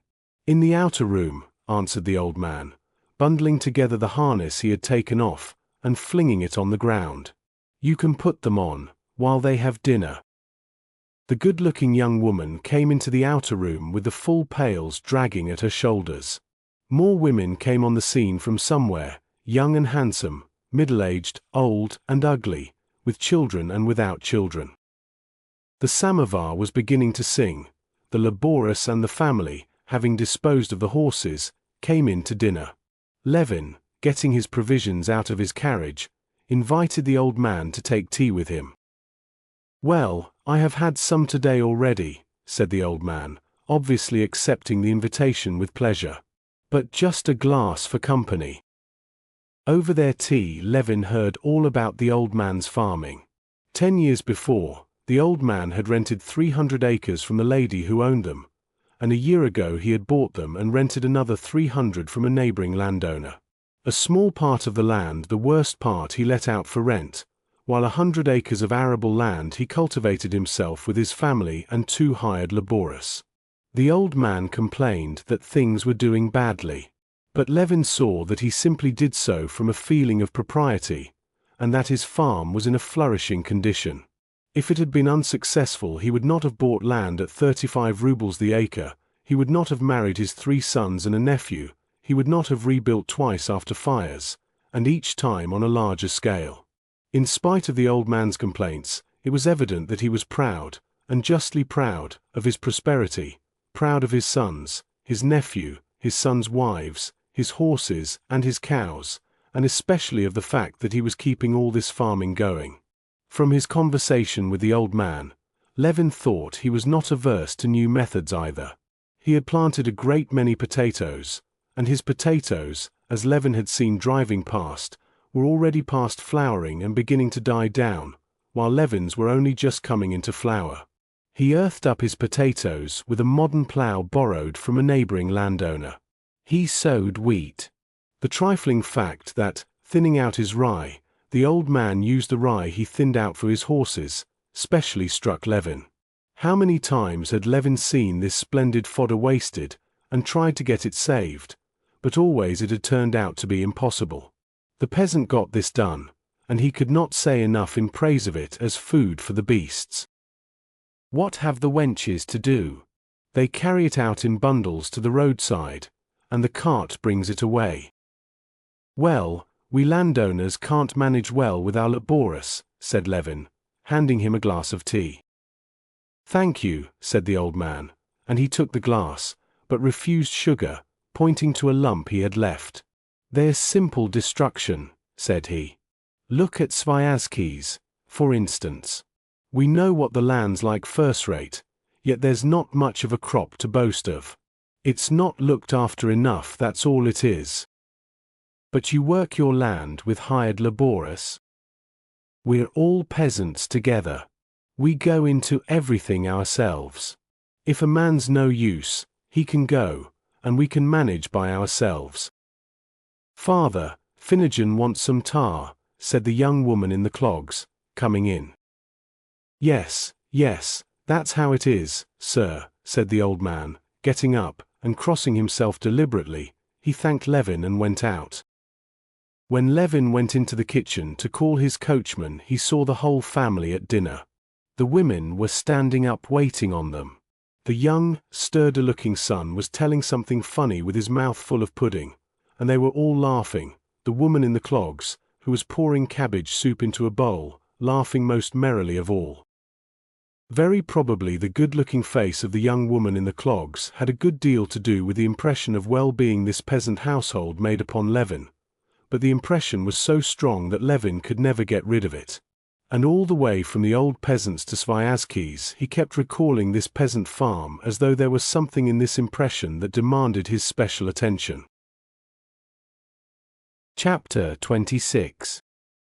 Sviazhsky was the marshal of his district. He was 5 years older than Levin, and had long been married. His sister-in-law, a young girl Levin liked very much, lived in his house, and Levin knew that Sviazhsky and his wife would have greatly liked to marry the girl to him. He knew this with certainty, as so-called eligible young men always know it, though he could never have brought himself to speak of it to anyone. And he knew too that, although he wanted to get married, and although by every token this very attractive girl would make an excellent wife, he could no more have married her, even if he had not been in love with Kitty Shtcherbatskaya, than he could have flown up to the sky. And this knowledge poisoned the pleasure he had hoped to find in the visit to Sviazhsky. On getting Sviazhsky's letter with the invitation for shooting, Levin had immediately thought of this. But in spite of it he had made up his mind that Sviazhsky's having such views for him was simply his own groundless supposition, and so he would go, all the same. Besides, at the bottom of his heart he had a desire to try himself, put himself to the test in regard to this girl. The Sviazhsky's home life was exceedingly pleasant, and Sviazhsky himself, the best type of man taking part in local affairs that Levin knew, was very interesting to him. Sviazhsky was one of those people, always a source of wonder to Levin, whose convictions, very logical though never original, go one way by themselves, while their life, exceedingly definite and firm in its direction, goes its way quite apart and almost always in direct contradiction to their convictions. Sviazhsky was an extremely advanced man. He despised the nobility, and believed the mass of the nobility to be secretly in favor of serfdom, and only concealing their views from cowardice. He regarded Russia as a ruined country, rather after the style of Turkey, and the government of Russia as so bad that he never permitted himself to criticize its doings seriously, and yet he was a functionary of that government and a model marshal of nobility, and when he drove about he always wore the cockade of office and the cap with the red band. He considered human life only tolerable abroad, and went abroad to stay at every opportunity, and at the same time he carried on a complex and improved system of agriculture in Russia, and with extreme interest followed everything and knew everything that was being done in Russia. He considered the Russian peasant as occupying a stage of development intermediate between the ape and the man, and at the same time in the local assemblies no one was readier to shake hands with the peasants and listen to their opinion. He believed neither in God nor the devil, but was much concerned about the question of the improvement of the clergy and the maintenance of their revenues, and took special trouble to keep up the church in his village. On the woman question he was on the side of the extreme advocates of complete liberty for women, and especially their right to labor. But he lived with his wife on such terms that their affectionate childless home life was the admiration of everyone, and arranged his wife's life so that she did nothing and could do nothing but share her husband's efforts that her time should pass as happily and as agreeably as possible. If it had not been a characteristic of Levin's to put the most favorable interpretation on people, Sviazhsky's character would have presented no doubt or difficulty to him. He would have said to himself, a fool or a knave, and everything would have seemed clear. But he could not say a fool, because Sviazhsky was unmistakably clever, and moreover, a highly cultivated man, who was exceptionally modest over his culture. There was not a subject he knew nothing of. But he did not display his knowledge except when he was compelled to do so. Still less could Levin say that he was a knave, as Sviazhsky was unmistakably an honest, good-hearted, sensible man, who worked good-humoredly, keenly, and perseveringly at his work. He was held in high honor by everyone about him, and certainly he had never consciously done, and was indeed incapable of doing, anything base. Levin tried to understand him, and could not understand him, and looked at him and his life as at a living enigma. Levin and he were very friendly, and so Levin used to venture to sound Sviazhsky, to try to get at the very foundation of his view of life, but it was always in vain. Every time Levin tried to penetrate beyond the outer chambers of Sviazhsky's mind, which were hospitably open to all, he noticed that Sviazhsky was slightly disconcerted. Faint signs of alarm were visible in his eyes, as though he were afraid Levin would understand him, and he would give him a kindly, good-humored repulse. Just now, since his disenchantment with farming, Levin was particularly glad to stay with Sviazhsky. Apart from the fact that the sight of this happy and affectionate couple, so pleased with themselves and everyone else, and their well-ordered home had always a cheering effect on Levin. He felt a longing, now that he was so dissatisfied with his own life, to get at that secret in Sviazhsky that gave him such clearness, definiteness, and good courage in life. Moreover, Levin knew that at Sviazhsky's he should meet the landowners of the neighborhood, and it was particularly interesting for him just now to hear and take part in those rural conversations concerning crops, laborious wages, and so on, which, he was aware, are conventionally regarded as something very low, but which seemed to him just now to constitute the one subject of importance. It was not, perhaps, of importance in the days of serfdom, and it may not be of importance in England. In both cases the conditions of agriculture are firmly established. But among us now, when everything has been turned upside down and is only just taking shape, the question what form these conditions will take is the one question of importance in Russia, thought Levin. The shooting turned out to be worse than Levin had expected. The marsh was dry and there were no grouse at all. He walked about the whole day and only brought back 3 birds, but to make up for that he brought back, as he always did from shooting, an excellent appetite, excellent spirits, and that keen, intellectual mood which with him always accompanied violent physical exertion. And while out shooting, when he seemed to be thinking of nothing at all, suddenly the old man and his family kept coming back to his mind, and the impression of them seemed to claim not merely his attention, but the solution of some question connected with them. In the evening at tea, 2 landowners who had come about some business connected with a wardship were of the party, and the interesting conversation Levin had been looking forward to sprang up. Levin was sitting beside his hostess at the tea table, and was obliged to keep up a conversation with her and her sister, who was sitting opposite him. Madame Sviazhskaya was a round-faced, fair-haired, rather short woman, all smiles and dimples. Levin tried through her to get a solution of the weighty enigma her husband presented to his mind, but he had not complete freedom of ideas, because he was in an agony of embarrassment.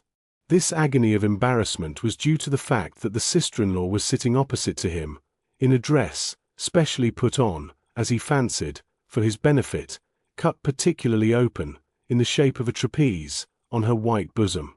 This quadrangular opening, in spite of the bosoms being very white, or just because it was very white, deprived Levin of the full use of his faculties. He imagined, probably mistakenly, that this low-necked bodice had been made on his account, and felt that he had no right to look at it, and tried not to look at it, but he felt that he was to blame for the very fact of the low-necked bodice having been made. It seemed to Levin that he had deceived someone, that he ought to explain something, but that to explain it was impossible, and for that reason he was continually blushing, was ill at ease and awkward. His awkwardness infected the pretty sister-in-law too. But their hostess appeared not to observe this, and kept purposely drawing her into the conversation. "You say," she said, pursuing the subject that had been started, "that my husband cannot be interested in what's Russian.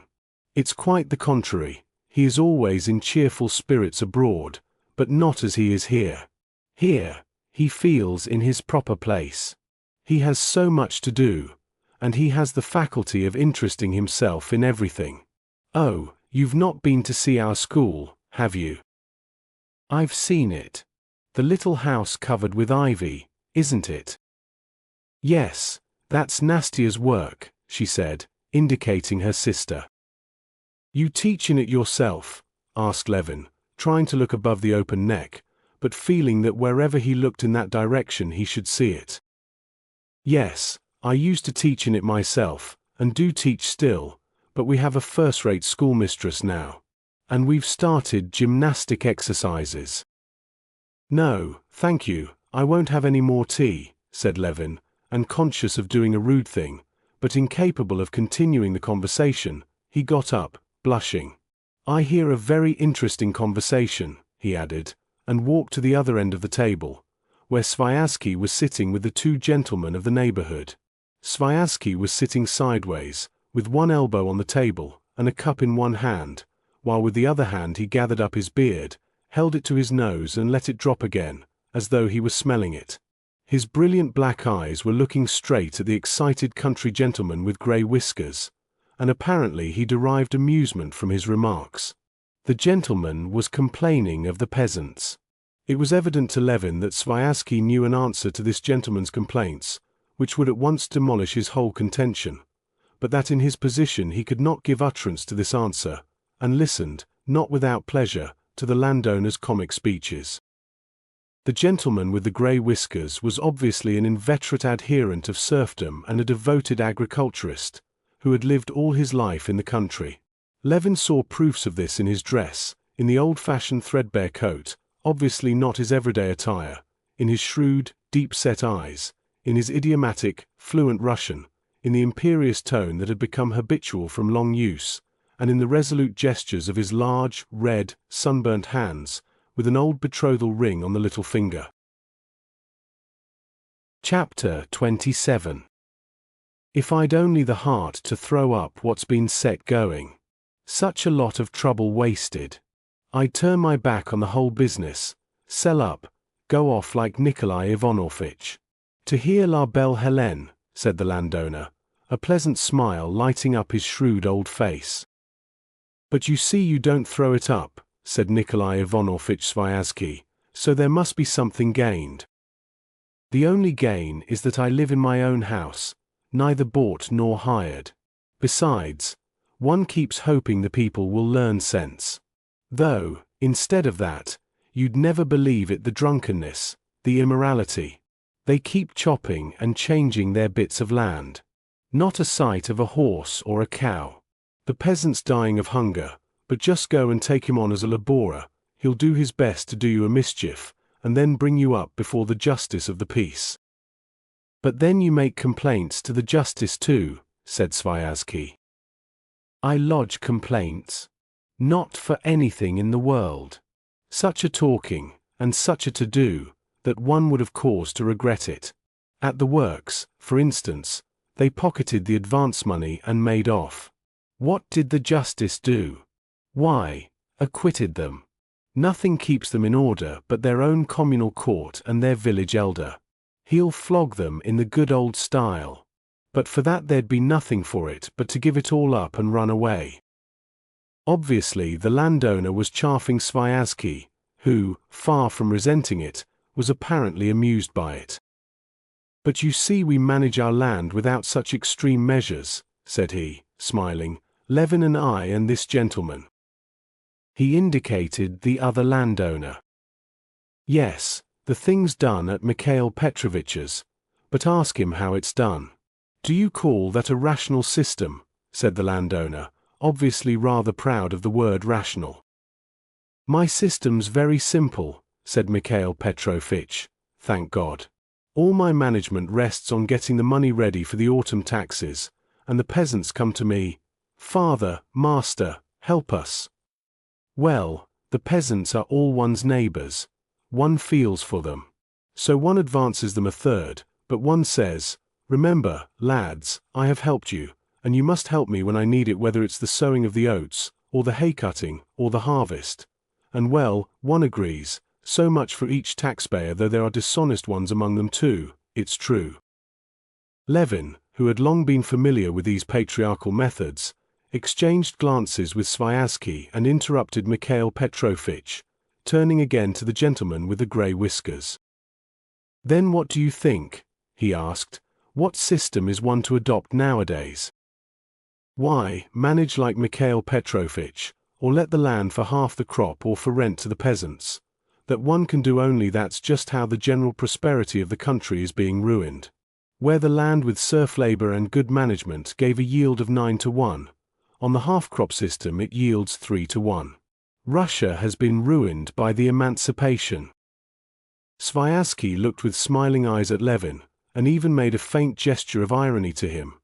But Levin did not think the landowner's words absurd, he understood them better than he did Sviazhsky.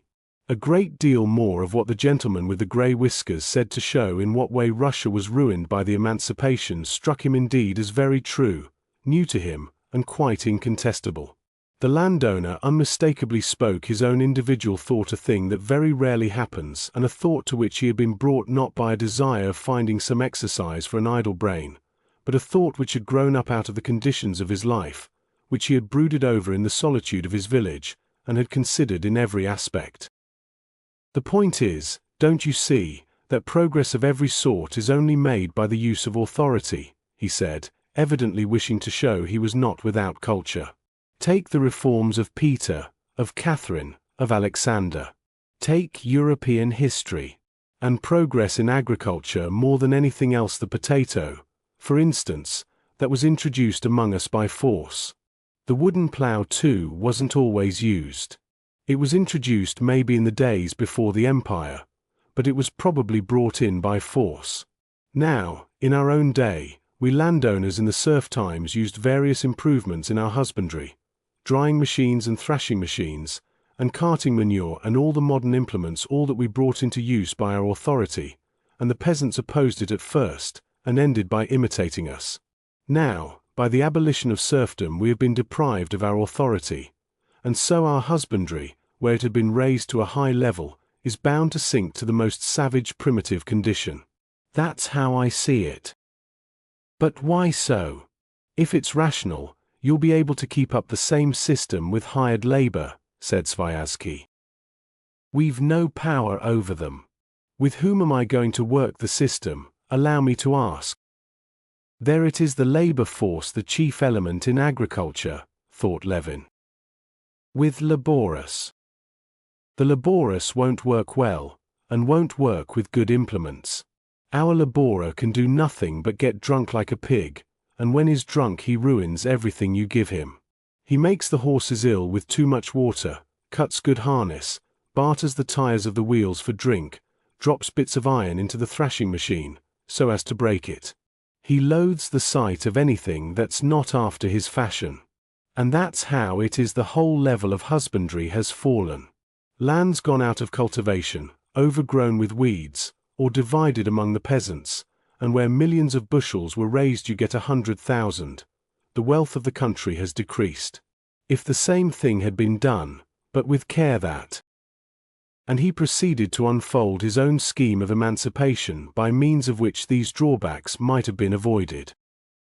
This did not interest Levin, but when he had finished, Levin went back to his first position, and, addressing Sviazhsky, and trying to draw him into expressing his serious opinion, that the standard of culture is falling, and that with our present relations to the peasants there is no possibility of farming on a rational system to yield a profit, that's perfectly true, said he.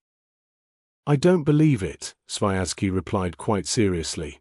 All I see is that we don't know how to cultivate the land, and that our system of agriculture in the serf days was by no means too high, but too low.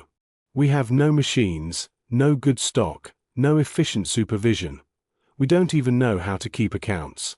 Ask any landowner, he won't be able to tell you what crop's profitable and what's not.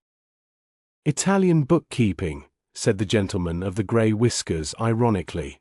You may keep your books as you like, but if they spoil everything for you, there won't be any profit.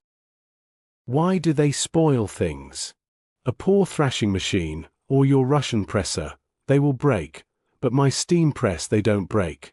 A wretched Russian nag they'll ruin, but keep good dray horses they won't ruin them. And so it is all round. We must raise our farming to a higher level. Oh, if one only had the means to do it, Nikolai Ivanovich. It's all very well for you, but for me, with a son to keep at the university, lads to be educated at the high school, how am I going to buy these dray horses? Well, that's what the land banks are for. To get what's left me sold by auction? No, thank you. I don't agree that it's necessary or possible to raise the level of agriculture still higher, said Levin. I devote myself to it, and I have means, but I can do nothing. As to the banks, I don't know to whom they're any good. For my part, anyway, whatever I've spent money on in the way of husbandry, it has been a loss, stock a loss, machinery a loss. That's true enough, the gentleman with the grey whiskers chimed in, positively laughing with satisfaction. And I'm not the only one, pursued Levin. I mix with all the neighbouring landowners, who are cultivating their land on a rational system. They all, with rare exceptions, are doing so at a loss. Come, tell us, how does your land do? Does it pay? said Levin, and at once in Sviazhsky's eyes he detected that fleeting expression of alarm which he had noticed whenever he had tried to penetrate beyond the outer chambers of Sviazhsky's mind. Moreover, this question on Levin's part was not quite in good faith. Madame Sviazhskaya had just told him at tea that they had that summer invited a German expert in bookkeeping from Moscow, who for a consideration of 500 rubles had investigated the management of their property, and found that it was costing them a loss of 3,000-odd rubles. She did not remember the precise sum, but it appeared that the German had worked it out to the fraction of a farthing. The grey-whiskered landowner smiled at the mention of the profits of Sviazhsky's farming, obviously aware how much gain his neighbor and marshal was likely to be making. "Possibly it does not pay," answered Sviazhsky. "That merely proves either that I'm a bad manager, or that I've sunk my capital for the increase of my rents." "Oh, rent!" Levin cried with horror. "Rent there may be in Europe, where land has been improved by the labor put into it, but with us all the land is deteriorating from the labor put into it. In other words, they're working it out, so there's no question of rent." "How no rent? It's a law." "Then we're outside the law. Rent explains nothing for us, but simply muddles us. No, tell me how there can be a theory of rent." "Will you have some junket? Moshe, pass us some junket or raspberries." He turned to his wife. "Extraordinarily late the raspberries are lasting this year." And in the happiest frame of mind Sviazhsky got up and walked off, apparently supposing the conversation to have ended at the very point when to Levin it seemed that it was only just beginning. Having lost his antagonist, Levin continued the conversation with the grey-whiskered landowner, trying to prove to him that all the difficulty arises from the fact that we don't find out the peculiarities and habits of our laborer.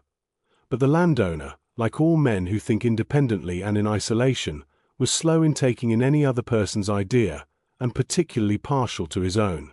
He stuck to it that the Russian peasant is a swine and likes swinishness, and that to get him out of his swinishness one must have authority, and there is none. One must have the stick, and we have become so liberal that we have all of a sudden replaced the stick that served us for 1,000 years by lawyers and model prisons, where the worthless, stinking peasant is fed on good soup and has a fixed allowance of cubic feet of air. "What makes you think," said Levin, trying to get back to the question, "that it's impossible to find some relation to the laborer in which the labor would become productive?" "That never could be so with the Russian peasantry. We've no power over them," answered the landowner. "How can new conditions be found?" said Sviazhsky. Having eaten some junket and lighted a cigarette, he came back to the discussion. "All possible relations to the labor force have been defined and studied," he said. "The relic of barbarism, the primitive commune with each guarantee for all, will disappear of itself. Serfdom has been abolished. There remains nothing but free labor, and its forms are fixed and ready-made, and must be adopted. Permanent hands, de laboris, rammers you can't get out of those forms. But Europe is dissatisfied with these forms. Dissatisfied, and seeking new ones. And will find them, in all probability." "That's just what I was meaning," answered Levin. "Why shouldn't we seek them for ourselves?" "Because it would be just like inventing afresh the means for constructing railways. They are ready, invented." "But if they don't do for us, if they're stupid," said Levin. And again he detected the expression of alarm in the eyes of Sviazhsky. "Oh, yes, we'll bury the world under our caps. We've found the secret Europe was seeking for. I've heard all that. But, excuse me, do you know all that's been done in Europe on the question of the organization of labor?" "No, very little. That question is now absorbing the best minds in Europe. The Schulze-die movement. And then all this enormous literature of the labor question, the most liberal Lassalle movement. The Mulhausen experiment. That's a fact by now, as you're probably aware."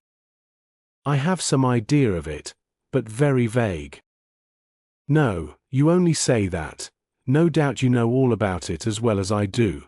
I'm not a professor of sociology, of course, But it interested me, and really, if it interests you, you ought to study it.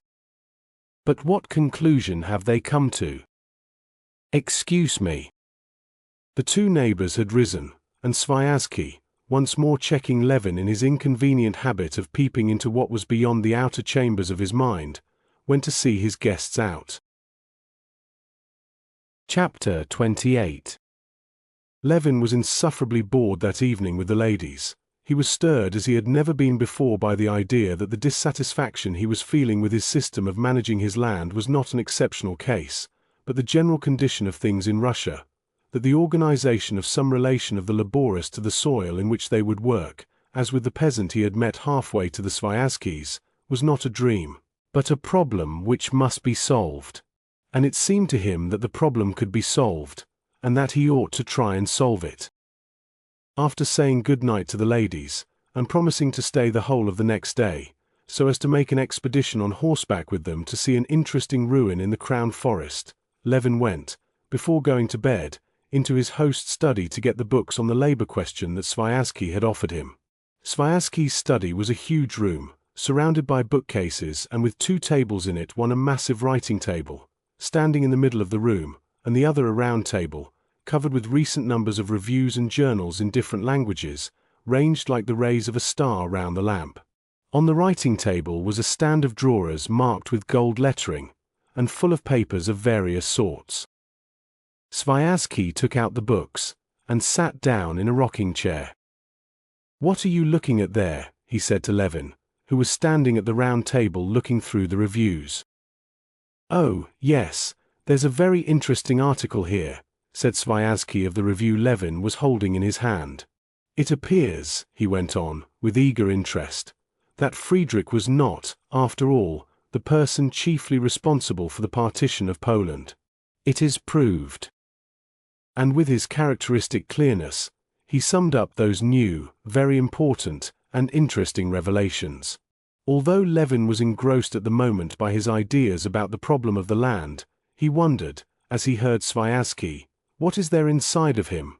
And why is he interested in the partition of Poland? When Sviazhsky had finished, Levin could not help asking, "Well, and what then?" But there was nothing to follow. It was simply interesting that it had been proved to be so and so. But Sviazhsky did not explain, and saw no need to explain why it was interesting to him. "Yes, but I was very much interested by your irritable neighbor," said Levin, sighing. "He's a clever fellow, and said a lot that was true." "Oh, get along with you. An inveterate supporter of serfdom at heart, like all of them," said Sviazhsky. "Whose marshal you are." "Yes, only I marshal them in the other direction," said Sviazhsky, laughing. "I'll tell you what interests me very much," said Levin. "His right that our system, that's to say of rational farming, doesn't answer, that the only thing that answers is the Monolender system, like that meek-looking gentleman's, or else the very simplest. Whose fault is it? Our own, of course.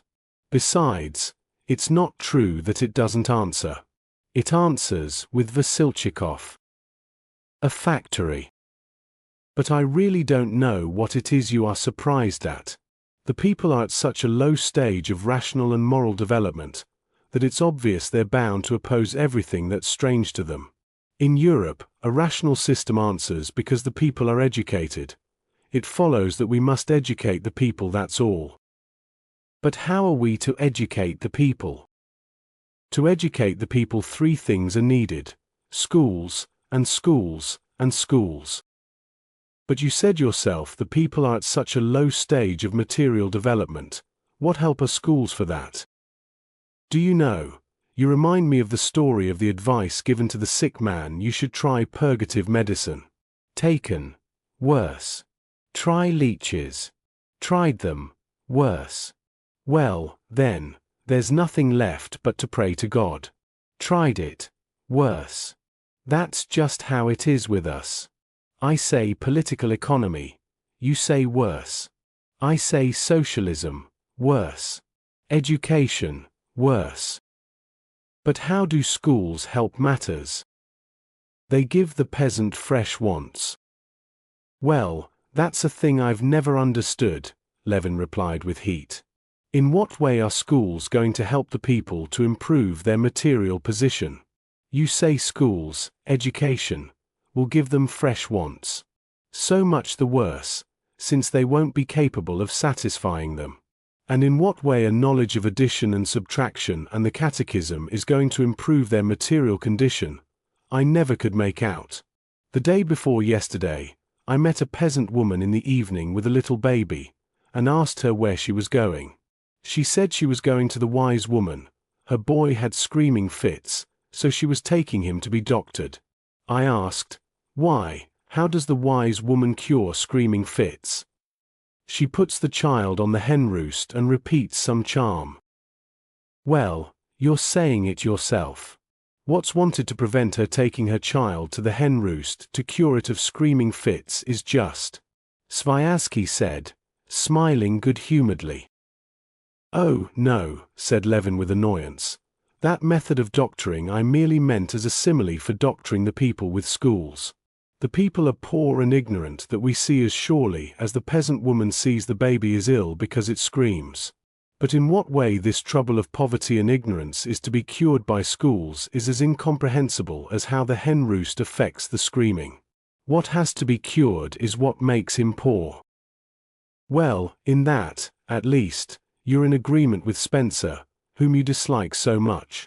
He says, too, that education may be the consequence of greater prosperity and comfort, of more frequent washing, as he says, but not of being able to read and write. Well, then, I'm very glad, or the contrary, very sorry, that I'm in agreement with Spencer, only I've known it a long while. Schools can do no good. What will do good is an economic organization in which the people will become richer, will have more leisure, and then there will be schools. Still, all over Europe now schools are obligatory. And how far do you agree with Spencer yourself about it? Asked Levin. But there was a gleam of alarm in Sviazhsky's eyes, and he said smiling, no, that screaming story is positively capital. Did you really hear it yourself? Levin saw that he was not to discover the connection between this man's life and his thoughts. Obviously he did not care in the least what his reasoning led him to, all he wanted was the process of reasoning. And he did not like it when the process of reasoning brought him into a blind alley. That was the only thing he disliked, and avoided by changing the conversation to something agreeable and amusing. All the impressions of the day, beginning with the impression made by the old peasant, which served, as it were, as the fundamental basis of all the conceptions and ideas of the day, threw Levin into violent excitement. This dear good Sviazhsky, keeping a stock of ideas simply for social purposes, and obviously having some other principles hidden from Levin, while with the crowd, whose name is Legion, he guided public opinion by ideas he did not share. That irascible country gentleman, perfectly correct in the conclusions that he had been worried into by life, but wrong in his exasperation against a whole class, and that the best class in Russia, his own dissatisfaction with the work he had been doing, and the vague hope of finding a remedy for all this was blended in a sense of inward turmoil, an anticipation of some solution near at hand. Left alone in the room assigned him, lying on a spring mattress that yielded unexpectedly at every movement of his arm or his leg, Levin did not fall asleep for a long while. Not one conversation with Sviazhsky, though he had said a great deal that was clever, had interested Levin, but the conclusions of the irascible landowner required consideration.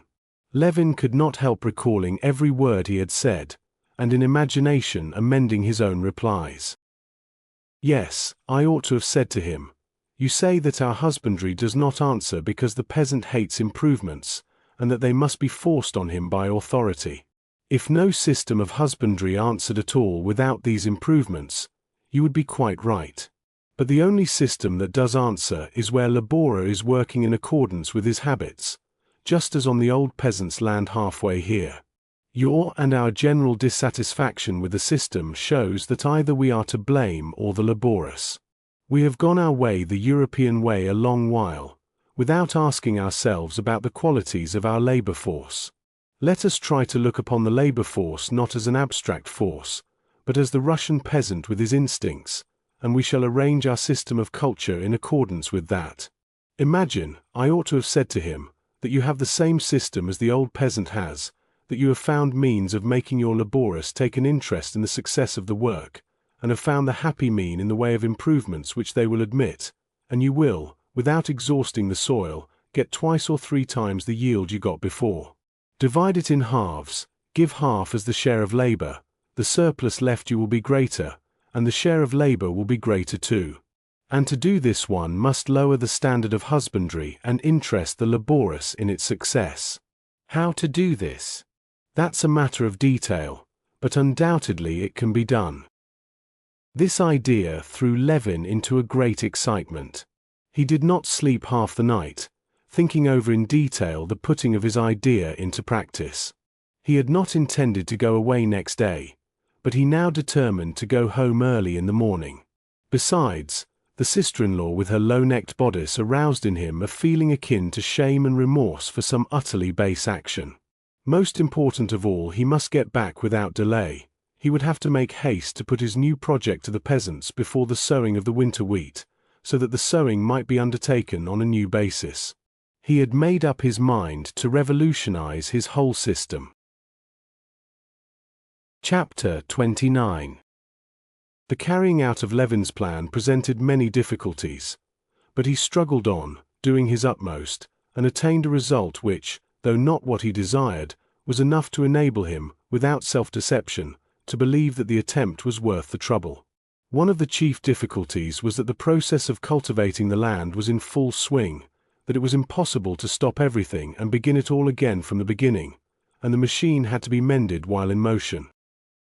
When on the evening that he arrived home he informed the bailiff of his plans, the latter with visible pleasure agreed with what he said so long as he was pointing out that all that had been done up to that time was stupid and useless. The bailiff said that he had said so a long while ago, but no heed had been paid him. But as for the proposal made by Levin to take a part as shareholder with his laborers in each agricultural undertaking, at this the bailiff simply expressed a profound despondency, and offered no definite opinion, but began immediately talking of the urgent necessity of carrying the remaining sheaves of rye the next day, and of sending the men out for the second ploughing, so that Levin felt that this was not the time for discussing it. On beginning to talk to the peasants about it, and making a proposition to cede them the land on new terms, he came into collision with the same great difficulty, that they were so much absorbed by the current work of the day, that they had not time to consider the advantages and disadvantages of the proposed scheme. The simple-hearted Ivan, the cowherd, seemed completely to grasp Levin's proposal that he should with his family take a share of the profits of the cattle yard, and he was in complete sympathy with the plan. But when Levin hinted at the future advantages, Ivan's face expressed alarm and regret that he could not hear all he had to say, and he made haste to find himself some task that would admit of no delay. He either snatched up the fork to pitch the hay out of the pens, or ran to get water or to clear out the dung. Another difficulty lay in the invincible disbelief of the peasant that a landowner's object could be anything else than a desire to squeeze all he could out of them. They were firmly convinced that his real aim, whatever he might say to them, would always be in what he did not say to them. And they themselves, in giving their opinion, said a great deal but never said what was their real object. Moreover, Levin felt that the irascible landowner had been right. The peasants made their first and unalterable condition of any agreement whatever that they should not be forced to any new methods of tillage of any kind, nor to use new implements. They agreed that the modern plough ploughed better, that the scarifier did the work more quickly, but they found thousands of reasons that made it out of the question for them to use either of them. And though he had accepted the conviction that he would have to lower the standard of cultivation, he felt sorry to give up improved methods, the advantages of which were so obvious. But in spite of all these difficulties he got his way, and by autumn the system was working, or at least so it seemed to him. At first Levin had thought of giving up the whole farming of the land just as it was to the peasants, the laborers, and the bailiff on new conditions of partnership. But he was very soon convinced that this was impossible, and determined to divide it up. The cattle yard, the garden, hay fields, and arable land, divided into several parts, had to be made into separate lots. The simple-hearted cowherd, Ivan, who, Levin fancied, understood the matter better than any of them, collecting together a gang of workers to help him, principally of his own family, became a partner in the cattle yard. A distant part of the estate, a tract of wasteland that had lain fallow for 8 years, was with the help of the clever carpenter, Fyodor Ryazunov, taken by 6 families of peasants on new conditions of partnership, and the peasant Sharif took the management of all the vegetable gardens on the same terms. The remainder of the land was still worked on the old system, but these 3 associated partnerships were the first step to a new organization of the whole, and they completely took up Levin's time. It is true that in the cattle yard things went no better than before, and Ivan strenuously opposed warm housing for the cows and butter made of fresh cream, affirming that cows require less food if kept cold, and that butter is more profitable made from sour cream, and he asked for wages just as under the old system, and took not the slightest interest in the fact that the money he received was not wages but an advance out of his future share in the profits. It is true that Fyodor Ryazunov's company did not plough over the ground twice before sowing, as had been agreed, justifying themselves on the plea that the time was too short. It is true that the peasants of the same company, though they had agreed to work the land on new conditions, always spoke of the land, not as held in partnership, but as rented for half the crop, and more than once the peasants and Ryazunov himself said to Levin, "If you would take a rent for the land, it would save you trouble, and we should be more free." Moreover, the same peasants kept putting off, on various excuses, the building of a cattle yard and barn on the land as agreed upon, and delayed doing it till the winter. It is true that Sharif would have liked to let out the kitchen gardens he had undertaken in small lots to the peasants. He evidently quite misunderstood, and apparently intentionally misunderstood, the conditions upon which the land had been given to him. Often, too, talking to the peasants and explaining to them all the advantages of the plan, Levin felt that the peasants heard nothing but the sound of his voice, and were firmly resolved, whatever he might say, not to let themselves be taken in. He felt this especially when he talked to the cleverest of the peasants, Ryazunov, and detected the gleam in Ryazunov's eyes which showed so plainly both ironical amusement at Levin, and the firm conviction that, if anyone were to be taken in, it would not be he, Ryazunov. But in spite of all this, Levin thought the system worked, and that by keeping accounts strictly and insisting on his own way, he would prove to them in the future the advantages of the arrangement, and then the system would go of itself. These matters, together with the management of the land still left on his hands, and the indoor work over his book, so engrossed Levin the whole summer that he scarcely ever went out shooting. At the end of August he heard that the Oblonskys had gone away to Moscow, from their servant who brought back the side saddle. He felt that in not answering Darya Alexandrova's letter he had by his rudeness, of which he could not think without a flush of shame, burned his ships, and that he would never go and see them again. He had been just as rude with the Sviazhskys, leaving them without saying goodbye. But he would never go to see them again either. He did not care about that now. The business of reorganizing the farming of his land absorbed him as completely as though there would never be anything else in his life. He read the books lent him by Sviazhsky, and copying out what he had not got, he read both the economic and socialistic books on the subject, but, as he had anticipated, found nothing bearing on the scheme he had undertaken. In the books on political economy in Mill, for instance, whom he studied first with great order, hoping every minute to find an answer to the questions that were engrossing him, he found laws deduced from the condition of land culture in Europe. But he did not see why these laws, which did not apply in Russia, must be general. He saw just the same thing in the socialistic books. Either they were the beautiful but impracticable fantasies which had fascinated him when he was a student, or they were attempts at improving, rectifying the economic position in which Europe was placed, with which the system of land tenure in Russia had nothing in common. Political economy told him that the laws by which the wealth of Europe had been developed, and was developing, were universal and unvarying. Socialism told him that development along these lines leads to ruin. And neither of them gave an answer, or even a hint, in reply to the question what he, Levin, and all the Russian peasants and landowners, were to do with their millions of hands and millions of acres, to make them as productive as possible for the common weal.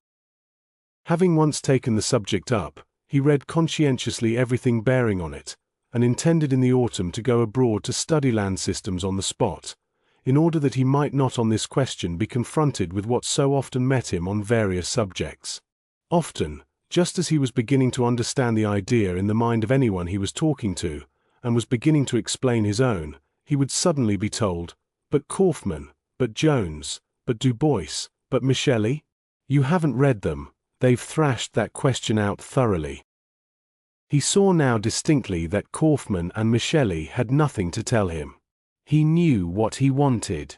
He saw that Russia has splendid land, splendid labourers, and that in certain cases, as at the peasants on the way to Sviazhsky's, the produce raised by the labourers and the land is great in the majority of cases. When capital is applied in the European way, the produce is small, and that this simply arises from the fact that the labourers want to work and work well only in their own peculiar way, and that this antagonism is not incidental but invariable, and has its roots in the national spirit.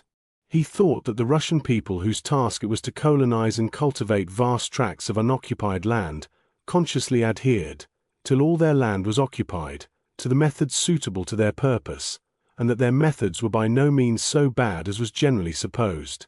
And he wanted to prove this theoretically in his book and practically on his land. Chapter 30. At the end of September, the timber had been carted for building the cattle yard on the land that had been allotted to the Association of Peasants, and the butter from the cows was sold and the profits divided. In practice, the system worked capitally, or, at least, so it seemed to Levin. In order to work out the whole subject theoretically and to complete his book, which, in Levin's daydreams, was not merely to effect a revolution in political economy, but to annihilate that science entirely and to lay the foundation of a new science of the relation of the people to the soil, all that was left to do was to make a tour abroad, and to study on the spot all that had been done in the same direction, and to collect conclusive evidence that all that had been done there was not what was wanted.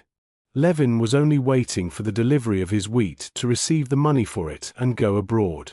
But the rains began, preventing the harvesting of the corn and potatoes left in the fields, and putting a stop to all work, even to the delivery of the wheat. The mud was impassable along the roads, 2 mills were carried away, and the weather got worse and worse. On the 30th of September the sun came out in the morning, and hoping for fine weather, Levin began making final preparations for his journey. He gave orders for the wheat to be delivered, sent the bailiff to the merchant to get the money owing him, and went out himself to give some final directions on the estate before setting off. Having finished all his business, soaked through with the streams of water which kept running down the leather behind his neck and his gaiters, but in the keenest and most confident temper, Levin returned homewards in the evening. The weather had become worse than ever towards evening.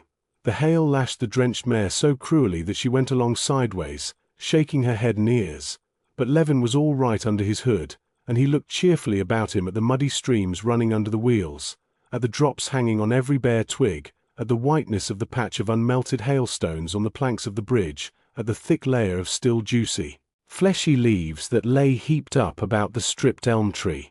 In spite of the gloominess of nature around him, he felt peculiarly eager. The talks he had been having with the peasants in the further village had shown that they were beginning to get used to their new position.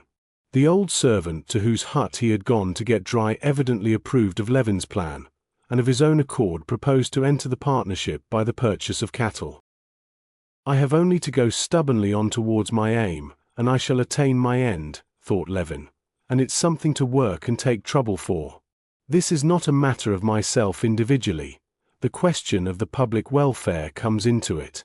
The whole system of culture, the chief element in the condition of the people, must be completely transformed. Instead of poverty, general prosperity and content. Instead of hostility, harmony and unity of interests.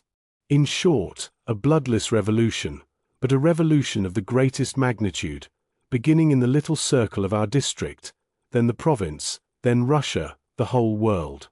Because a just idea cannot but be fruitful. Yes, it's an aim worth working for. And it's being me, Kostya Levin, who went to a ball in a black tie, and was refused by the Shtcherbatskaya girl, and who was intrinsically such a pitiful, worthless creature that proves nothing. I feel sure Franklin felt just as worthless, and he too had no faith in himself, thinking of himself as a whole. That means nothing. And he too, most likely, had an Agafea Mihailovna to whom he confided his secrets. Musing on such thoughts, Levin reached home in the darkness. The bailiff, who had been to the merchant, had come back and brought part of the money for the wheat. An agreement had been made with the old servant, and on the road the bailiff had learned that everywhere the corn was still standing in the fields, so that his 160 shocks that had not been carried were nothing in comparison with the losses of others. After dinner Levin was sitting, as he usually did, in an easy chair with a book, and as he read he went on thinking of the journey before him in connection with his book. Today all the significance of his book rose before him with special distinctness, and whole periods ranged themselves in his mind in illustration of his theories. I must write that down, he thought. That ought to form a brief introduction, which I thought unnecessary before. He got up to go to his writing table, and Laska, lying at his feet, got up too, stretching and looking at him as though to inquire where to go. But he had not time to write it down, for the head peasants had come round, and Levin went out into the hall to them. After his levee, that is to say, giving directions about the labours of the next day, and seeing all the peasants who had business with him, Levin went back to his study and sat down to work. Laska lay under the table. Agafea Mihailovna settled herself in her place with her stocking. After writing for a little while, Levin suddenly thought with exceptional vividness of Kitty, her refusal, and their last meeting. He got up and began walking about the room. "What's the use of being dreary?" said Agafea Mihailovna. "Come, why do you stay on at home? You ought to go to some warm springs, especially now you're ready for the journey." "Well, I am going away the day after tomorrow, Agafea Mihailovna. I must finish my work." There, your work, you say. As if you hadn't done enough for the peasants. Why, as tease, they're saying, your master will be getting some honor from the Tsar for it. Indeed, and it is a strange thing. Why need you worry about the peasants? I'm not worrying about them, I'm doing it for my own good. Agafea Mihailovna knew every detail of Levin's plans for his land. Levin often put his views before her in all their complexity, and not uncommonly he argued with her and did not agree with her comments. But on this occasion she entirely misinterpreted what he had said. "Of one soul's salvation we all know and must think before all else," she said with a sigh. "Parfen Denisich now, for all he was no scholar, he died a death that God grant every one of us the like," she said, referring to a servant who had died recently. "Took the sacrament and all." "That's not what I mean," said he. "I mean that I'm acting for my own advantage. It's all the better for me if the peasants do their work better." "Well, whatever you do, if he's a lazy good-for-naught, everything'll be at 6s and 7s. If he has a conscience, he'll work, and if not, there's no doing anything." "Oh, come, you say yourself Ivan has begun looking after the cattle better." "All I say is," answered Agafea Mihailovna, evidently not speaking at random, but in strict sequence of idea, "that you ought to get married, that's what I say." Agafea Mihailovna's allusion to the very subject he had only just been thinking about, hurt and stung him. Levin scowled, and without answering her, he sat down again to his work, repeating to himself all that he had been thinking of the real significance of that work. Only at intervals he listened in the stillness to the click of Agafea Mihailovna's needles, and recollecting what he did not want to remember, he frowned again. At 9 o'clock they heard the bell and the faint vibration of a carriage over the mud. "Well, here's visitors come to us, and you won't be dull," said Agafea Mihailovna, getting up and going to the door. But Levin overtook her. His work was not going well now, and he was glad of a visitor, whoever it might be. Chapter 31. Running halfway down the staircase, Levin caught a sound he knew, a familiar cough in the hall. But he heard it indistinctly through the sound of his own footsteps, and hoped he was mistaken. Then he caught sight of a long, bony, familiar figure, and now it seemed there was no possibility of mistake, and yet he still went on hoping that this tall man taking off his fur cloak and coughing was not his brother Nikolai. Levin loved his brother, but being with him was always a torture. Just now, when Levin, under the influence of the thoughts that had come to him, and Agafea Mihailovna's hint, was in a troubled and uncertain humor, the meeting with his brother that he had to face seemed particularly difficult. Instead of a lively, healthy visitor, some outsider who would, he hoped, cheer him up in his uncertain humor, he had to see his brother, who knew him through and through, who would call forth all the thoughts nearest his heart, would force him to show himself fully. And that he was not disposed to do. Angry with himself for so base a feeling, Levin ran into the hall. As soon as he had seen his brother close, this feeling of selfish disappointment vanished instantly and was replaced by pity.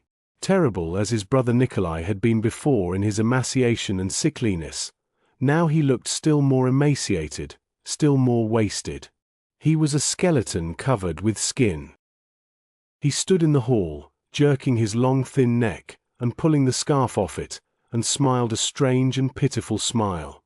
When he saw that smile, submissive and humble, Levin felt something clutching at his throat. "You see, I've come to you," said Nikolai in a thick voice, never for 1 second taking his eyes off his brother's face. "I've been meaning to a long while, but I've been unwell all the time. Now I'm ever so much better," he said, rubbing his beard with his big thin hands. "Yes, yes," answered Levin, and he felt still more frightened when, kissing him, he felt with his lips the dryness of his brother's skin and saw close to him his big eyes, full of a strange light. A few weeks before, Konstantin Levin had written to his brother that through the sale of the small part of the property that had remained undivided, there was a sum of about 2,000 rubles to come to him as his share. Nikolai said that he had come now to take this money and, what was more important, to stay a while in the old nest, to get in touch with the earth, so as to renew his strength like the heroes of old for the work that lay before him. In spite of his exaggerated stoop, and the emaciation that was so striking from his height, his movements were as rapid and abrupt as ever. Levin led him into his study. His brother dressed with particular care, a thing he never used to do, combed his scanty, lank hair, and, smiling, went upstairs. He was in the most affectionate and good-humored mood, just as Levin often remembered him in childhood. He even referred to Sergei Ivanovitch without answer. When he saw Agafea Mihailovna, he made jokes with her and asked after the old servants. The news of the death of Parfen Denisich made a painful impression on him. A look of fear crossed his face, but he regained his serenity immediately. Of course he was quite old, he said, and changed the subject. "Well, I'll spend a month or 2 with you, and then I'm off to Moscow.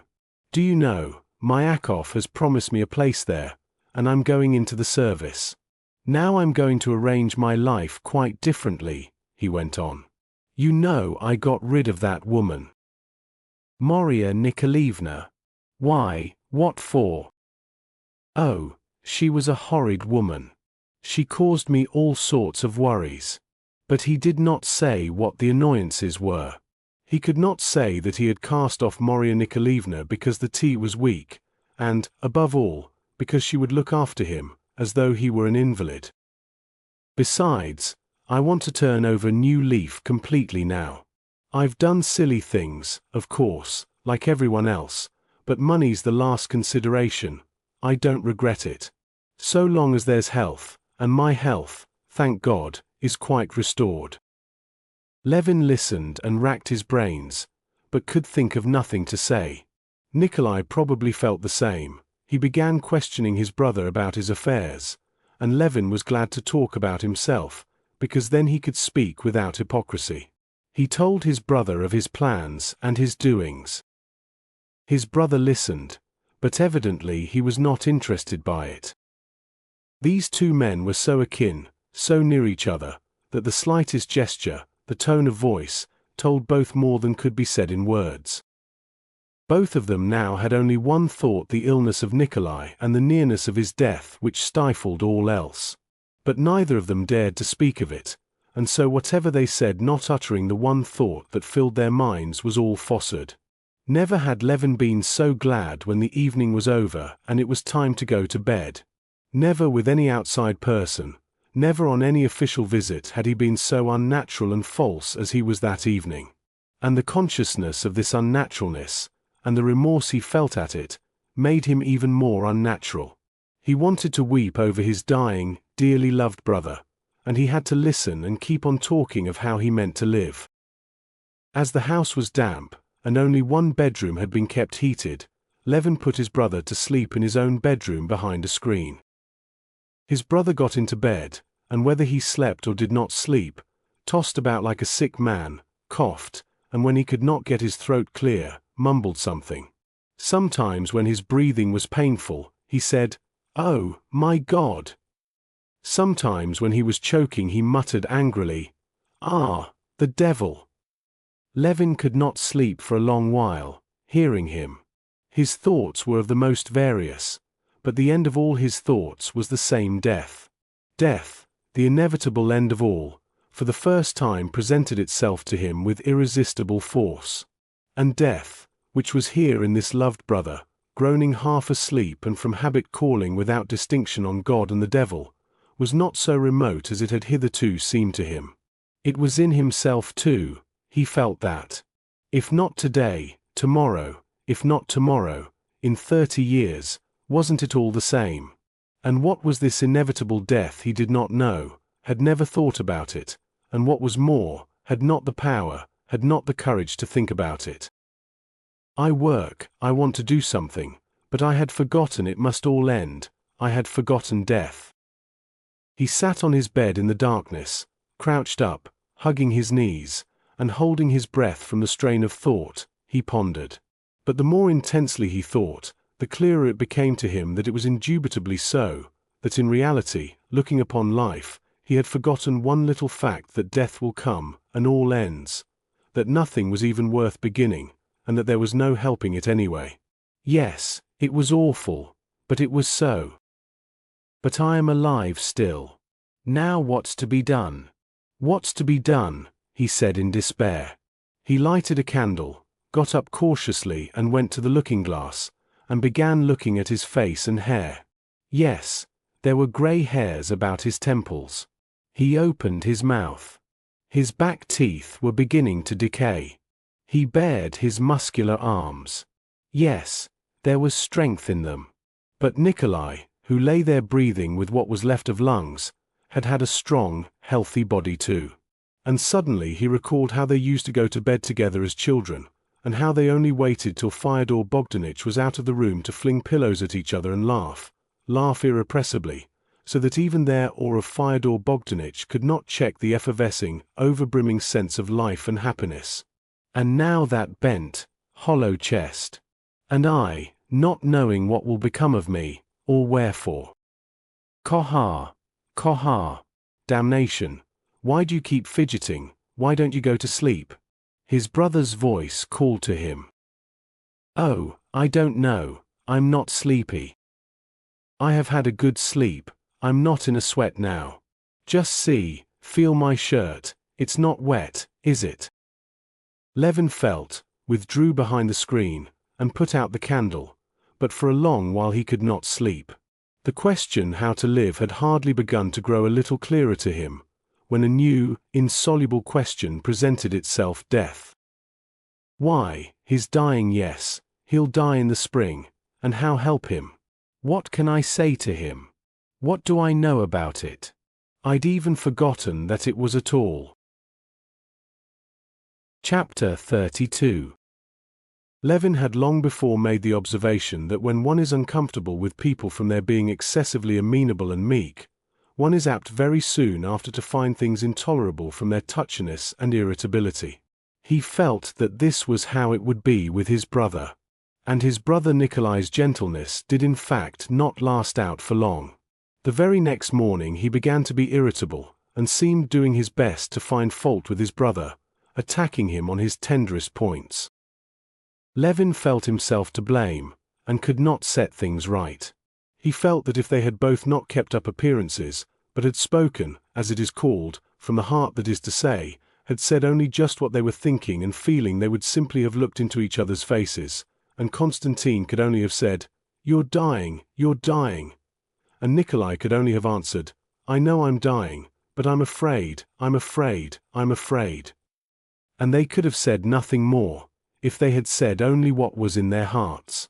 But life like that was impossible, and so Konstantin tried to do what he had been trying to do all his life, and never could learn to do, though, as far as he could observe, many people knew so well how to do it, and without it there was no living at all. He tried to say what he was not thinking, but he felt continually that it had a ring of falsehood, that his brother detected him in it, and was exasperated at it. The third day Nikolai induced his brother to explain his plan to him again, and began not merely attacking it, but intentionally confounding it with communism. "You've simply borrowed an idea that's not your own, but you've distorted it, and are trying to apply it where it's not applicable. But I tell you it's nothing to do with it. They deny the justice of property, of capital, of inheritance, while I do not deny this chief stimulus." Levin felt disgusted himself at using such expressions, but ever since he had been engrossed by his work, he had unconsciously come more and more frequently to use words not Russian. "All I want is to regulate labor." Which means, you've borrowed an idea, stripped it of all that gave it its force, and want to make believe that it's something new, said Nikolai, angrily tugging at his necktie. "But my idea has nothing in common." "That, anyway," said Nikolai Levin, with an ironical smile, his eyes flashing malignantly, "has the charm of what's one to call it? Geometrical symmetry, of clearness, of definiteness. It may be a utopia. But if once one allows the possibility of making of all the past a tabula rasa, no property, no family, then labor would organize itself. But you gain nothing. Why do you mix things up? I've never been a communist." "But I have, and I consider it's premature, but rational, and it has a future, just like Christianity in its first ages. All that I maintain is that the labor force ought to be investigated from the point of view of natural science. That is to say, it ought to be studied, its qualities ascertained. But that's utter waste of time. That force finds a certain form of activity of itself, according to the stage of its development. There have been slaves first everywhere, then meta-years, and we have the half-crop system, rent, and de laboris. What are you trying to find?" Levin suddenly lost his temper at these words, because at the bottom of his heart he was afraid that it was true that he was trying to hold the balance even between communism and the familiar forms, and that this was hardly possible. "I am trying to find means of working productively for myself and for the laborers. I want to organize," he answered hotly. "You don't want to organize anything. It's simply just as you've been all your life, that you want to be original, to pose as not exploiting the peasant simply, but with some idea in view." "Oh, all right, that's what you think, and let me alone," answered Levin, feeling the muscles of his left cheek twitching uncontrollably. "You've never had, and never have, convictions. All you want is to please your vanity." "Oh, very well, then let me alone." "And I will let you alone, and it's high time I did, and go to the devil with you. And I'm very sorry I ever came." In spite of all Levin's efforts to soothe his brother afterwards, Nikolai would listen to nothing he said, declaring that it was better to part, and Konstantin saw that it simply was that life was unbearable to him. Nikolai was just getting ready to go, when Konstantin went in to him again and begged him, rather unnaturally, to forgive him if he had hurt his feelings in any way. "Ah, generosity," said Nikolai, and he smiled. "If you want to be right, I can give you that satisfaction.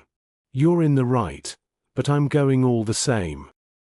It was only just at parting that Nikolai kissed him, and said, looking with sudden strangeness and seriousness at his brother, "Anyway, don't remember evil against me, Kostya, and his voice quivered.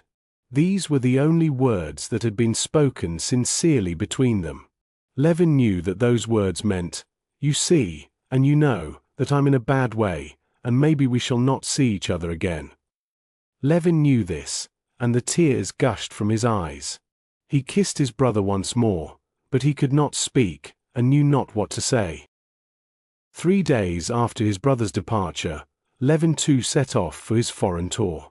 Happening to meet Shabbatsky, Kitty's cousin, in the railway train, Levin greatly astonished him by his depression.